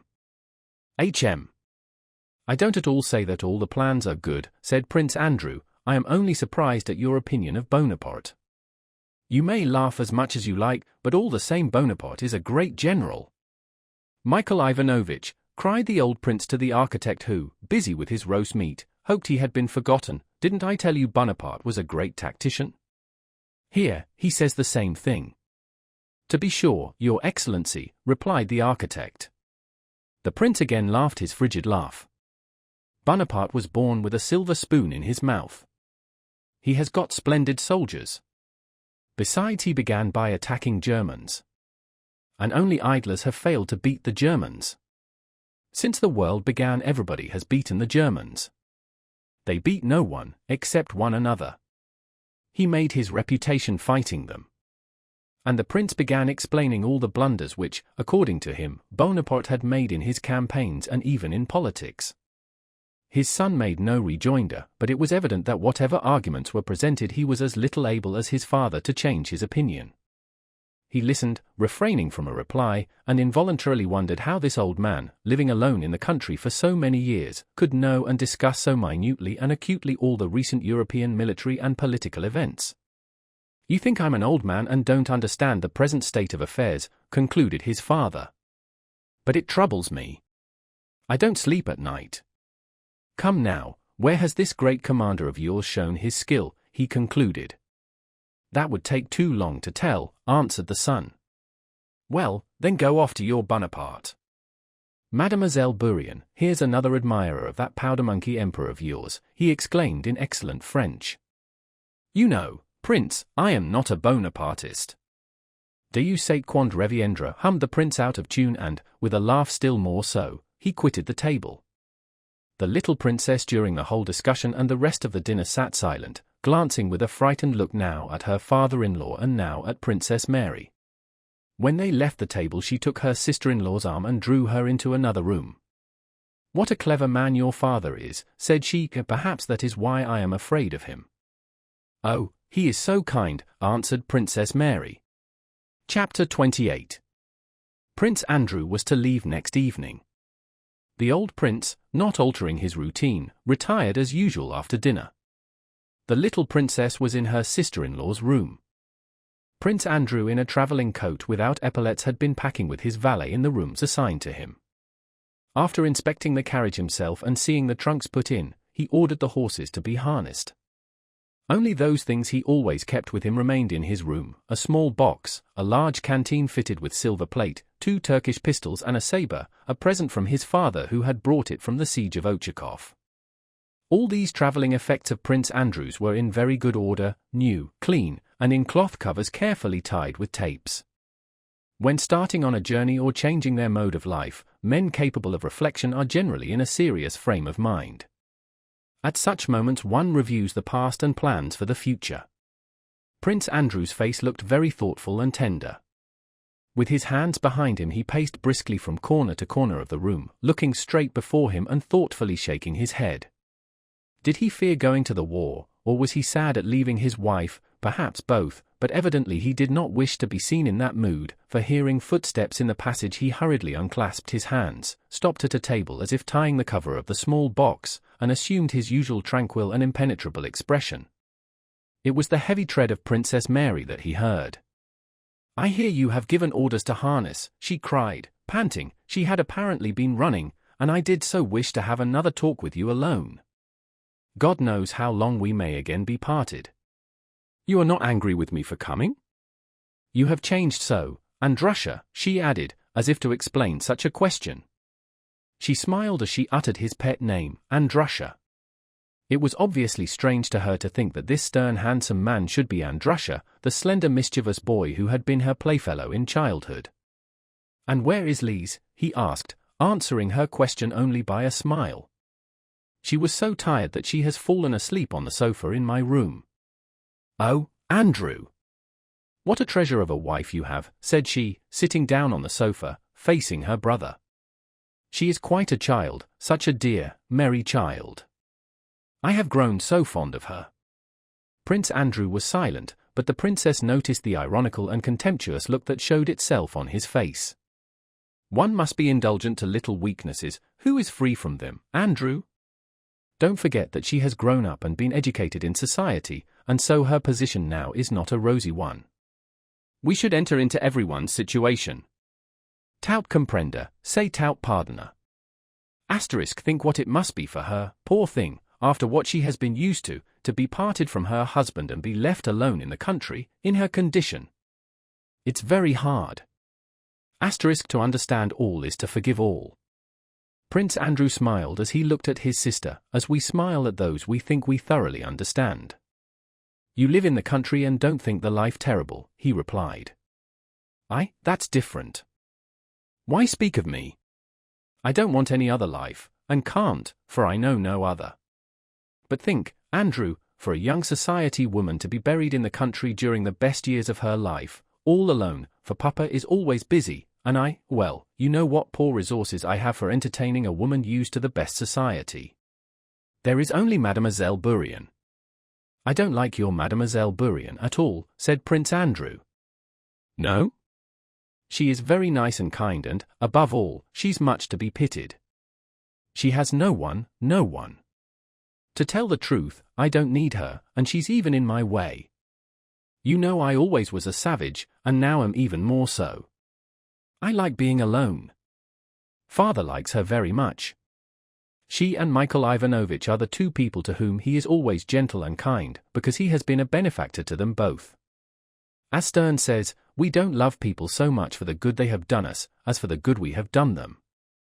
Father took her when she was homeless after losing her own father. She is very good-natured, and my father likes her way of reading. She reads to him in the evenings and reads splendidly. To be quite frank, Mary, I expect Father's character sometimes makes things trying for you, doesn't it? Prince Andrew asked suddenly. Princess Mary was first surprised and then aghast at this question. For me? For me? Trying for me, said she. He always was rather harsh, and now I should think he's getting very trying, said Prince Andrew, apparently speaking lightly of their father in order to puzzle or test his sister. You are good in every way, Andrew, but you have a kind of intellectual pride, said the princess, following the train of her own thoughts rather than the trend of the conversation, and that's a great sin. How can one judge Father? But even if one might, what feeling except veneration could such a man as my father evoke? And I am so contented and happy with him. I only wish you were all as happy as I am. Her brother shook his head incredulously. The only thing that is hard for me, I will tell you the truth, Andrew, is Father's way of treating religious subjects. I don't understand how a man of his immense intellect can fail to see what is as clear as day, and can go so far astray. That is the only thing that makes me unhappy. But even in this I can see lately a shade of improvement. His satire has been less bitter of late, and there was a monk he received and had a long talk with. Ah! My dear, I am afraid you and your monk are wasting your powder, said Prince Andrew banteringly yet tenderly. Ah! Mon ami, I only pray, and hope that God will hear me. Andrew, she said timidly after a moment's silence, I have a great favor to ask of you. What is it, dear? No, promise that you will not refuse. It will give you no trouble and is nothing unworthy of you, but it will comfort me. Promise, Andrusha, said she, putting her hand in her reticule but not yet taking out what she was holding inside it, as if what she held were the subject of her request and must not be shown before the request was granted. She looked timidly at her brother. Even if it were a great deal of trouble, answered Prince Andrew, as if guessing what it was about. Think what you please. I know you are just like Father. Think as you please, but do this for my sake. Please do. Father's father, our grandfather, wore it in all his wars. She still did not take out what she was holding in her reticule. So you promise? Of course. What is it? Andrew, I bless you with this icon and you must promise me you will never take it off. Do you promise? If it does not weigh 100 weight and won't break my neck. To please you, said Prince Andrew. But immediately, noticing the pained expression his joke had brought to his sister's face, he repented and added, I am glad, really, dear, I am very glad.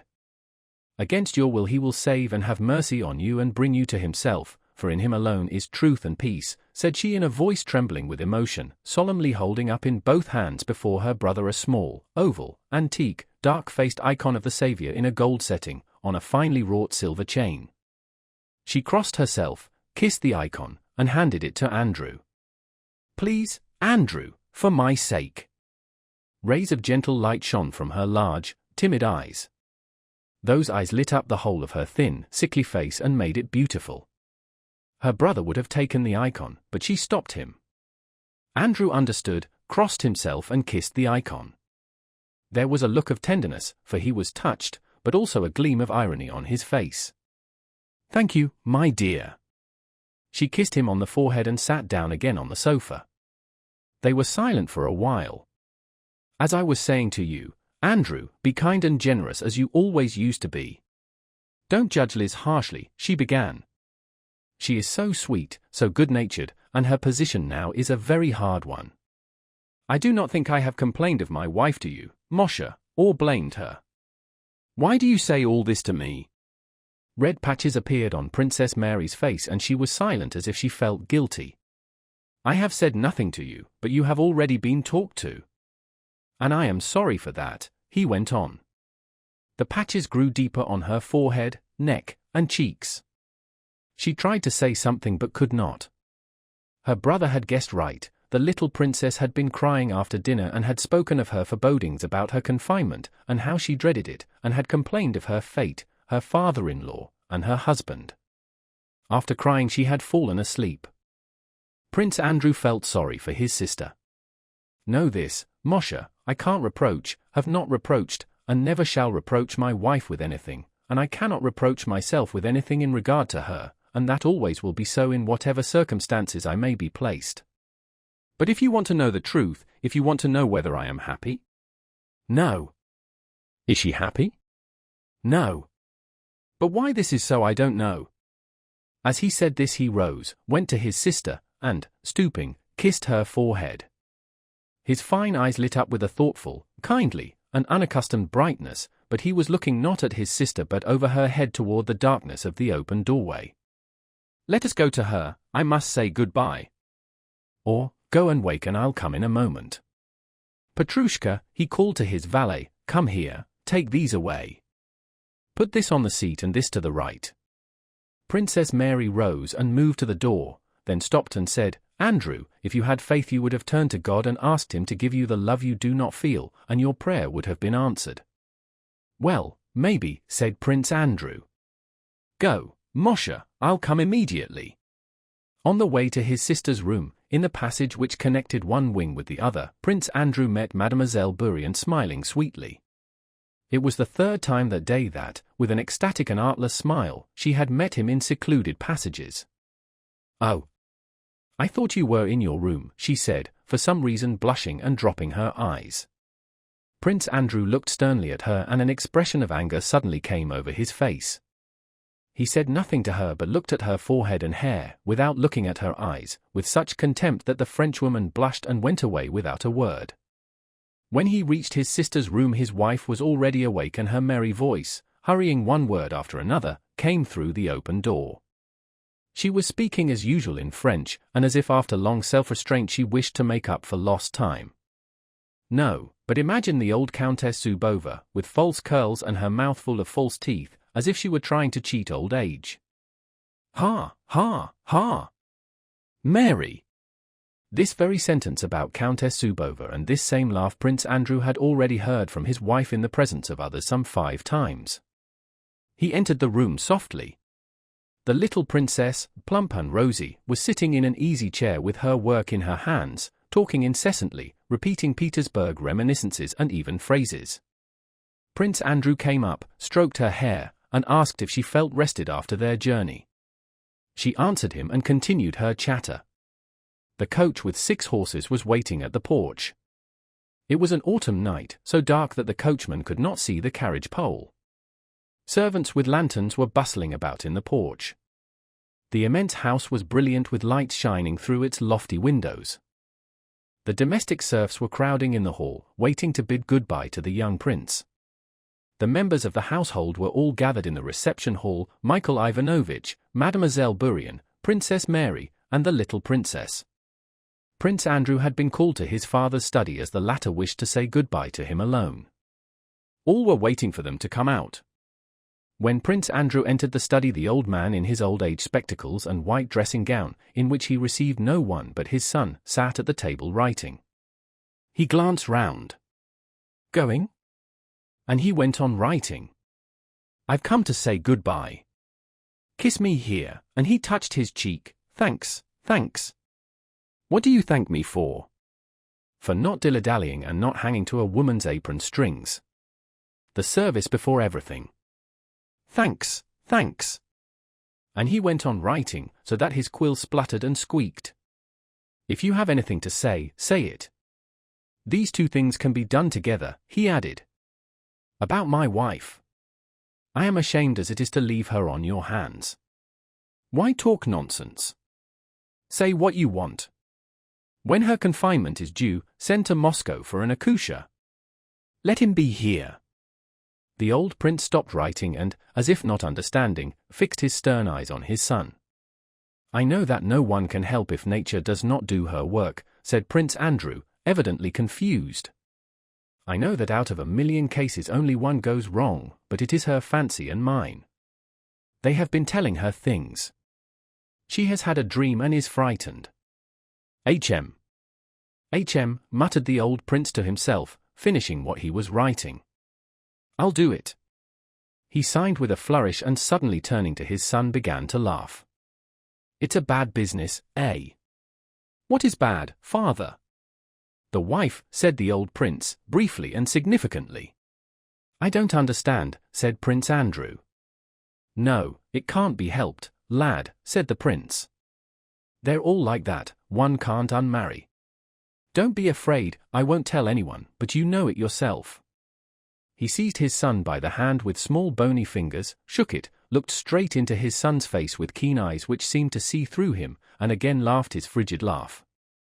The son sighed, thus admitting that his father had understood him. The old man continued to fold and seal his letter, snatching up and throwing down the wax, the seal, and the paper with his accustomed rapidity. "What's to be done? She's pretty. I will do everything. Make your mind easy," said he in abrupt sentences while sealing his letter. Andrew did not speak. He was both pleased and displeased that his father understood him. The old man got up and gave the letter to his son. "Listen," said he, "don't worry about your wife. What can be done shall be. Now listen. Give this letter to Michael Illarionovich. I have written that he should make use of you in proper places and not keep you long as an adjutant, a bad position. Tell him I remember and like him. Write and tell me how he receives you. If he is all right, serve him. Nicholas Bolkonsky's son need not serve under anyone if he is in disfavor. Now come here. Kutuzov." He spoke so rapidly that he did not finish half his words, but his son was accustomed to understand him. He led him to the desk, raised the lid, drew out a drawer, and took out an exercise book filled with his bold, tall, close handwriting. "I shall probably die before you. So remember, these are my memoirs, hand them to the Emperor after my death. Now here is a Lombard bond and a letter, it is a premium for the man who writes a history of Suvorov's wars. Send it to the Academy. Here are some jottings for you to read when I am gone. You will find them useful." Andrew did not tell his father that he would no doubt live a long time yet. He felt that he must not say it. "I will do it all, father," he said. "Well, now, goodbye." He gave his son his hand to kiss, and embraced him. "Remember this, Prince Andrew, if they kill you it will hurt me, your old father." He paused unexpectedly, and then in a querulous voice suddenly shrieked, but if I hear that you have not behaved like a son of Nicholas Bolkonsky, I shall be ashamed." "You need not have said that to me, father," said the son with a smile. The old man was silent. "I also wanted to ask you," continued Prince Andrew, "if I'm killed and if I have a son, do not let him be taken away from you. As I said yesterday, let him grow up with you. Please." "Not let the wife have him," said the old man, and laughed. They stood silent, facing one another. The old man's sharp eyes were fixed straight on his son's. Something twitched in the lower part of the old prince's face. "We've said goodbye. Go," he suddenly shouted in a loud, angry voice, opening his door. "What is it?"